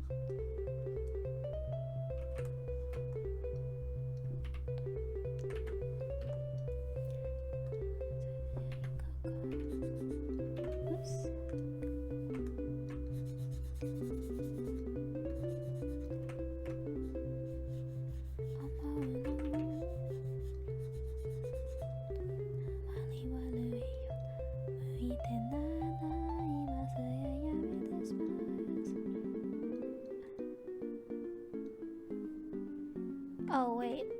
Okay, well... How's that weather? Hi, Nico.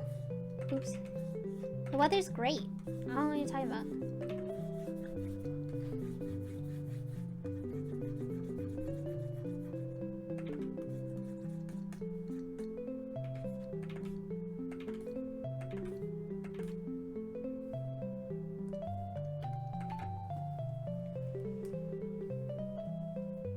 You're rolling for Anne so dire. I hope you win.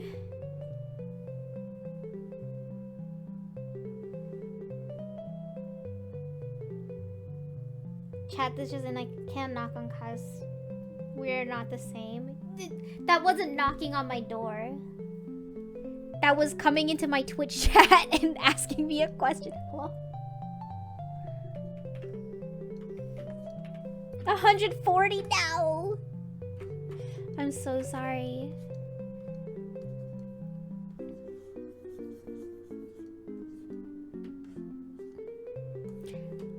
What I do like about drawing Risu is that he shows so little skin.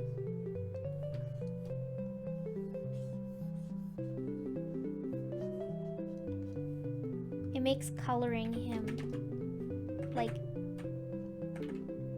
at least coloring his skin bits, very painless.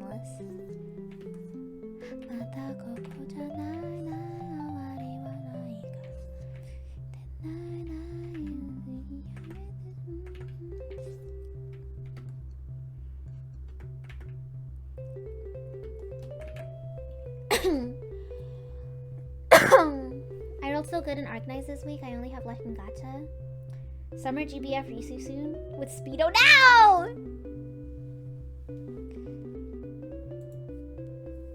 Summer Risu, I could probably draw Summer Risu release.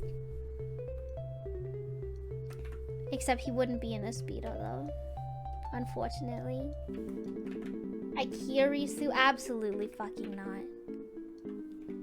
You sicko.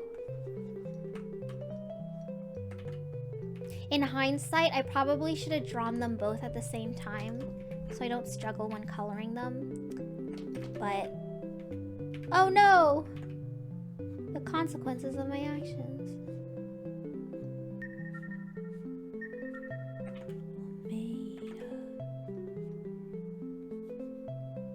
Let me thank you for the follow. What time is it? Oh, it's 10. I feel so awake right now. I want to sleep so goddamn late. Truth, I wanna shelter you. IKEA Risu, what does that mean? Don't ask me about it. He's dead. IKEA Risu is a dead joke.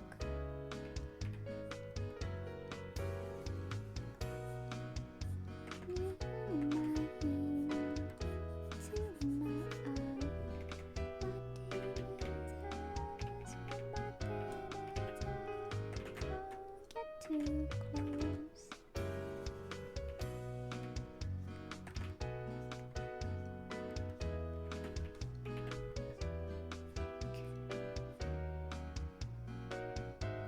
The Ace Attorney coat keeps you young and awake.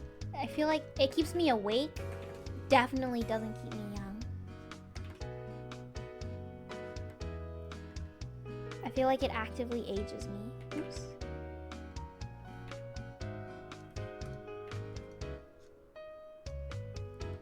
For some reason I keep on hearing GBF sounds even though I haven't muted. That's my follow sound. It's the my follow sound is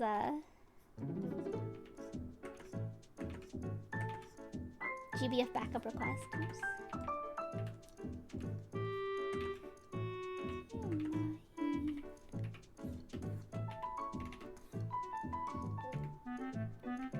It's where my demons hide. Don't get too close. It's dark inside.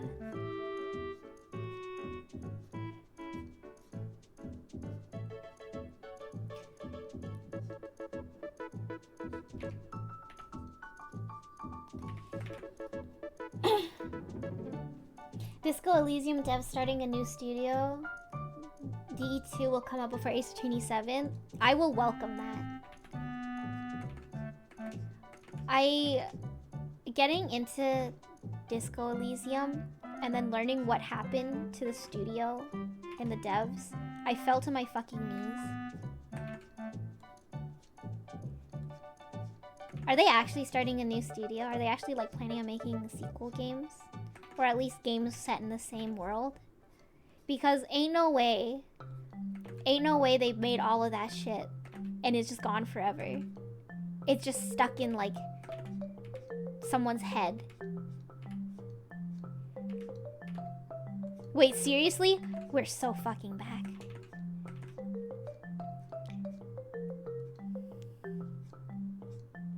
You ever think about that? You ever think of like how many stories you're missing out on because they're just in someone's brain? In some random person's brain?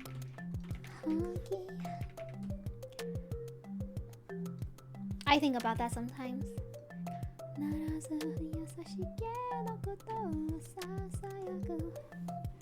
I'm figuring out how to play disco without paying those bastards. Help? You know One Piece? Ninja Nasser, thank you for the follow. You can sail the 7 seas to find the One Piece.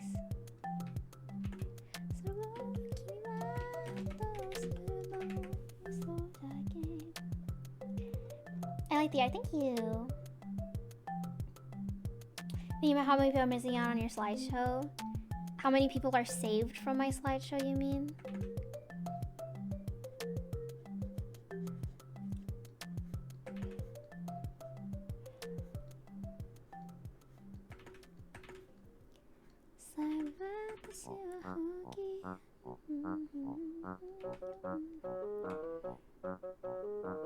Huge layoffs a couple months ago. Cancel upcoming game.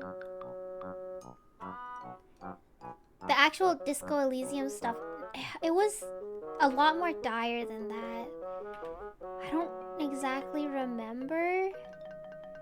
So I think the original people who came up with the concept of disco got fired, was it?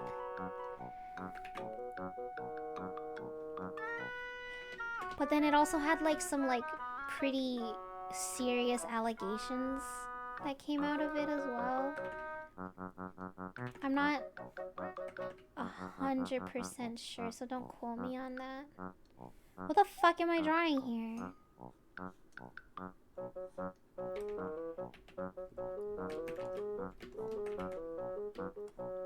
Investors kicked the lead writer and most of the writing team out. Move to the new game. It was a lot of like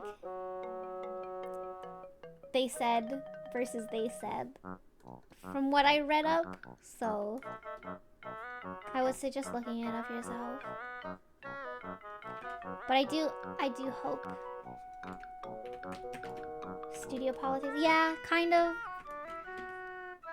I do hope they come out with a new game though, because I want it so bad. I won't lie to you.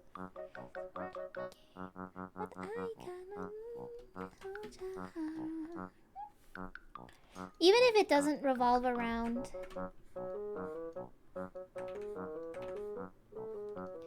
Tequila Sunset Tequila and Mr. Kim,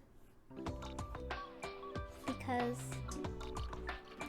the world building is just really fun. They like drop these huge world building things and refuse to elaborate. I fucked up. Current heads of the studio are very enemy oriented. There always needs to be someone as the bad guy, and for a period it was the old team that was just I see. Shaking my fucking head, bruh. So the studio's basically entirely new blood. I see. Yeah, that's why like when I originally wanted to play it, I was gonna, like I said, sail the 7 seas for it, because from what if you go into the Steam page, in the Steam reviews, they're like, yeah, this is a really great game, but I would suggest not purchasing it because you'd be supporting the studio that fucked over the writers or whatever. But then I read some other stuff villainizing the writers. So I don't know what the whole story is anymore.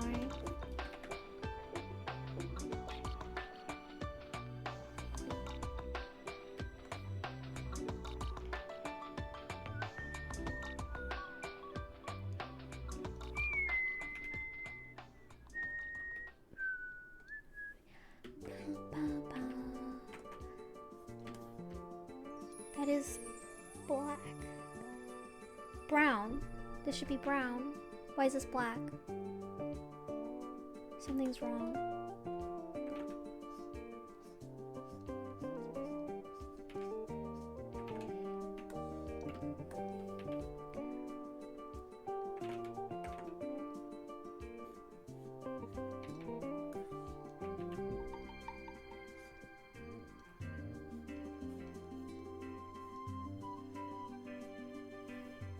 Nowadays. Haha. So true.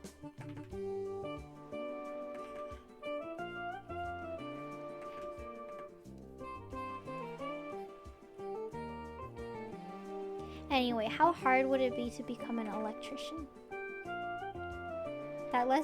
Every single time a deadline kicks my ass, I'm like, I never want to draw again. And then I like really go through it.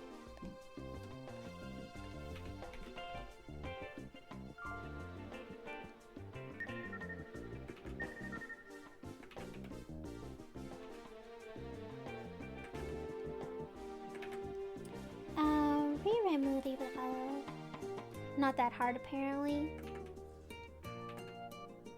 Something work-life balance. There is no life if I don't work.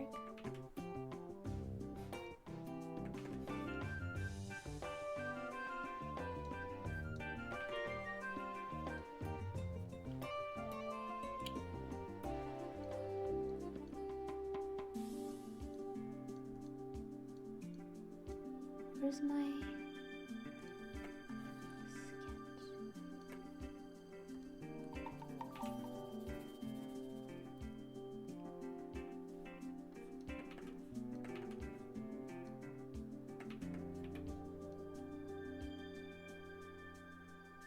Apparently 4-day work weeks came up in Congress again. Not like that'll ever happen, but one can cope. What if we like just invented a brainwashinator? That's my Doofenshmirtz impression. And then we hack into all of their brains and vote for it.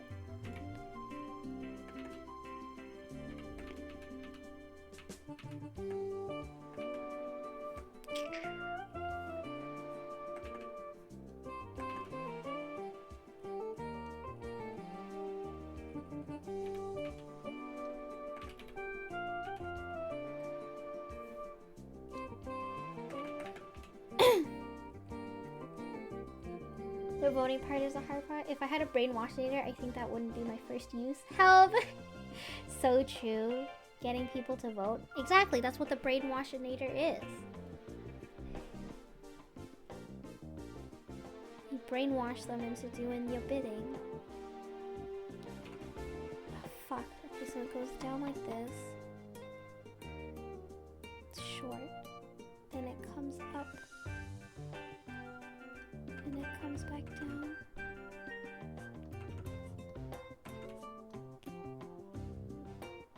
You should use it to erase your Ace Attorney memory so you won't be sad about Ace Attorney when it doesn't come out. It will come out.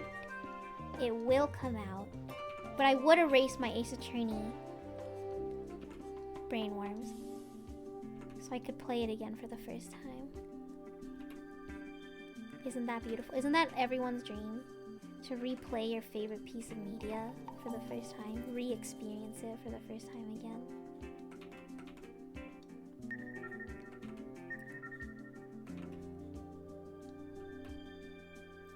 Dark Drifter, thank you for the follow.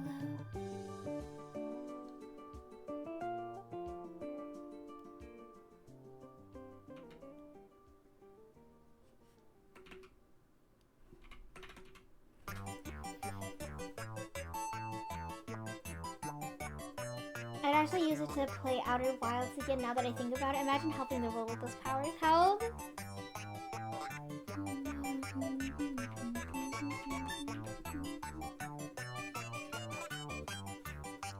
What games would I re-experience for the first time? Definitely all of Ace Attorney, Ace Attorney 4, DGS. DGS is a big one. Shadowbringers. I'd love to re-experience Shadowbringers again.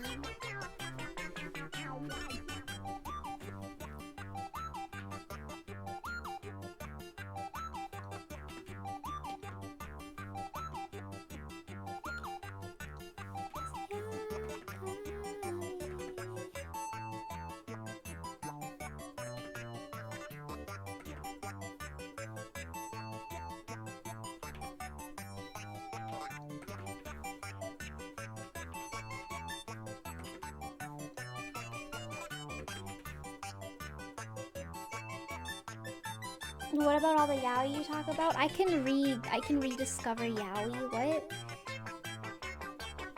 Just because I erase it from my memory doesn't mean I won't rediscover it.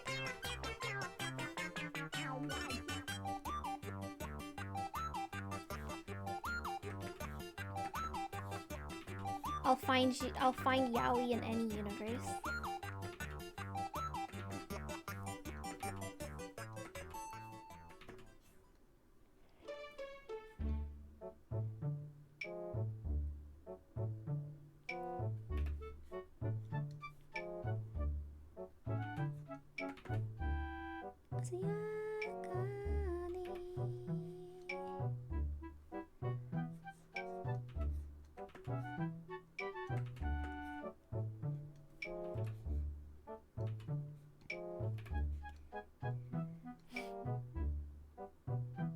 Nagatokobi.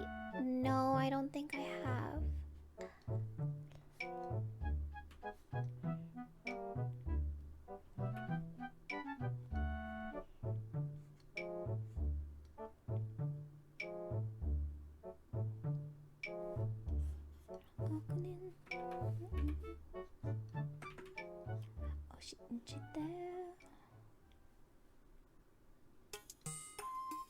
Huh?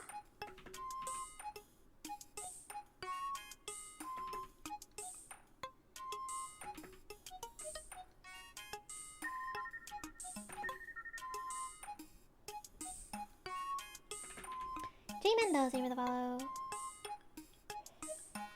Mangaka that writes really personal diaries that collected into volumes. What else? Whoa.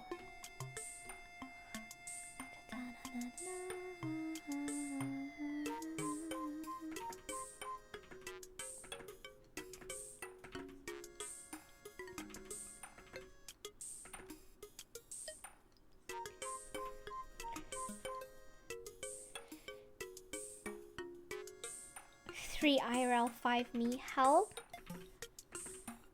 It's like funny. Like misfortunes. Woes. It's witty. I do like witty things.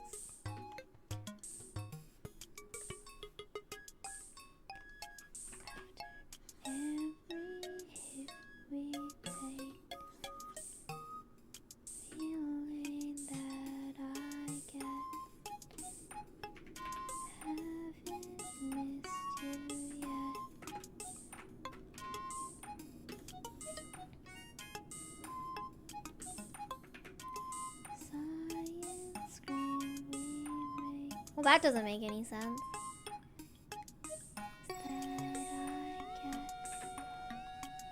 The art is very cute. I'll have to look that up.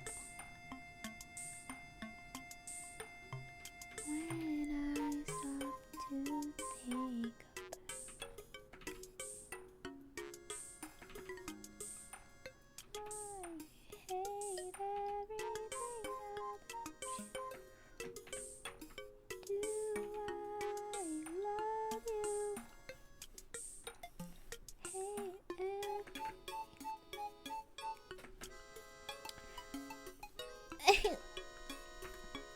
I don't want to work. I just want to draw funny little pictures. I just want to draw funny little pictures and play funny little video games and read funny little.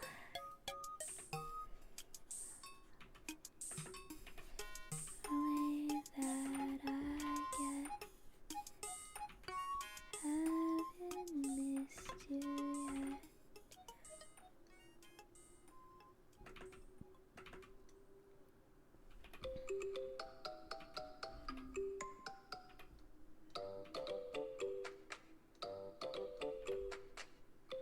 Is this a commission? No, I'm having a lot of fun drawing this. But I'm probably never gonna finish it because I have too many other obligations to work on.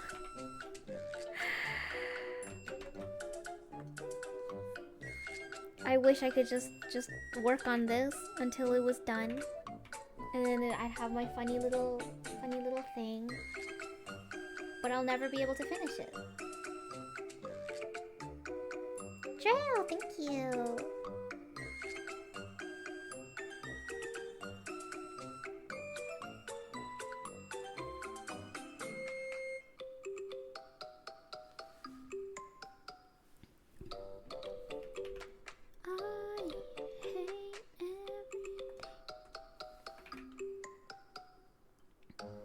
Pretty good. We're chilling. I'm having a chill day. Just why I'm working on this again, even though I said I wouldn't. My weekend was very stressful.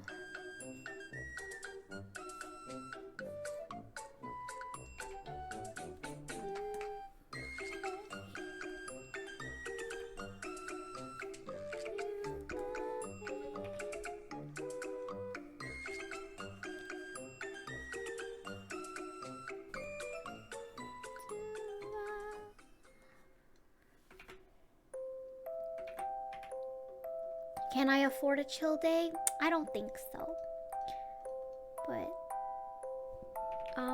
sometimes it just be like that.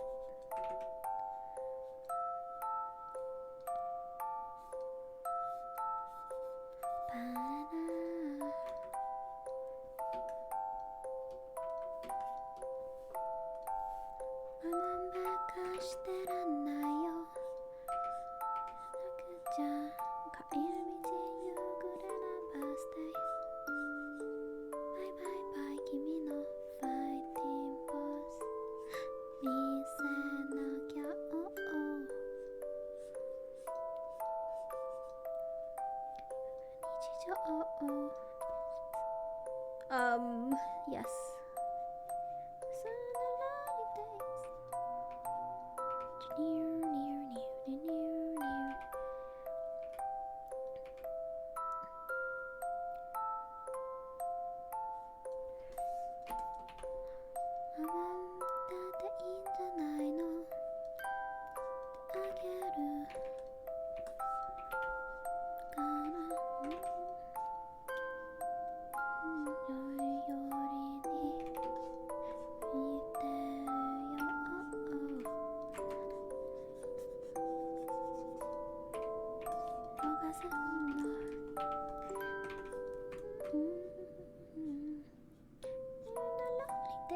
Oh, please.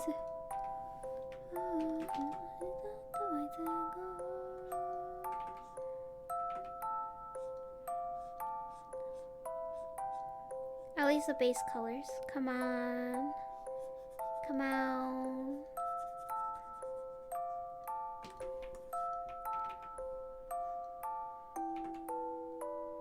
There's one if you're curious. Oh wait, I do know. Yeah, I know this author. I haven't read any of her other works except for her first one.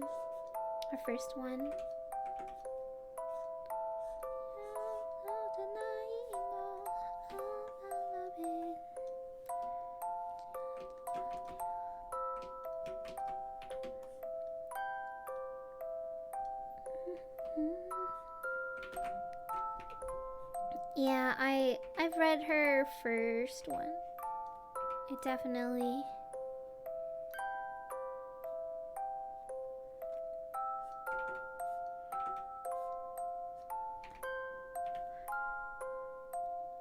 That's the way to go.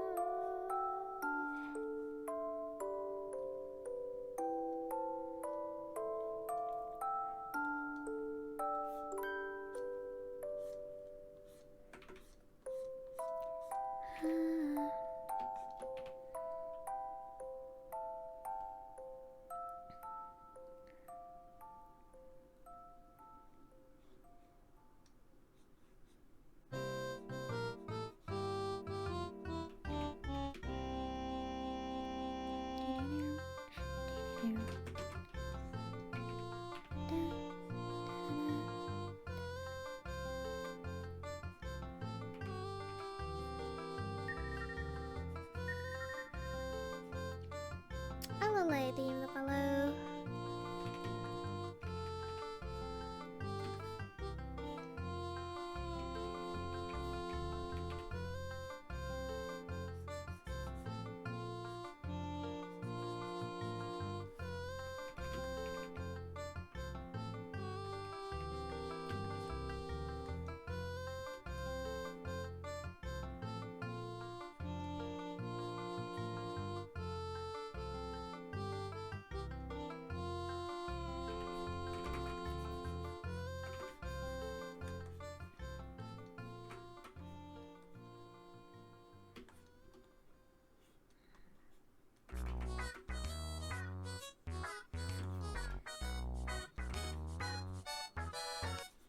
If I don't finish the base colors today, I'm gay and my family dies.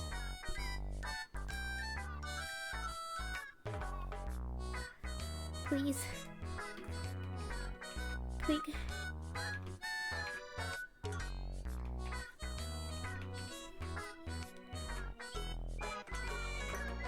Please.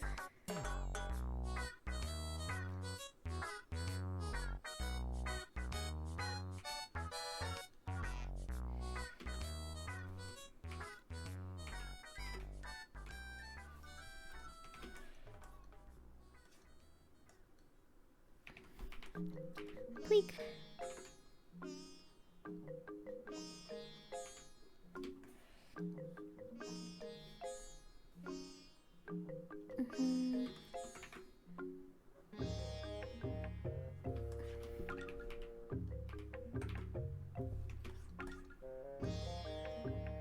One, two, three. Why did I close it? Son of a bitch.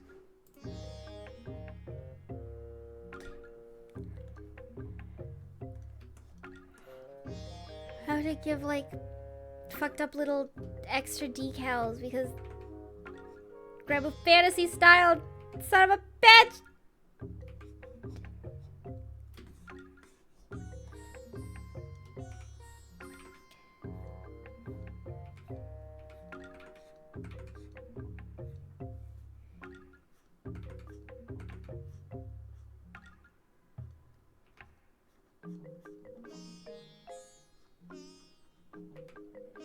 Will the back have something? Probably. What the fuck does the front look like? Give it like a V shape.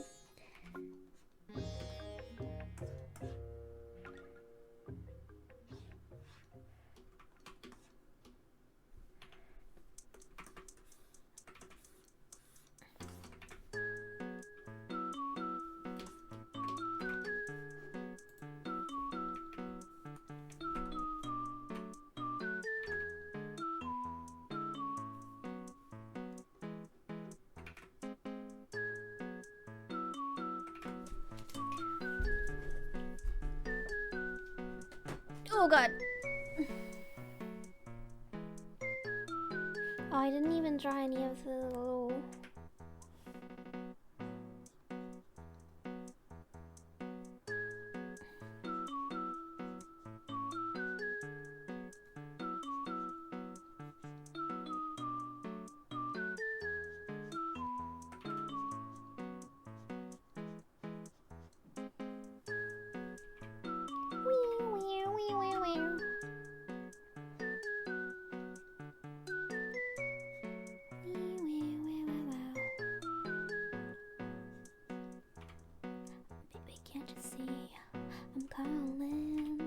guy like you, where I want it's dangerous.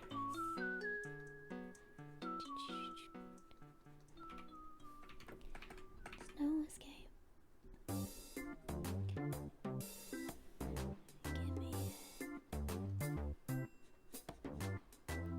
Thank you for the buster check.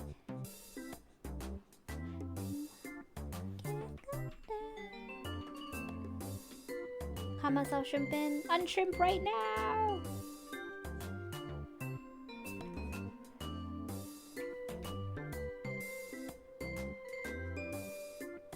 Love your lips, I'm on a ride. You're toxic, I'm slipping under. Paradise, I'm addicted to you. Don't you know that you're toxic? I don't know what you do. Don't you know that you're toxic?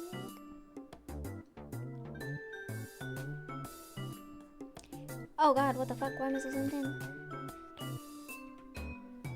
I took a sip from the devil's cup. Brittany, I love you!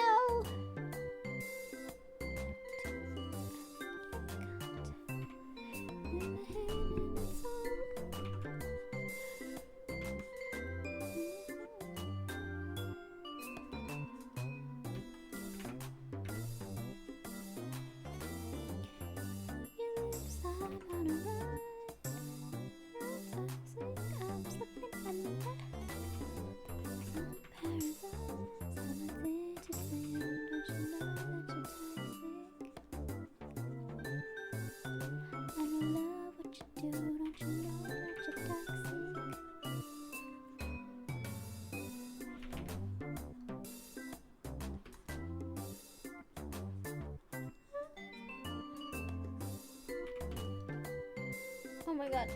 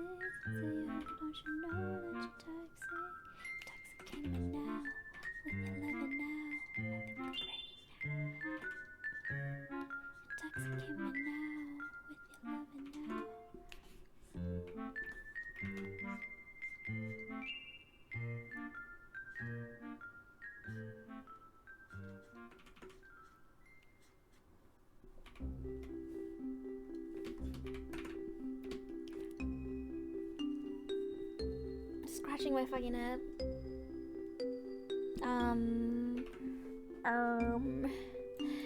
Check out my character in Grand Blue Fantasy.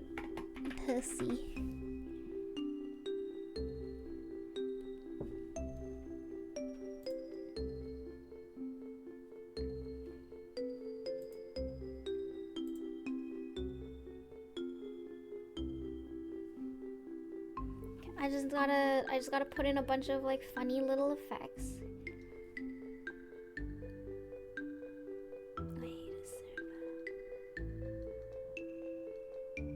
I'm gonna merge all the browns together.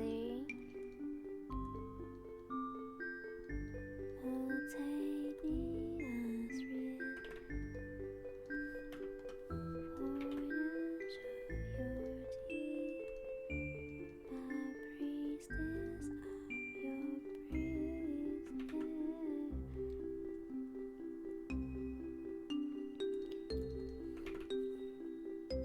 And then what it needs is a bunch of funny little effects. I'm kind of lazy to draw. What's the best way to do this?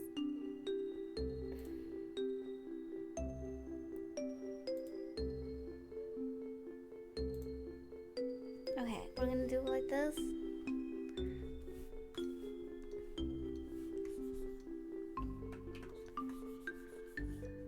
What color? Blur. No, wait, what did I make? I made him dirt. Fuck.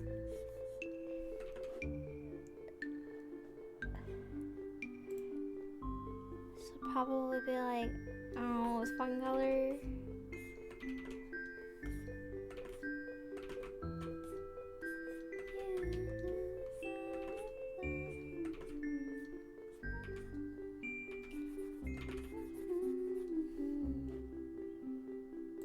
GBF King. First pink element character? What element would pink even be?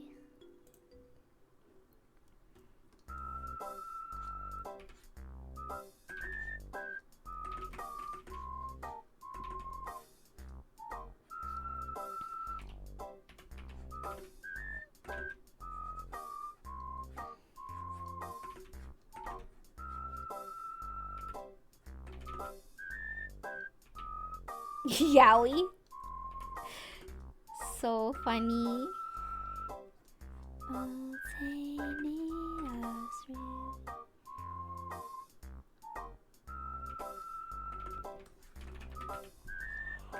gonna irritate what Cade has by yawning. Wait, is Nico still here? I should have asked Nico if Final Fantasy's back up yet.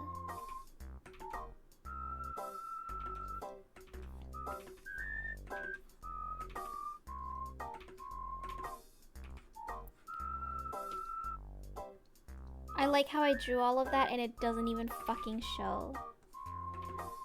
Okay, that's cool.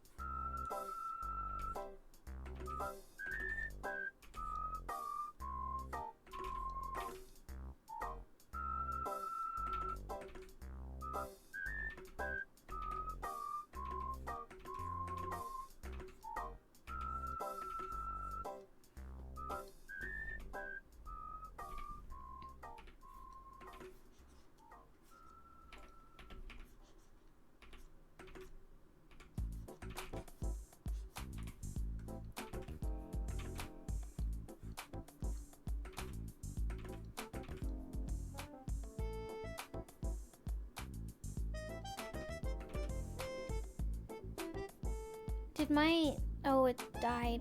Okay, that's cool. Spotify Jam sucks butt.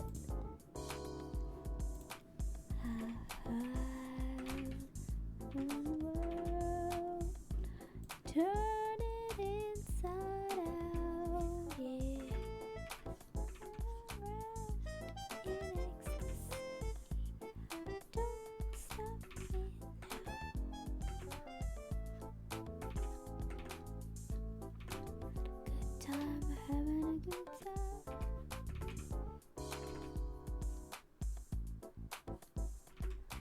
Gravity. I wanted to have it like pew pew pew because it's who can I reference? Check out my character in Grandma Fantasy. I'm a Mr. Fahrenheit. Ilsa. GBF Ilsa.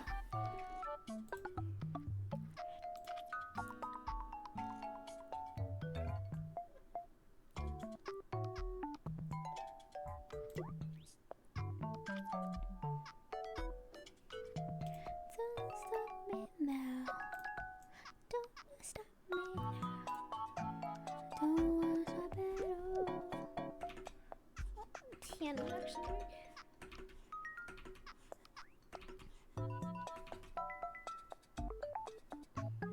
Just gonna make it red so it's easier to see.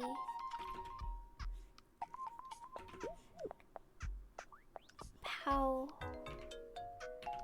Blue sky, yeah. 200 degrees is what I call me, Mr. Fahrenheit.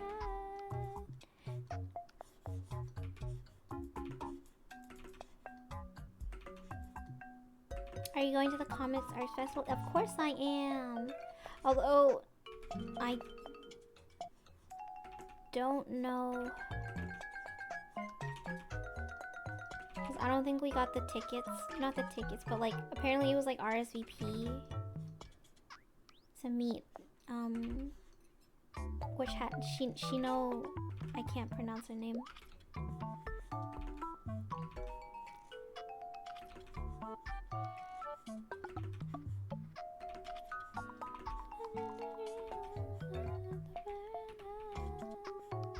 I think she's only having a panel. I don't know if she's selling stuff.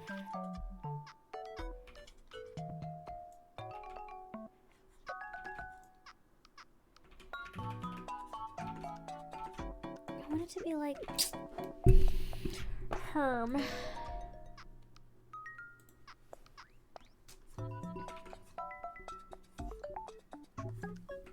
When is the battle?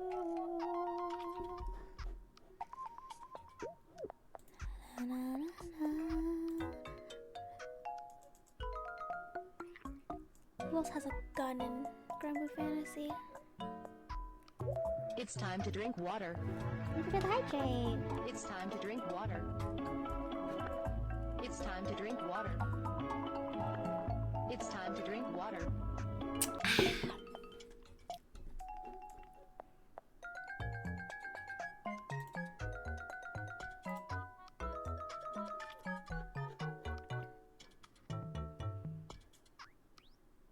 Oh, my friends are literally talking about it right now. Saturday 9 a.m. first come first serve for live drawing. Who wanna go?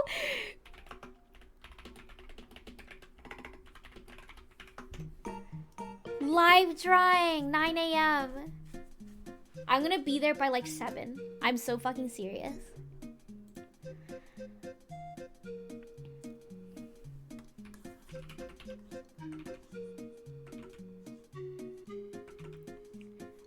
I'm gonna camp out at the Toronto fucking... I'll sleep there overnight if I have to.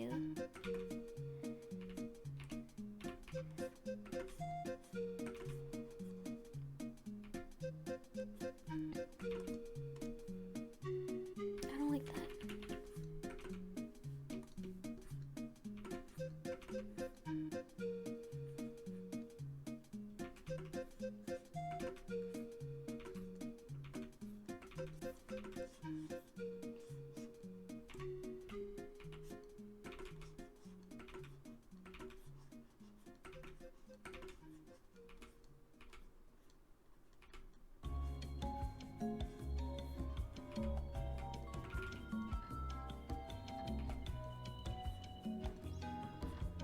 First come, first serve. Genuinely, I will camp there all night if I have to.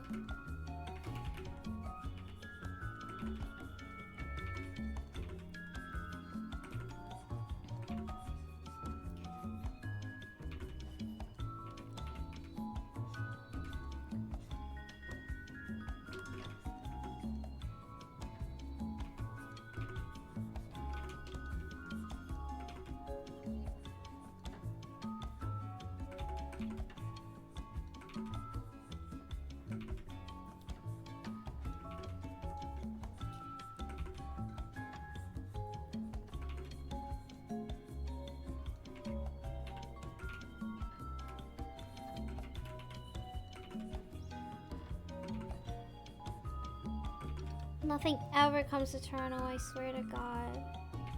It's always like West Coast, bruh. California.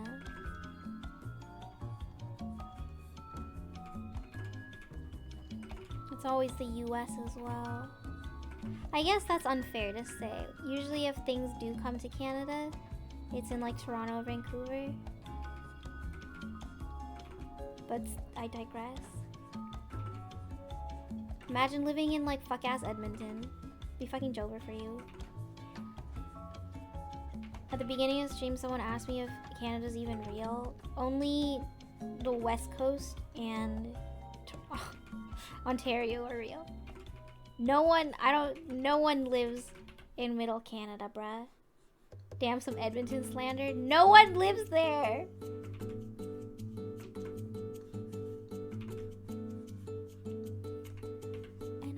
I cannot take this song seriously. Because of like the balls one.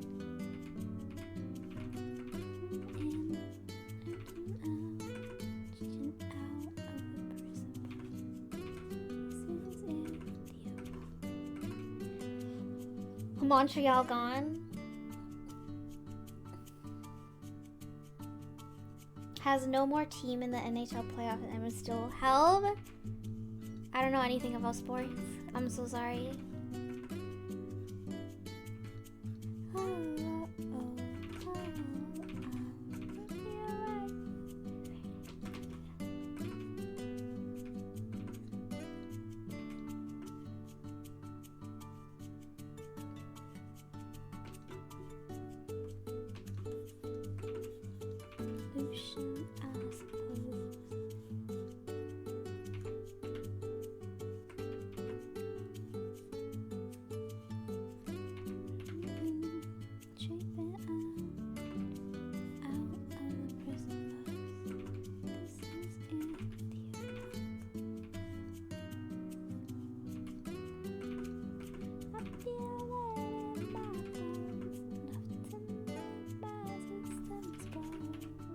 Honestly, that looks fine.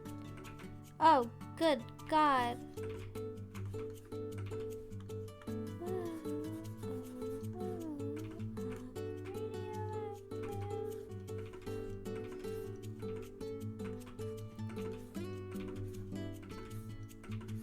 I should have made Risu wider. She should have been wide Sue. But like, he's not very wide. I feel it in my bones, enough to make my system blow. Go to the new age, to the new age. Oh, oh, oh, oh my God, that was big.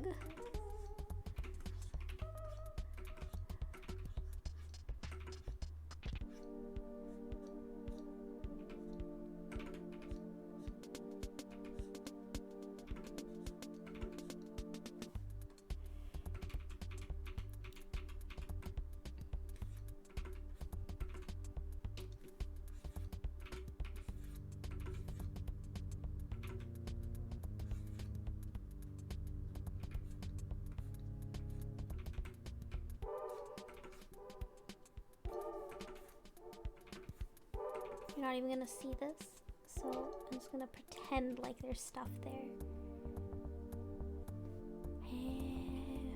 Just wanna hold your hand. Just wanna hold your hand.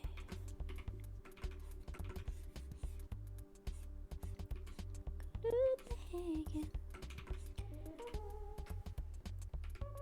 나셔서 모든 날 부셔서 가시더라.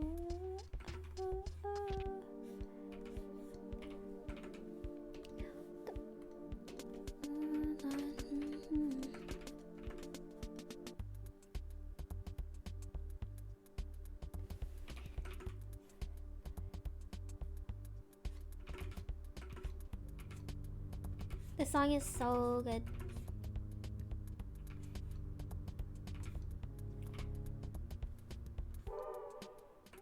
And if I do that, and then I just fiddle with the colors a little bit.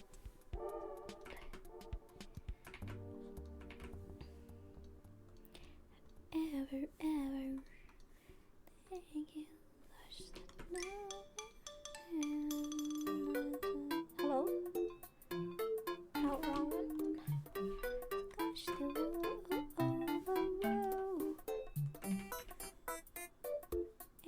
the touchdown.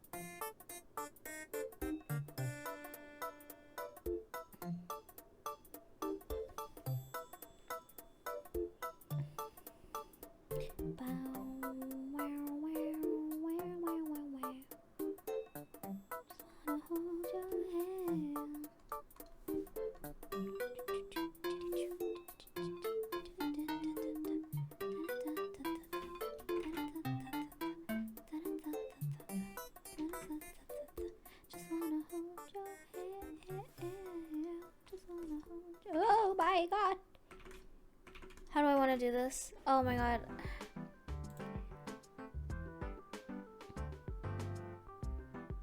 I feel like there should be like smoke.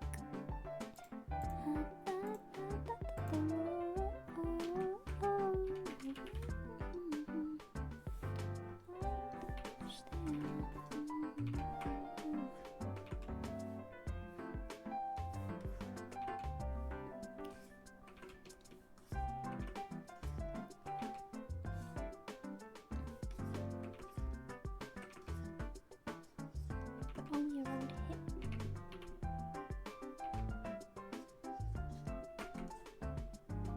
And then I'll go.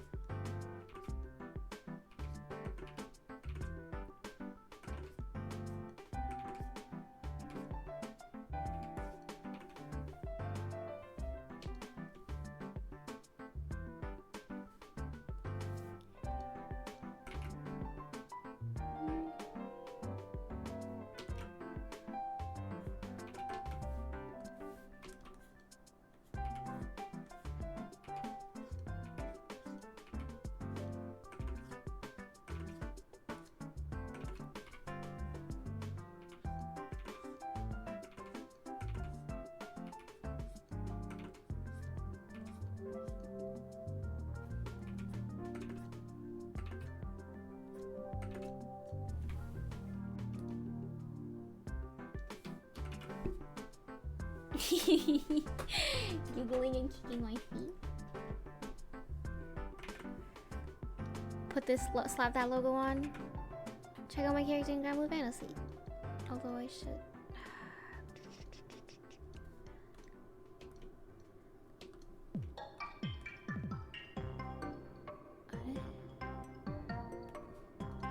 Multiply.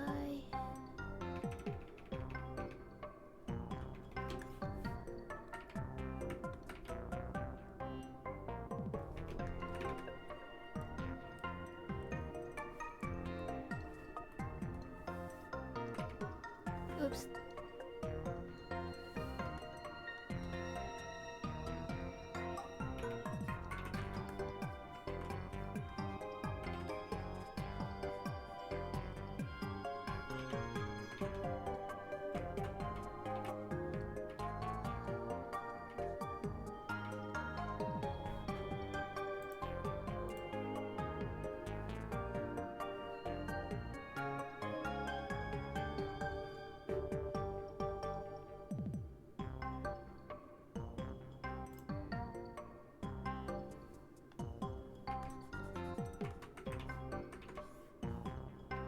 It's always okay. Have a good night, Sam.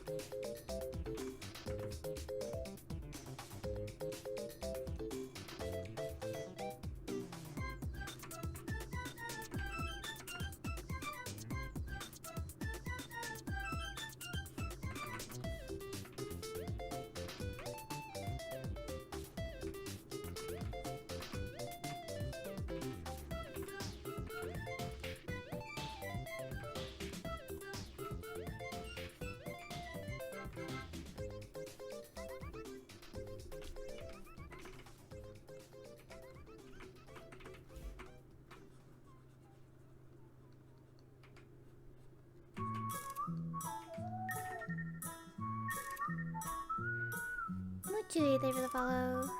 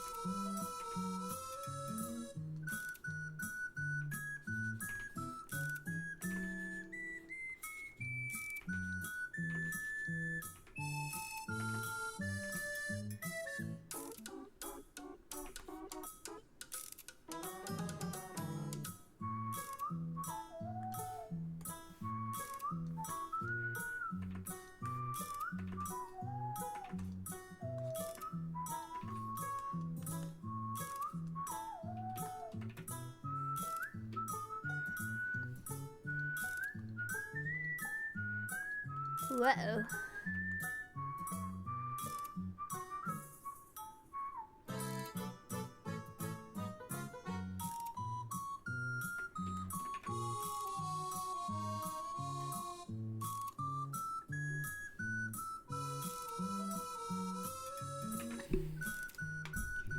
Seriously, this Grand Blue Fantasy font. Grand Blue Fantasy font. No, it's always freaking stupid ass relinking versus it's soiled my Google searches.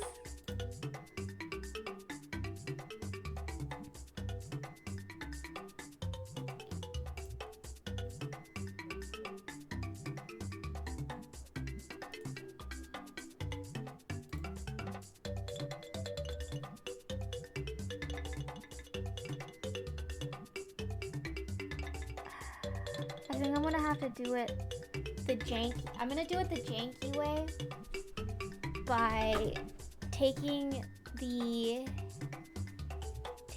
letters from existing stuff, and then I'm just gonna smack it in there.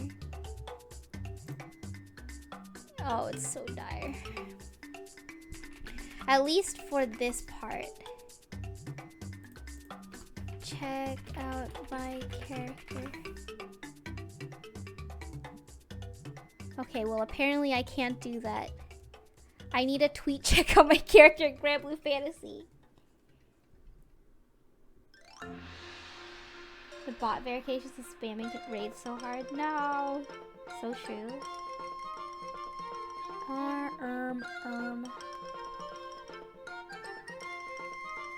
I'm trying to find the check out my character in Grand Blue Fantasy, but Siete version. Seems like no one's done that before, so I have to do it myself. How do I do that? Use this link to share. Copy. If I tweet this, what happens? Paste.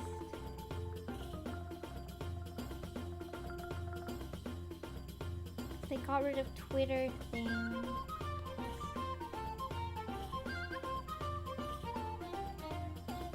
No! How do you get the check out my character in Grand Blue Fantasy page back?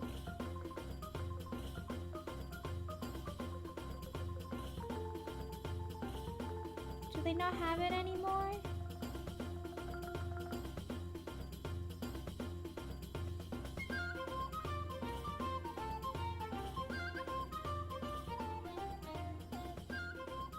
Okay, if I tap on the link, what happens? It takes me to Mobile Get. Okay.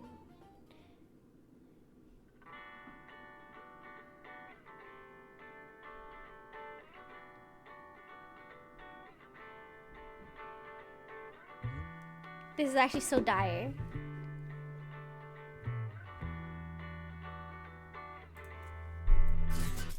check out my character in Grand Blue Fan. Font. Maybe if I use his English name.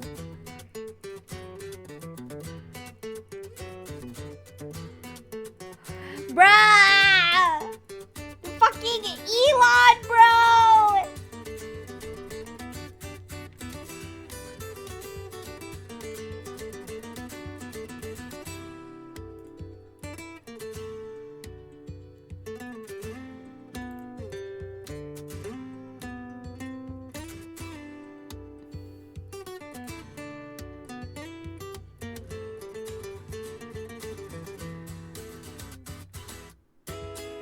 Oh, you found one!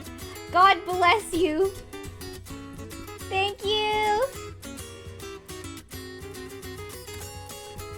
Okay, we're stealing this text here.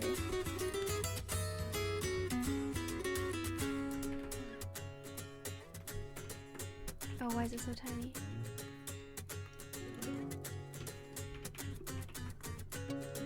I owe you my life.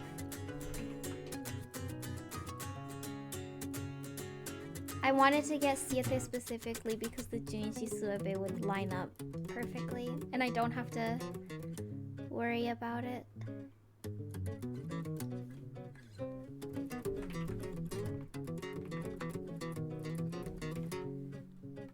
If I just... So how does this work? It's based on element, isn't it? So like, if it's earth, it would be brown. Or this yellow color. Okay. Orange color.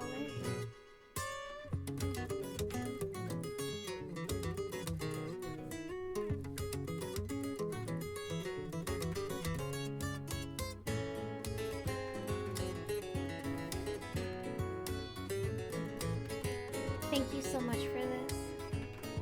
I'm probably gonna have to...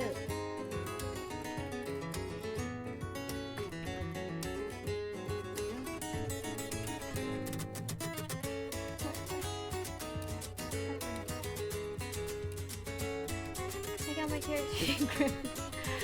What am I doing, Grim?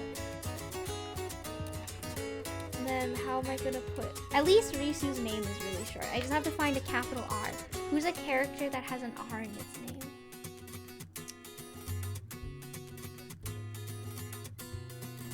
Sandaru Fong. I need a capital R though. Maybe I can just scroll down to check out my character in hashtag Granblue Fantasy. Oh, so true.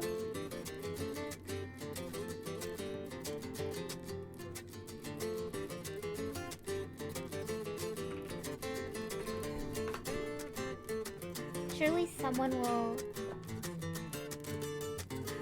have put Rosalina, Vane, Helly, Sanafon, Olivia, Kaguya, Sanafon, Helly's, Cassius, Ranko. Okay, I found one. First R.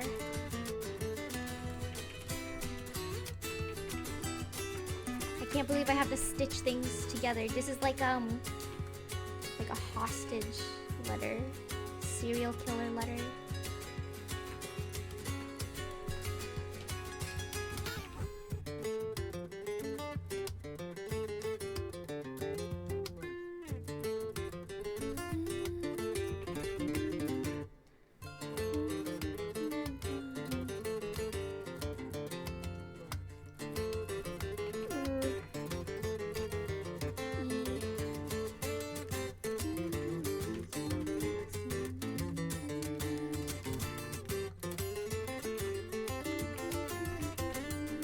Oh, there's an I right there. Wait, hold up. There's an I right there. I come back to serial. The way I'm piecing this together, it really does feel like a serial killer letter. How close do they be? They touch.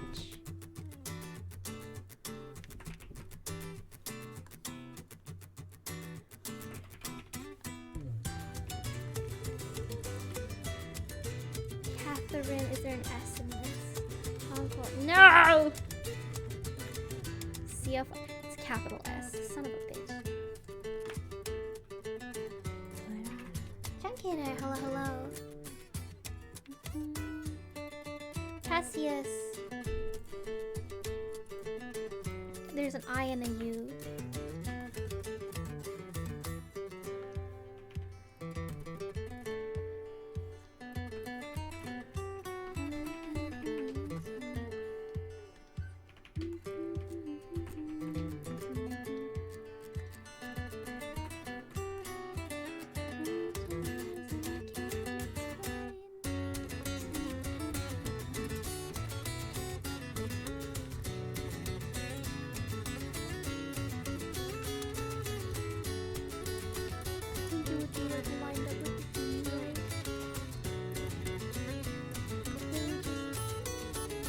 Reorganize the letters so the S goes first read.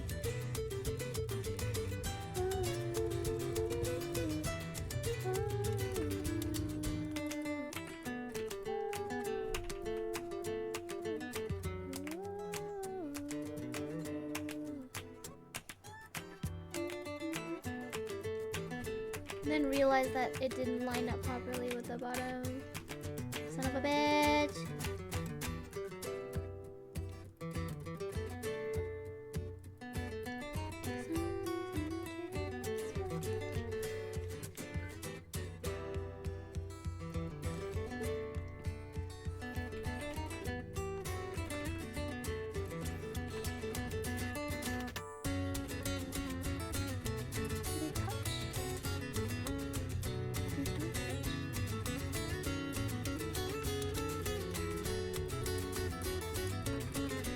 That looks fucked up as hell.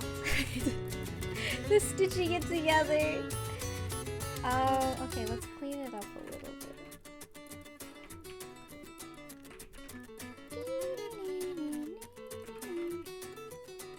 bit. Risurin.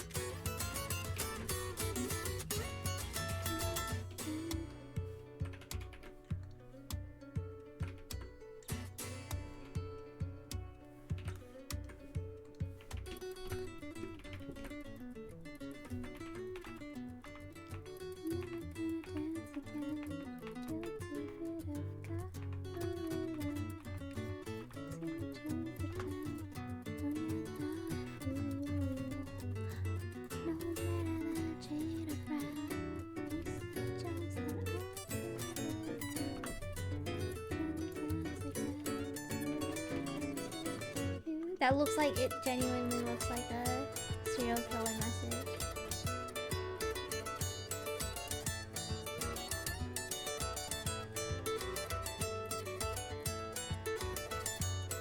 Where did I get the I from again?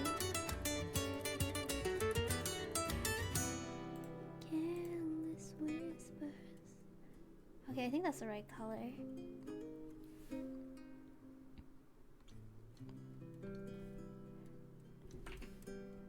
Hello?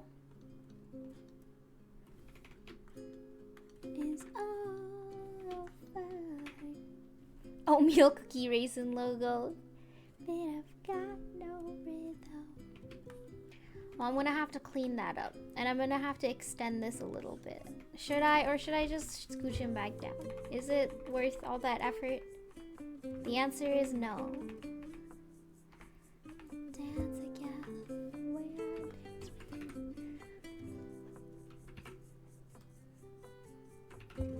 check out my character in Grandma Fantasy. Always worth it, clap. I don't have.